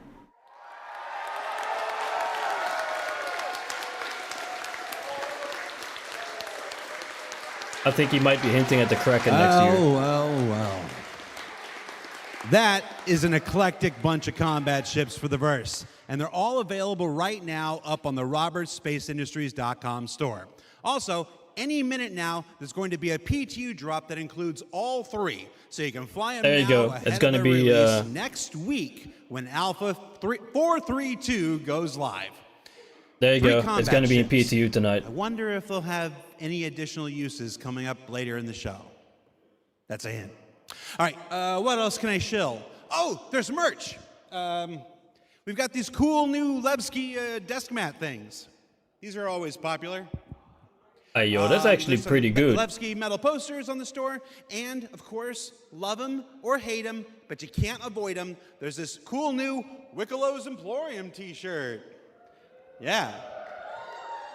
There's also a page published earlier today with a bunch of links to offerings from our third-party partners, from eye trackers to gaming chairs to voice packs to spaceship models from new partners like Planet Ring and Pigeon Spaceport and more. You can find all of that on the RSI website as well.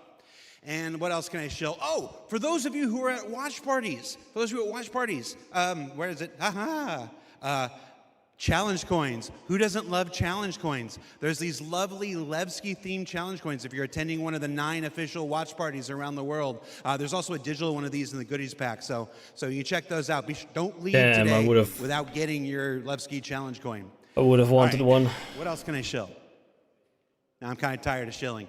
All right, let's find out some more about where we are. Simon, can we move? Can we do it? Oh, yeah. Look at that. Okay, here we go. Pardon me. Excuse me. Hi, how you doing? That was my best angle.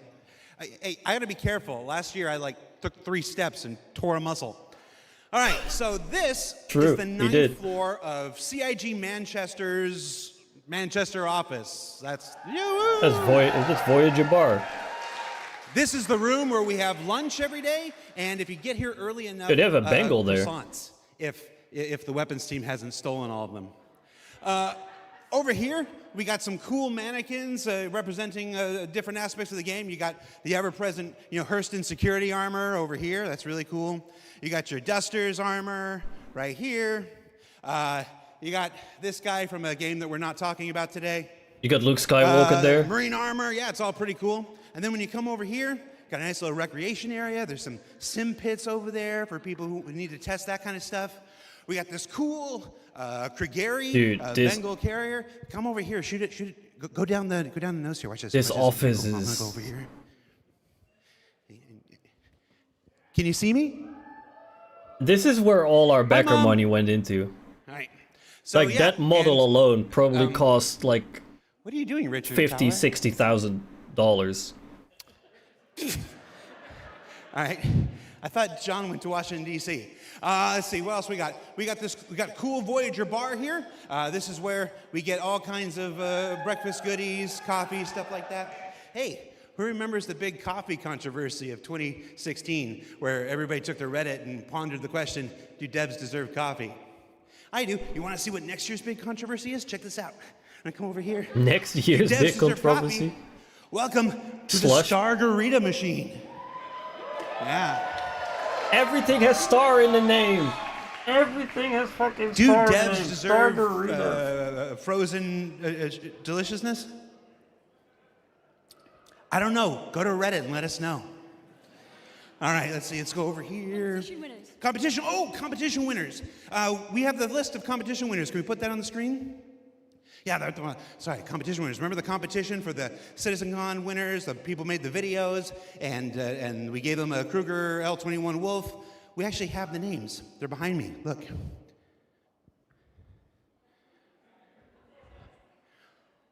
Oh. All right, that's cool. Also, everybody's got food. Do I have food here? Oh, P2 somebody update was is supposed to live? save me Okay. pizza. All right, so we got. Oh, you guys saved me a lot of pizza. Let's see. There's like 3 different kinds of pizza here. What if we just combine them into like a challenger situation here? This guy is something, man. That's a CitizenCon throwback if you're not familiar with it. So I have now crafted my own pizza experience. Oh, we're gonna be talking crafting. And that is a terrible segue into our next segment. Crafting. Gemma, can we, Gemma, are you there? Yes, Jared. Can we fire up the FPS crafting segment while I try to chew this off camera? We sure can. Roll, BT. Here we go, crafting.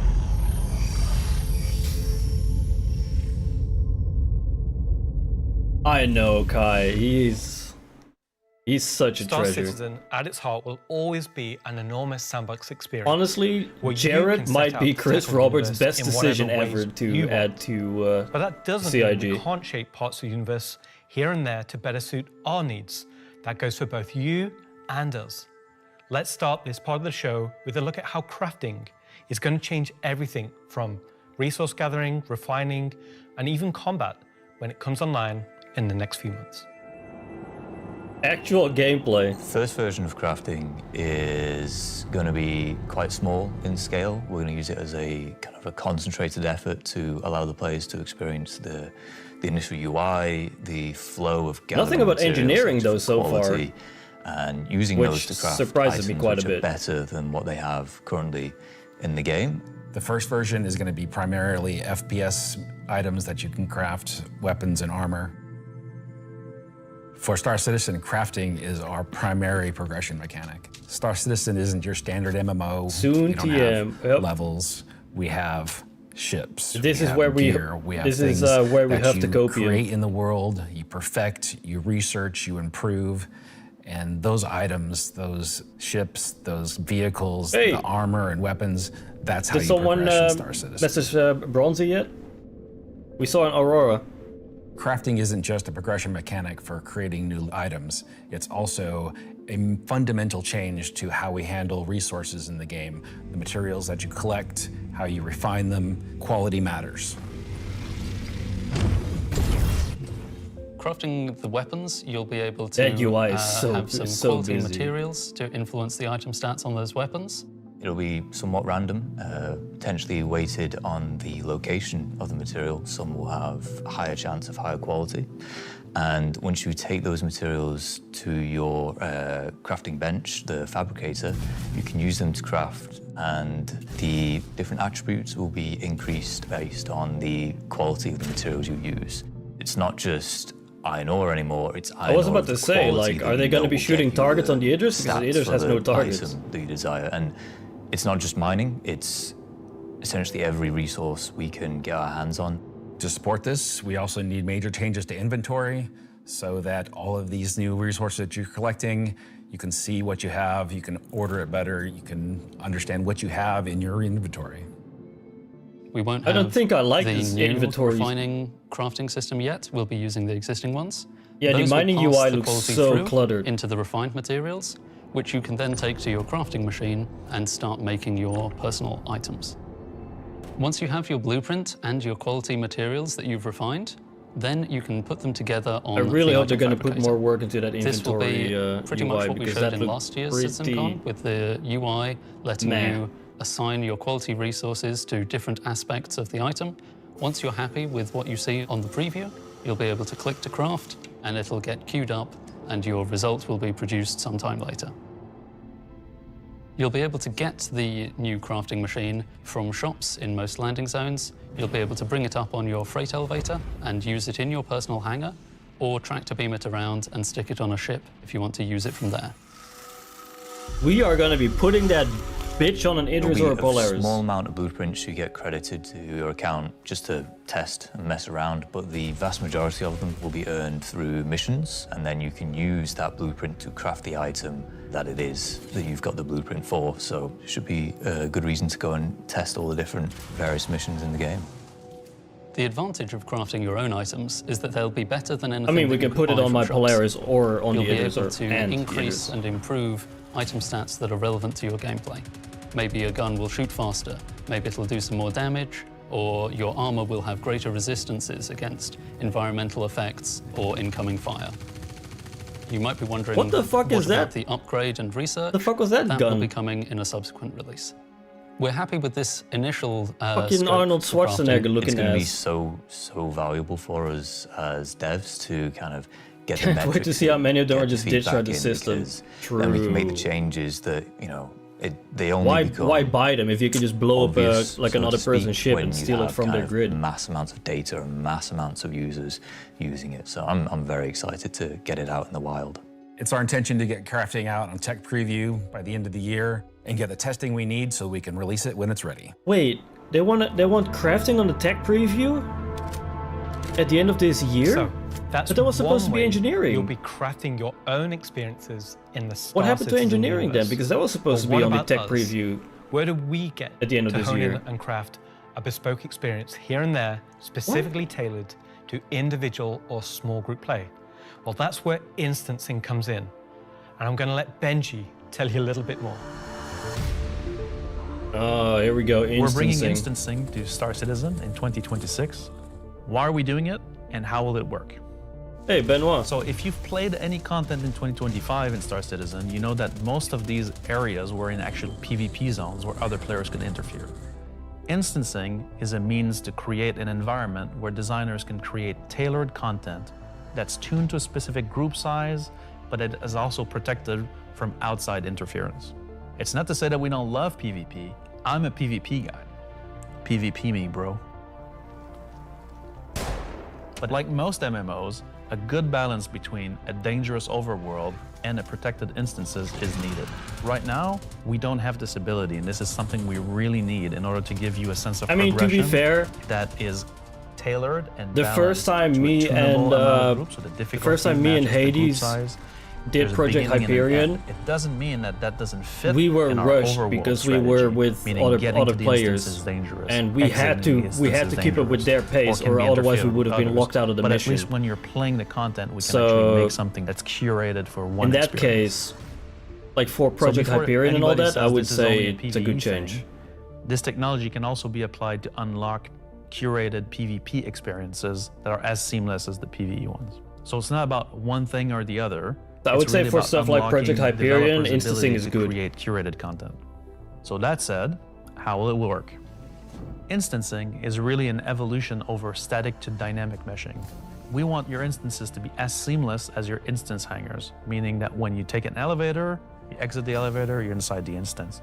A gateway opens, you cross that gateway, you're now into your instances. Could be also a quantum jump into an instance that you don't even see. The transition is just like a dynamic mesh transition. And so throughout the universe, we will be able to add these areas that are open or closed instances that allow you to join in either with a party and have a reserved instance for your party, or join in open instances that has a number of slots. And so some of those areas will be completely instanced on different servers. This allows us to leverage the compute power of the entire mesh. The closed ones will be really to drive one piece of content. You I don't enter know. and exit seamlessly, just like we do with your instance hangars currently. Let's go and find out what one of our first instances will be. Siege of Orison? Siege of Orison was an event we did previously, which created a gameplay scenario where the player had to run through and progress through contested islands of Orison. This was a high-paced, high-intensity event, but Siege it of Orison, struggled a it was little pretty bit from fun. its technical execution. But now with the introduction of instancing, it gives us an opportunity to evolve it and modify it and make it better for you and a small group to work through that activity. It is an event that I had the honor of pretty much solely designing and building all of the logic and having the stress of trying to get it working. Agent Dooley from the CDF puts the call out for volunteers because basically the Nine Tails have taken over sort of a cluster of floating platforms in Orison. And you are there to kill these sort of lieutenants of this terrorist organization and take back control.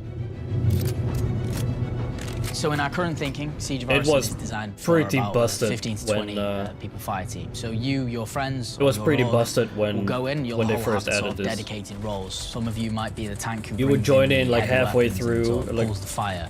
Some of you might sit at the back and be the sniper and pick people Same off guy. a bit further to make the Same. advance easier. Some of you will be the medic who sole job is going to be revive and But- look after the rest of your team and the health of them. To their credit, and, Siege some of you will be Orison, the I don't know people if who you've push played for it, the objectives to try but and get Siege sort of most the Orison mission was done. really The event was suffering designed for from about 15 to 30 people, but when that we it was released continuous. we fixed the problem with So you would two join Siege of DGSs on Orison, one server that was fighting for and there would already resources. be like an And with org that, at we the end also of Siege of upped the player count to Orison 100, about to so kill when the it first general, debuted, it and was you would have already too full you would have done for what it was nothing, designed and for. It was you cleared it. a massive operation at the time. I think that I bringing agree. it back I and agree with you, giving Guy. it a refresher will be a fantastic addition back into the PU. So imagine if Siege was a instance that you could go in and play solo, or if it was a public event that you could go with your friends, or you could join up with random players on the server. There's lots of ways that we want to take a look at Siege, how we can make it a more approachable I mean, if piece of this content. if this makes the AI very responsive, I'm excited to say the least like to bring back Squadron Siege of Orison 42 and levels of Siege Statuses responsive, and to sort of that would have be it be pretty- one of the pretty first fucking good. tests that we have for instancing and really get it back to sort of a core experience point where it should be. So while the next season is quite heavily focused on Nyx, I'm also very happy that we're not really ignoring Things needed. our I mean, other two difference systems of between Standard playing in the Pyro, and PU we're and going Arena back there Command, and we're difference sort of between performances improving and miles apart. expanding Yeah, on absolutely. the player's life in those two systems as well. That's kind of what I mean. Like for missions like the Project Hyperion one and Siege of Orison, instancing could be really, really beneficial. Yes. And while things like Genesis, But it intercell shouldn't be- hauling, it should not crafting, become the norm. Siege of Orison, and more will reveal next year, will continue to bring life into the existing universe outside of Nyx. There's still one more exciting use for instancing we're building right now. It's an earlier look than normal, and some of it is still in white box, but we're excited to share the first look at a major content release of 2026, and what it means for progression-based gameplay. As an evolution of our Building Interior initiative, you won't discover it by accident, because when it's complete, it will be found deep within the heart of Levski itself. This is the Municipal Works. Did you just say Municipal Works? So inside the facility, you'll find huge vaporization chambers, old processing plants, Isn't this what they were talking about, that they Industrial wanted to add tunnels. to and eventually into the old to our core? turbines, which are still pumping heat into the old rock. Yeah, I was about to say, like, I thought this was supposed to be Area 18. This is a place where you won't see in Lorville, you won't see in Area 18 or the other landing zone. It's the pure basis of Levski. You will have, of course, metal and Even if it's tunnels used and until more attack and coding can structural catch up the next gen place, PC but game. you will also see a lot of rock and cave. So it's not a place you go to take vacation. It's really a place you go to. Yeah, I thought this was fix Area stuff. 18. Not everybody has what it takes to come down there and do the job that needs to be done. All of your sewage systems have stopped working. Everything's going to quite literally. And so the player is tasked Maybe, with yeah, their Guy. group, most likely, Maybe. to go into there, take out the outlaws, and get the facility working again. So let me get this straight. This is literally a mission to fix the toilets of Levski? It's not just the toilets. You're also trying to turn on the air. Air is a bit more important. It still works in Levski, but you know, they have like maybe polluted air because it's not being cleared properly. It's not just for the toilet. Poop mission. It's also a little bit more exciting than just going into like some vents. Janitor it's like gameplay, a by the way. system where there's 3 chapters. This will be mission-driven. We're getting janitor and repeatable. gameplay before Everything base building. From mining to salvage to combat to investigation, a variety of roles. Narratively, it's a real sandbox. Every progression you do will unlock a new area that will link back to previous areas, complexifying the play space. We've been wanting to have more gameplay around landing zones for a long time. Now that we have instancing tech coming online, that allows us to do something that provides really cool gameplay close to a landing zone. With the missions, that's what will create different overlays or change the spaces or change the progression, but it'll be the instancing which will enable us to create tailored content to you and your group. So you're going to be able to play a part of it, make your progress, and then log off. And then the next time you come online, you'll be able to pick up where you left off. Oh, that's it's going cool. to allow players to return back Kind to of a different PvE version of states contested depending zones. on how much you've progressed, Yeah. and be able to keep it going until you've reached sort of the end of the whole 3 chapters. Where you're not going to have other people getting in your way. It's you, your team, your party. It's a way of giving players content where they know keeps exactly being where they're hammered. at, I'm and not they surprised. can keep going back to it and improving sort of their own progress and ability to jump through them faster and faster times as well. So that's a look at how we'll be allowing players and developers alike to create more crafted experiences within the greater sandbox of the persistent universe. Okay, is that it for me at this point, Jared? Almost. Throw it back to me, and I've got one more for you after this. Back to you, Jared.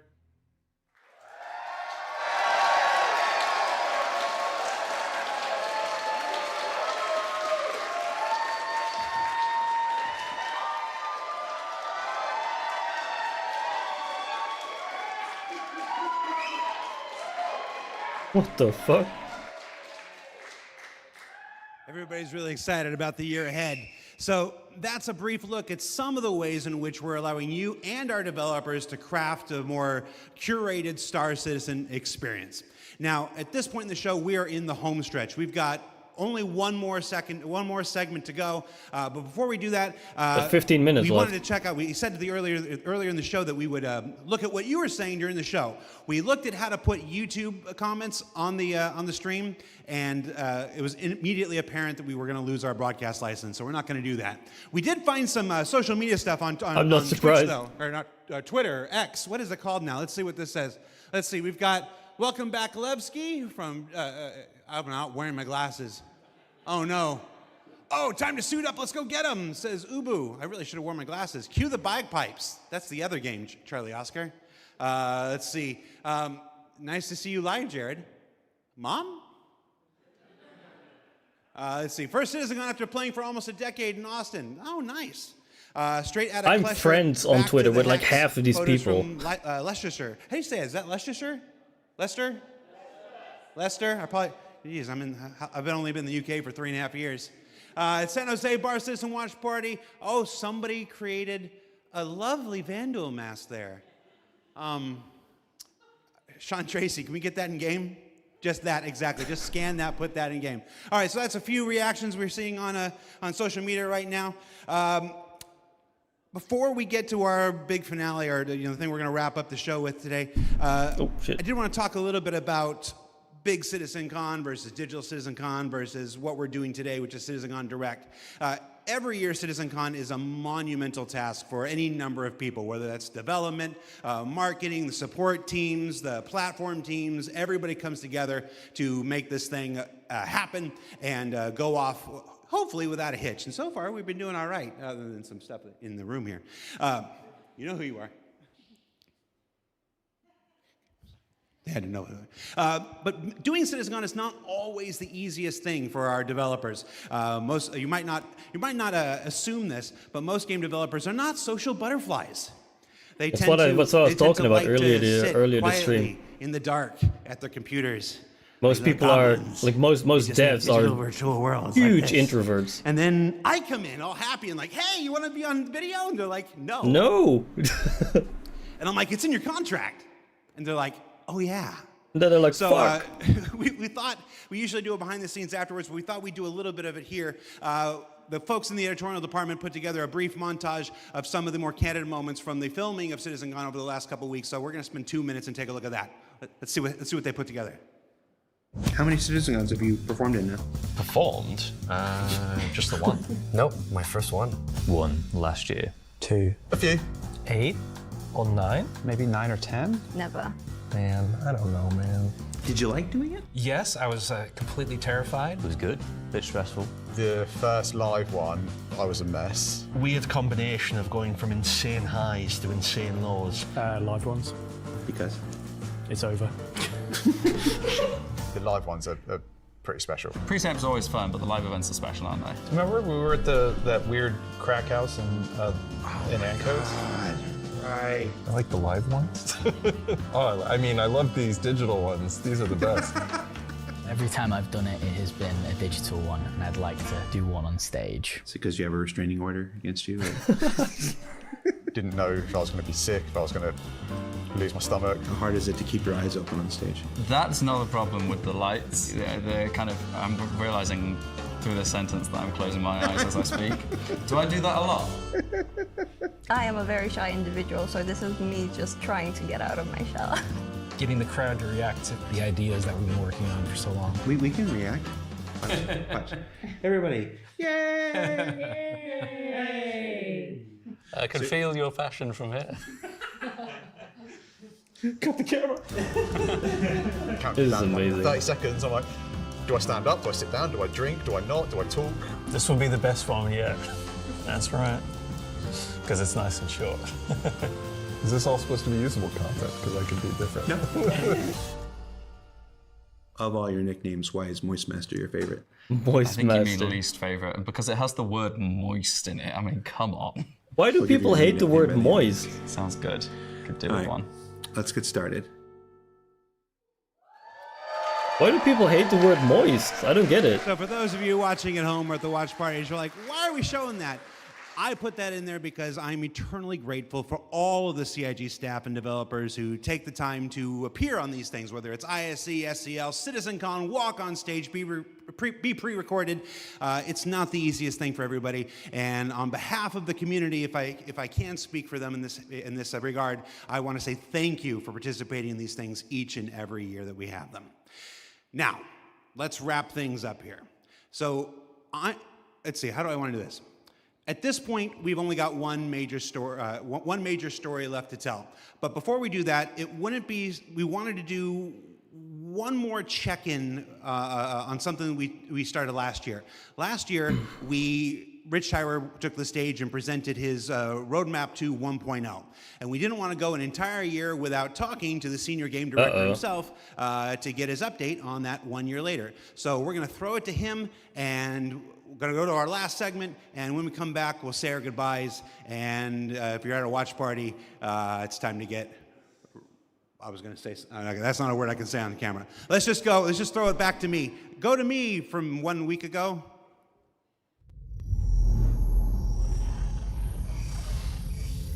Oh boy. Road to 1.0 revisited.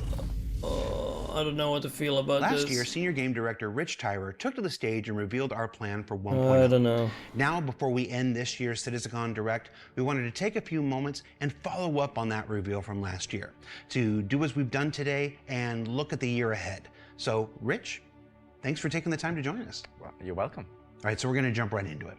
Everybody knows the only constant in game development is change. So I'm going to ask you outright, what's changed about the road to 1.0? Well, fortunately nothing. It still remains our North Star. The team is busy working towards that goal in the background, and every patch this year has moved us towards that goal.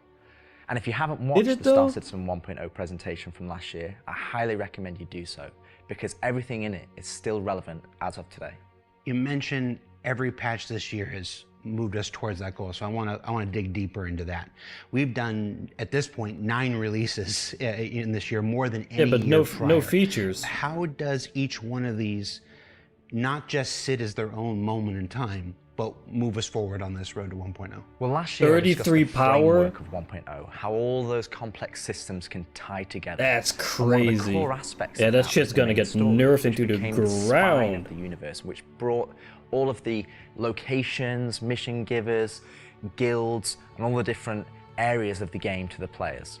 Now, what I didn't talk about from last year was all of the content that was going to support that framework, add the flesh to the bones, should we say.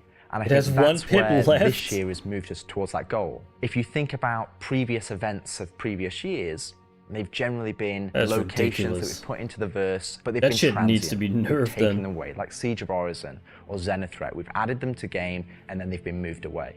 And I think with the addition of the patches this year, when you look at the Hathor facilities, Onyx facility, these are permanent additions to the world that not only have their own story, as when we release them with the patches, but they'll also become points of interest. 4 and rhinos for the areas that pilot. the larger 1.0 narrative will utilize. Oh, Since we're on man. story, I'm gonna stay with this here. Since we launched I the can't PU stand back that in shit. 2015, it's always been this sandbox where players can do what they want. They can bring their own story to the verse, and that'll never change.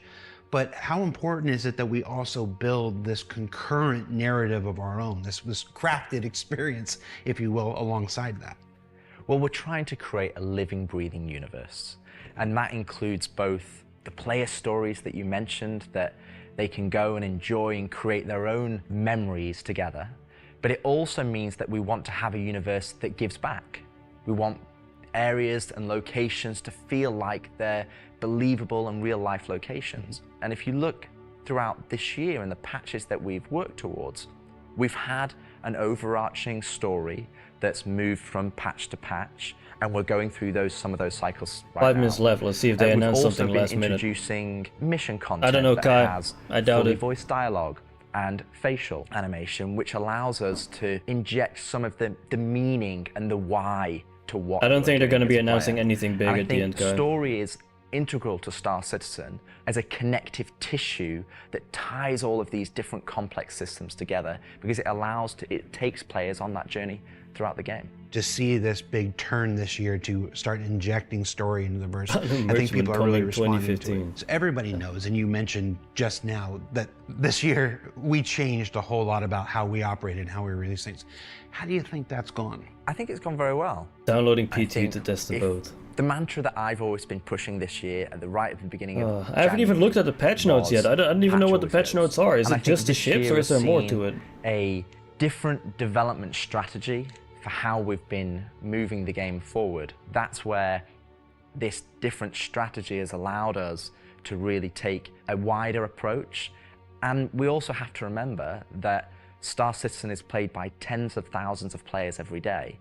And while we have lofty future goals, we still have to make decisions No right patch now notes that yet? make the game fun for the people that are playing it Really? all the time, and playing it as their daily game. If you look at previous years, we've had to hold a patch back, we've had to make concessions, mainly due to around a feature may not there be are no ready patch or, notes or yet. right to go into there. There were 3 months, 4 months, sometimes 5 months between Exactly, patches. and I don't think that's good for anybody. I don't think it's good for the players. Next is the big one this I year, don't taking think it it's easy good for the since development Squadron team. 42, next year I think beta. it's better to have regular. They're not cadence going to be of doing a drops. beta One for good Squadron. example is this They're year for gonna Align you're gonna go Mine. straight to People release probably most don't know, likely. but Align of Mine, when you turned on the laser, it was actually supposed to reveal the The Sandsworm Sandworm, this Valakar.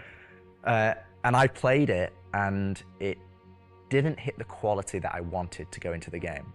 I don't think they're going to So be we doing a changed, beta for and Squadron. I think it's took going it to out, be it's going to go and I straight made to that release. decision alongside Chris and Erin, and we've held that back, and we're going to work on that towards a future patch. But I think definitely the more I regular think the whole beta thing from the original Kickstarter and all that. I think that's completely cut out. Here right now. I think they're going to Like, skip features right are over still beta being straight worked to on release. quite heavily in the background, from radar and scanning in FPS, the new quantum, to inventory, engineering.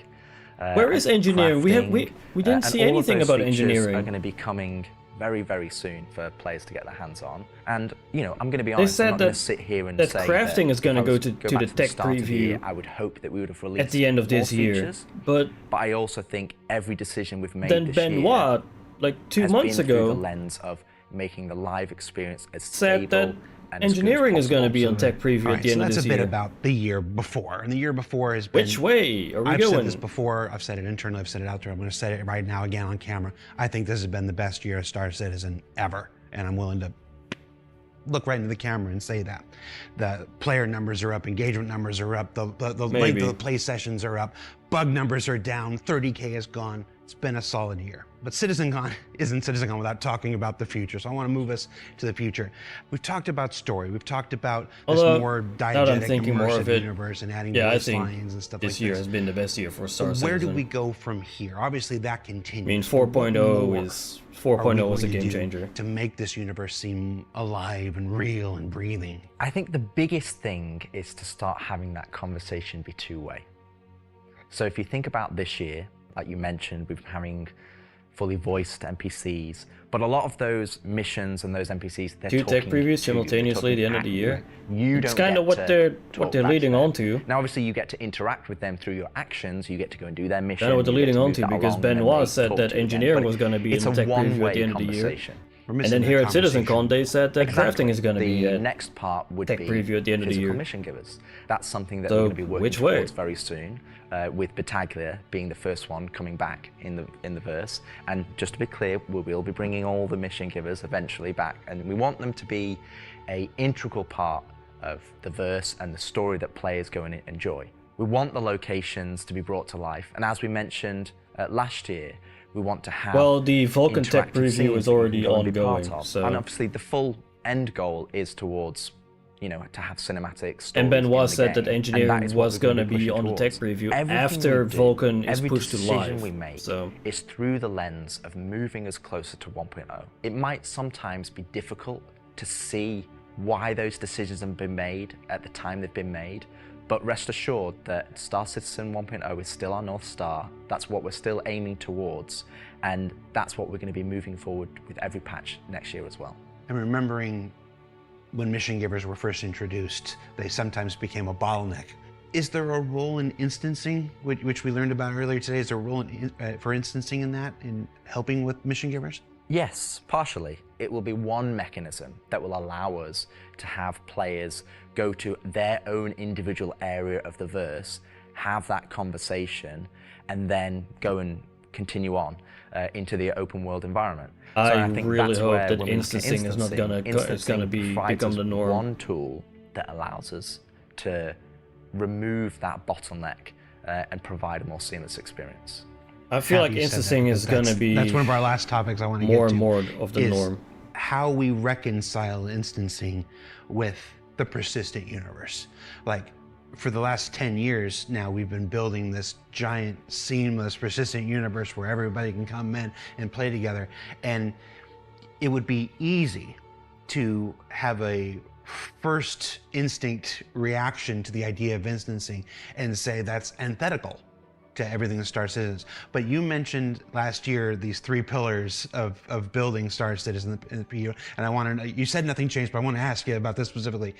What are those three pillars again, and how does instancing fit within the greater design of Star Citizen? So the three pillars I mentioned last year were open world. That's just like the missions you love today. You can go and play, there's other players there, and you can go and enjoy that together.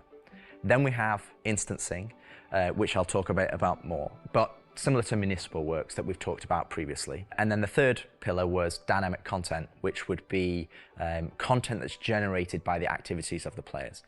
And I think it's very easy to become myopic around one specific thing when we're talking about it a lot, when it's the next stage of our development. And I think you could reverse it. If we'd have made a game that was all instance, and then I'd come on camera and said, hey guys, we're going to start doing it open world, it would be like, oh, is the game changing? Are we doing open world now? Is open world the new North Star that's going to take us this way? And it's not. It's just one more tool that's going to allow us to offer different and dynamic experiences for players to go and engage in. Now, when I talk about instancing isn't always what you'd imagine as a solo instance experience where it's only just you. We're going to have several different versions of instances. Some are going to be closed instances, which will be like the new player experience. We'll be able for you to go in by yourself, for us to teach you the ropes in a safe environment so that you can understand how to play the complex game that we've made. But we'll also have open instances like a cantina or a bar where we might say, hey, we only want 50 people to come in here because we've got mission givers and we've got other NPCs for you to talk to, and you would just walk in and it would be seamless. You wouldn't know that there was an instance, it's not going to get a loading screen, you would just seamlessly walk into that location, it would be full of other players and NPCs, and you can go and enjoy the content. And that's, I think, something that instancing is going to provide us. It's going to give us a tool to offer different dynamic content, or curated content, as I'd say. It allows us to create experiences that are different to the open world experiences that we've already made. And it's not to say that we won't continue our open world development or only do instance content. It's going to be a mix. And like I said, this is one of the pillars that will move us towards 1.0. We will eventually work on dynamic content that will move us towards 1.0. And all three of those pillars will interweave to create the full Star Citizen experience. All right, so we've hit a lot of the I don't like where that is the heading. Feature work, engineering, and FPS crafting coming to tech preview soon, stuff like this. I mean, they did show that. How that's going to work within the universe. They did but show I want to that. ask you this one last just a big bucket. one. It's very easy to say Star Citizen is this kind of game and that kind of game. Those of us who spend our days making it know better. It's an everything game. It's everything we can make it game. It just is. But at the core of this is still spaceships. That life of spaceships. What more can you tell us about spaceship gameplay in the future? What can you give us? What can you tee up for us to look forward to for those of us who are really into Star Citizen for the spaceships? Our intentions going forward are to make sure that every ship or ship archetype that you acquire has a role and has content that you can go and enjoy in the universe. For example, right now I know that we're working on more robust mining missions, more robust salvage missions. We're going to be working on refueling missions. And we want to make sure that each and every one of the ship has a purpose and has a reason to exist in the game. That's from the smallest Argo MPUV, as well as ground vehicles, all the way up to the large capital ships. We want to give them purpose, and I think it's something Most ships that have no we purpose are right now, except for combat absolutely ships. aware of. We want to make sure that we're building that spectrum of content to Plus, allow players to go and engage. capital ship turrets are And still I think completely useless. 2026 is going to be Don't say a the very year. good year for Star Citizen, and I think there's going to be something that's very They say interesting. that and every year, man. Something that a lot of people have been waiting for, but rather than me spoil it, I'll let Ian and the team go into the details on that. He had a twinkle in his eye. Ian, take it away. I don't see the harm as long as it's not say Hathor.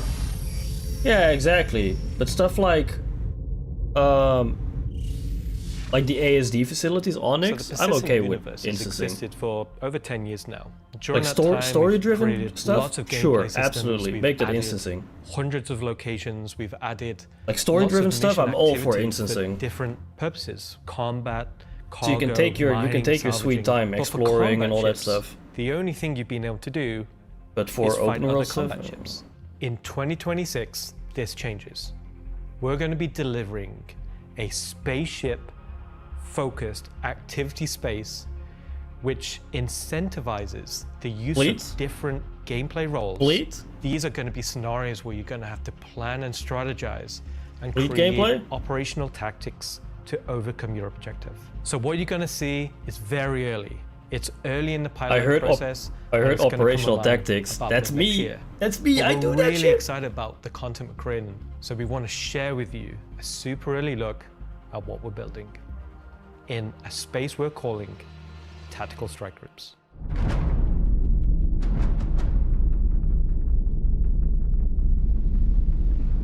Hey, yo! The People's Alliance are still trying to get to the bottom of what this new faction is really doing in the Nyx system. They've sent a capital ship to check out a station and run it into more than they can take care of themselves. Unfortunately, that team came under attack and members of their groups were taken hostage. Now they've reached out to Intersec, who've reached out to you to help recover the pilot. Shut Of course, it's up, unwise Kai. to do this alone, so Shut you're your gonna put a goddamn team together mouth. to attack the station. When you arrive, you will have this big asteroid kind of broken asteroid, and on this you will have this space where you will find 3 big arms. You will see in the middle, you will have this big energy Deliver core. a copy as a right boss. Everything here has a purpose. It's not just for the show, just something nice to see. You'll see a People's Alliance-owned Idris that's just on the outside, and it's going to be getting harassed by this unknown faction that you have met before. I mean, they got small fighters, so they're gonna win against the Idris. So your first objective here is to clear out the ships. There'll be waves of these ships, so this is where you want your light or your medium or your heavy fighters, whichever playstyle you prefer.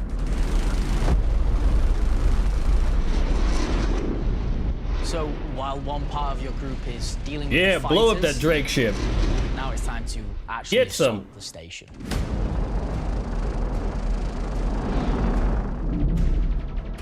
This Was that a station shiv? has been outfitted to resist all of the obvious way of attacks.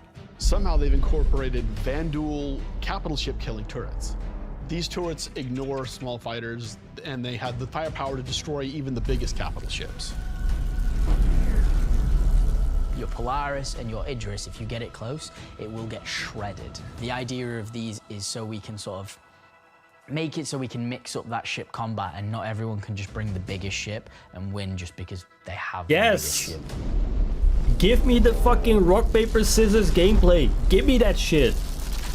You have to send out your best pilots to navigate the superstructure and take down anything that may damage your bigger ships. So at this point you're thinking, destroy the turrets. But it's not that easy. This It's not? turret has shields that you've never seen before. It won't take any kind of damage. Your missiles won't do anything. You're gonna have your to take lasers out won't shield do anything, generators? Your ballistics won't do anything to them. But like everything, they do have a weakness. You have to cut the power to their shields. To do that, that actually brings you to your first Boarding? objective, the power relays. Oh, I thought I was gonna be boarding the station and going inside. So the exterior has a number of power relays that are holding the doors closed so that you can't get On in. the exalt, I was Find thinking them, of that You too. have to target them, and you have to destroy them.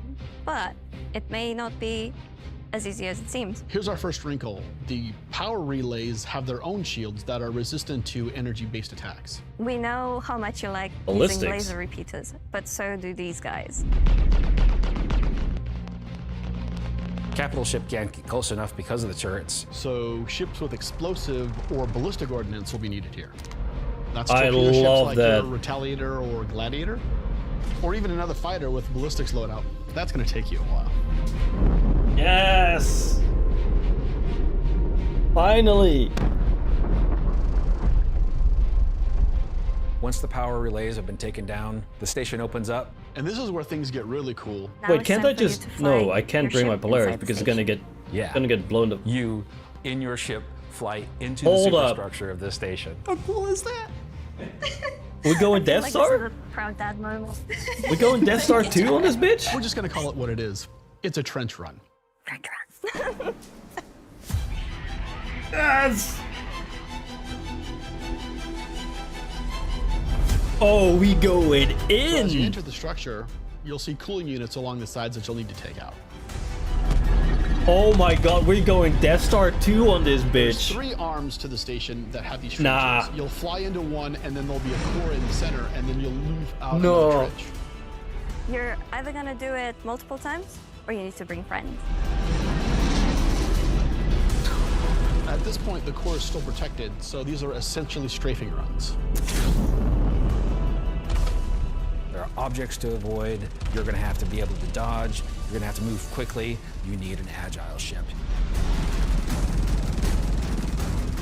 Because the shield generator that you're targeting is emitting lots of distortion damage.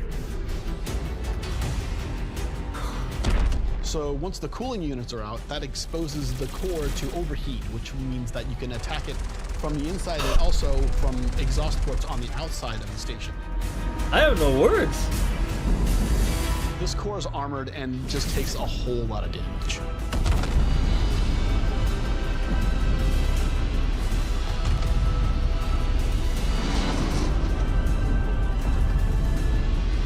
once the power core goes down, the turrets come down, and then the capital ships can get closer.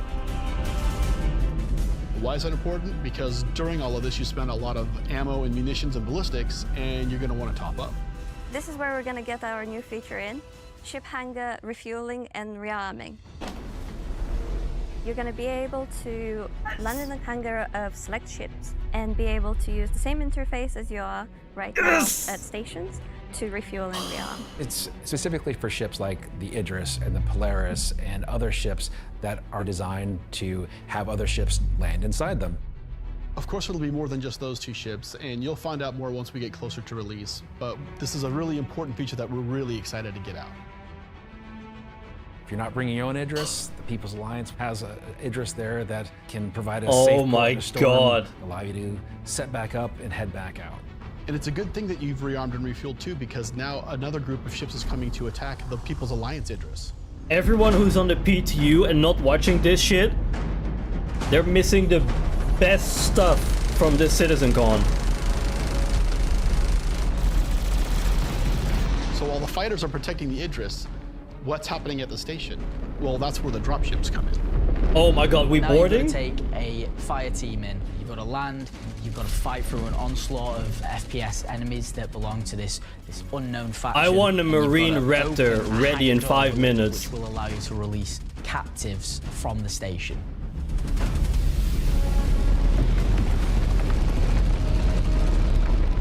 After you've opened the doors and that person's taken off, you've just got to make sure they get to safety.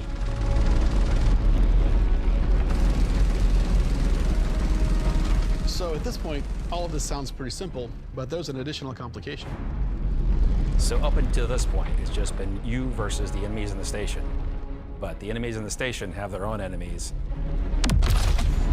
The Vandal? The Vandal neighbors who really don't like these guys for some reason will come in and wreak havoc on Oh everything. my They're not God, going to discriminate bro. between you and the station. They're out for blood. Oh my God, When dude. you alert the Vandal by destroying the power core that the station's now vulnerable, you're on a time limit. Vandal are coming, they're gonna come hard, they're gonna keep coming. You're We're have one gonna hell of a need fight. everything we have in the org for this. Is that a king ship?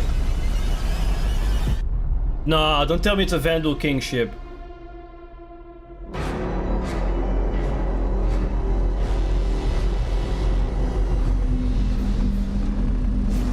It's not a king ship, but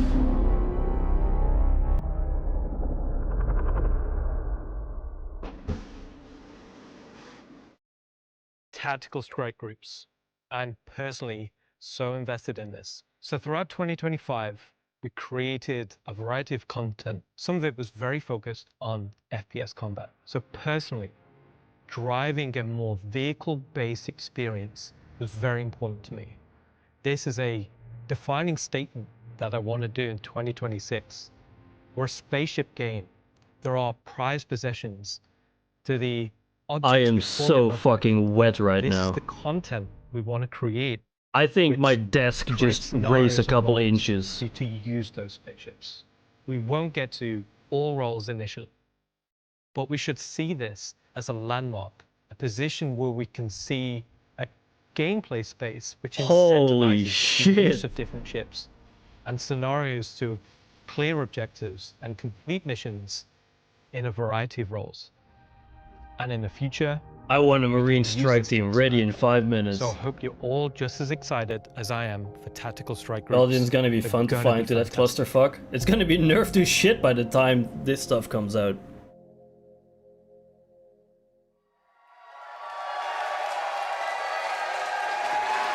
Oh my God, dude.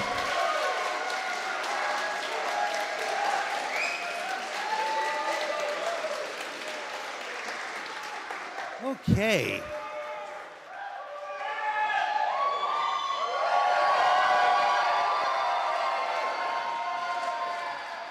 The whole tactical strike group thing. Why do you still have the puppet? The whole John, tactical come home. All right, strike so group tactical thing strike is groups. it's been This a has long been the road best for part last, of for the last 10 CitizenCon years this that BEIC's year. been around.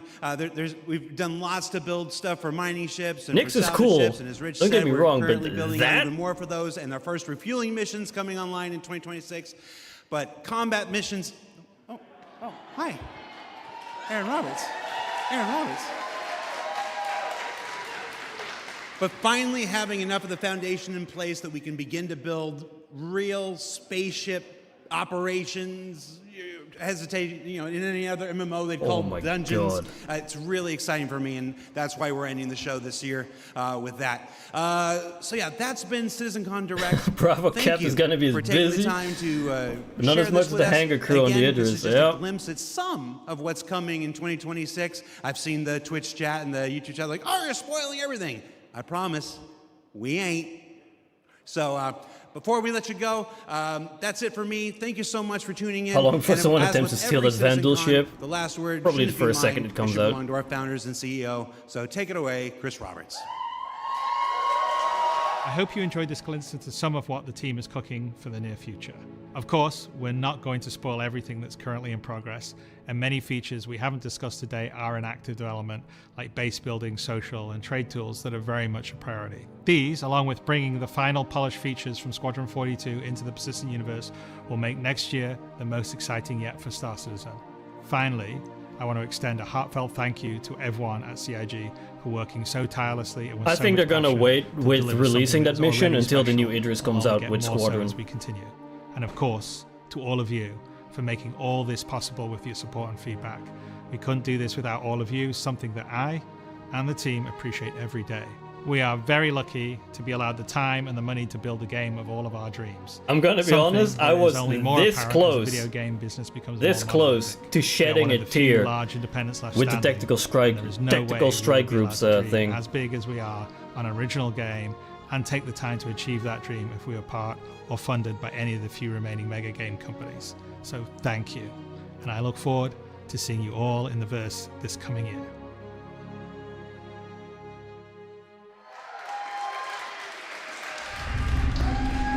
Holy shit.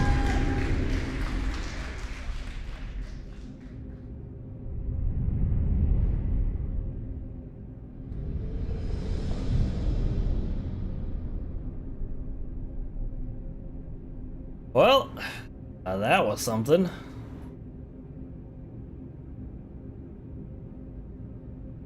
That was definitely something. I'm not gonna lie, when they were talking about 1.0, I was nearly falling asleep, but the moment they started talking about the tactical strike group thing, holy shit, I was wide awake. Like, that had my attention instantly.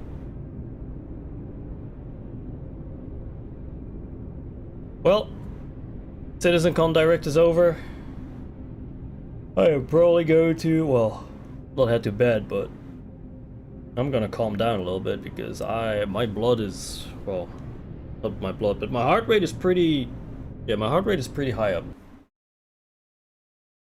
Russia loses, what? The Ukrainian. Interesting recommendation. I'm not even signed in, so where this recommendation came from, I have no idea. Let's not. Let's not.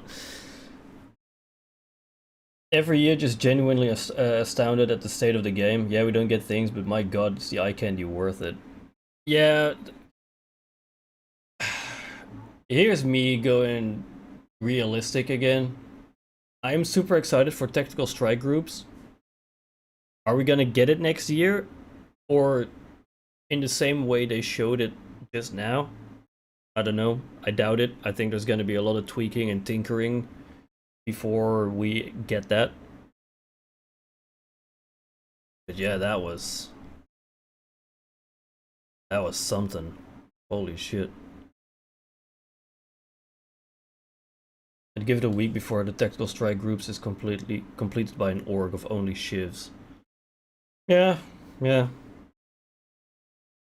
Although I don't know if the shivs are, I don't know if the shivs are going to be able to take out that Vandal ship that came in, like, in frame at the end. Because I hope by the time the tactical strike groups comes in, we have engineering up and running in the game, and I also hope that at that time we have a basic version of armors in the game. It's not going to be Maelstrom. Maelstrom is going to be later, but they did say they want a basic version of armors in the game with engineering. So the ships might not even be able to make a dent in that Vandal ship. So you might actually need the firepower of the Polaris Torps and like the Idris railgun or laser. You might actually genuinely need it for that mission, by the looks of it. That was incredible. Man, I can't wait for that mission. I'm more excited for that mission than Nyx itself. Nyx is cool, Levski is cool, but that tactical strike groups though, woo, that was damn. That's the kind of gameplay I've been wanting for years. Like having having an actual fleet, composition. Eclipse and reloaded on the carrier. I don't think the Eclipse fits on the Idris. It sort of fits on the Polaris. I'm saying sorta because when you close the hangar doors, it kind of like squishes the Eclipse into the ground. Not as in like fully into the ground that it explodes, but it does kind of like squish it on the landing gear. So. But yeah, the tactical strike group thing, man, I am super excited for that. But that's probably going to be a year out, so I was going to say I'm not going to get too excited about it, but we all know that's a fucking lie, and, you know, we all saw how excited I was just now about it. Anyway, it is almost midnight here. I am going to call the stream. I'm going to grab a glass of water because I ran out of my juice a long time ago and my throat is hurting quite a bit from talking and possibly screaming. So yeah, I'm gonna call it here. Thank you everybody for watching. Thank you everybody who stopped by. Thank you everyone for joining and chatting. Yeah. If you are on Twitch, don't forget to hit that follow button. And if you are on YouTube, don't forget to hit that subscribe button. And I am out. Good night, everybody. And see you guys next time. Adios.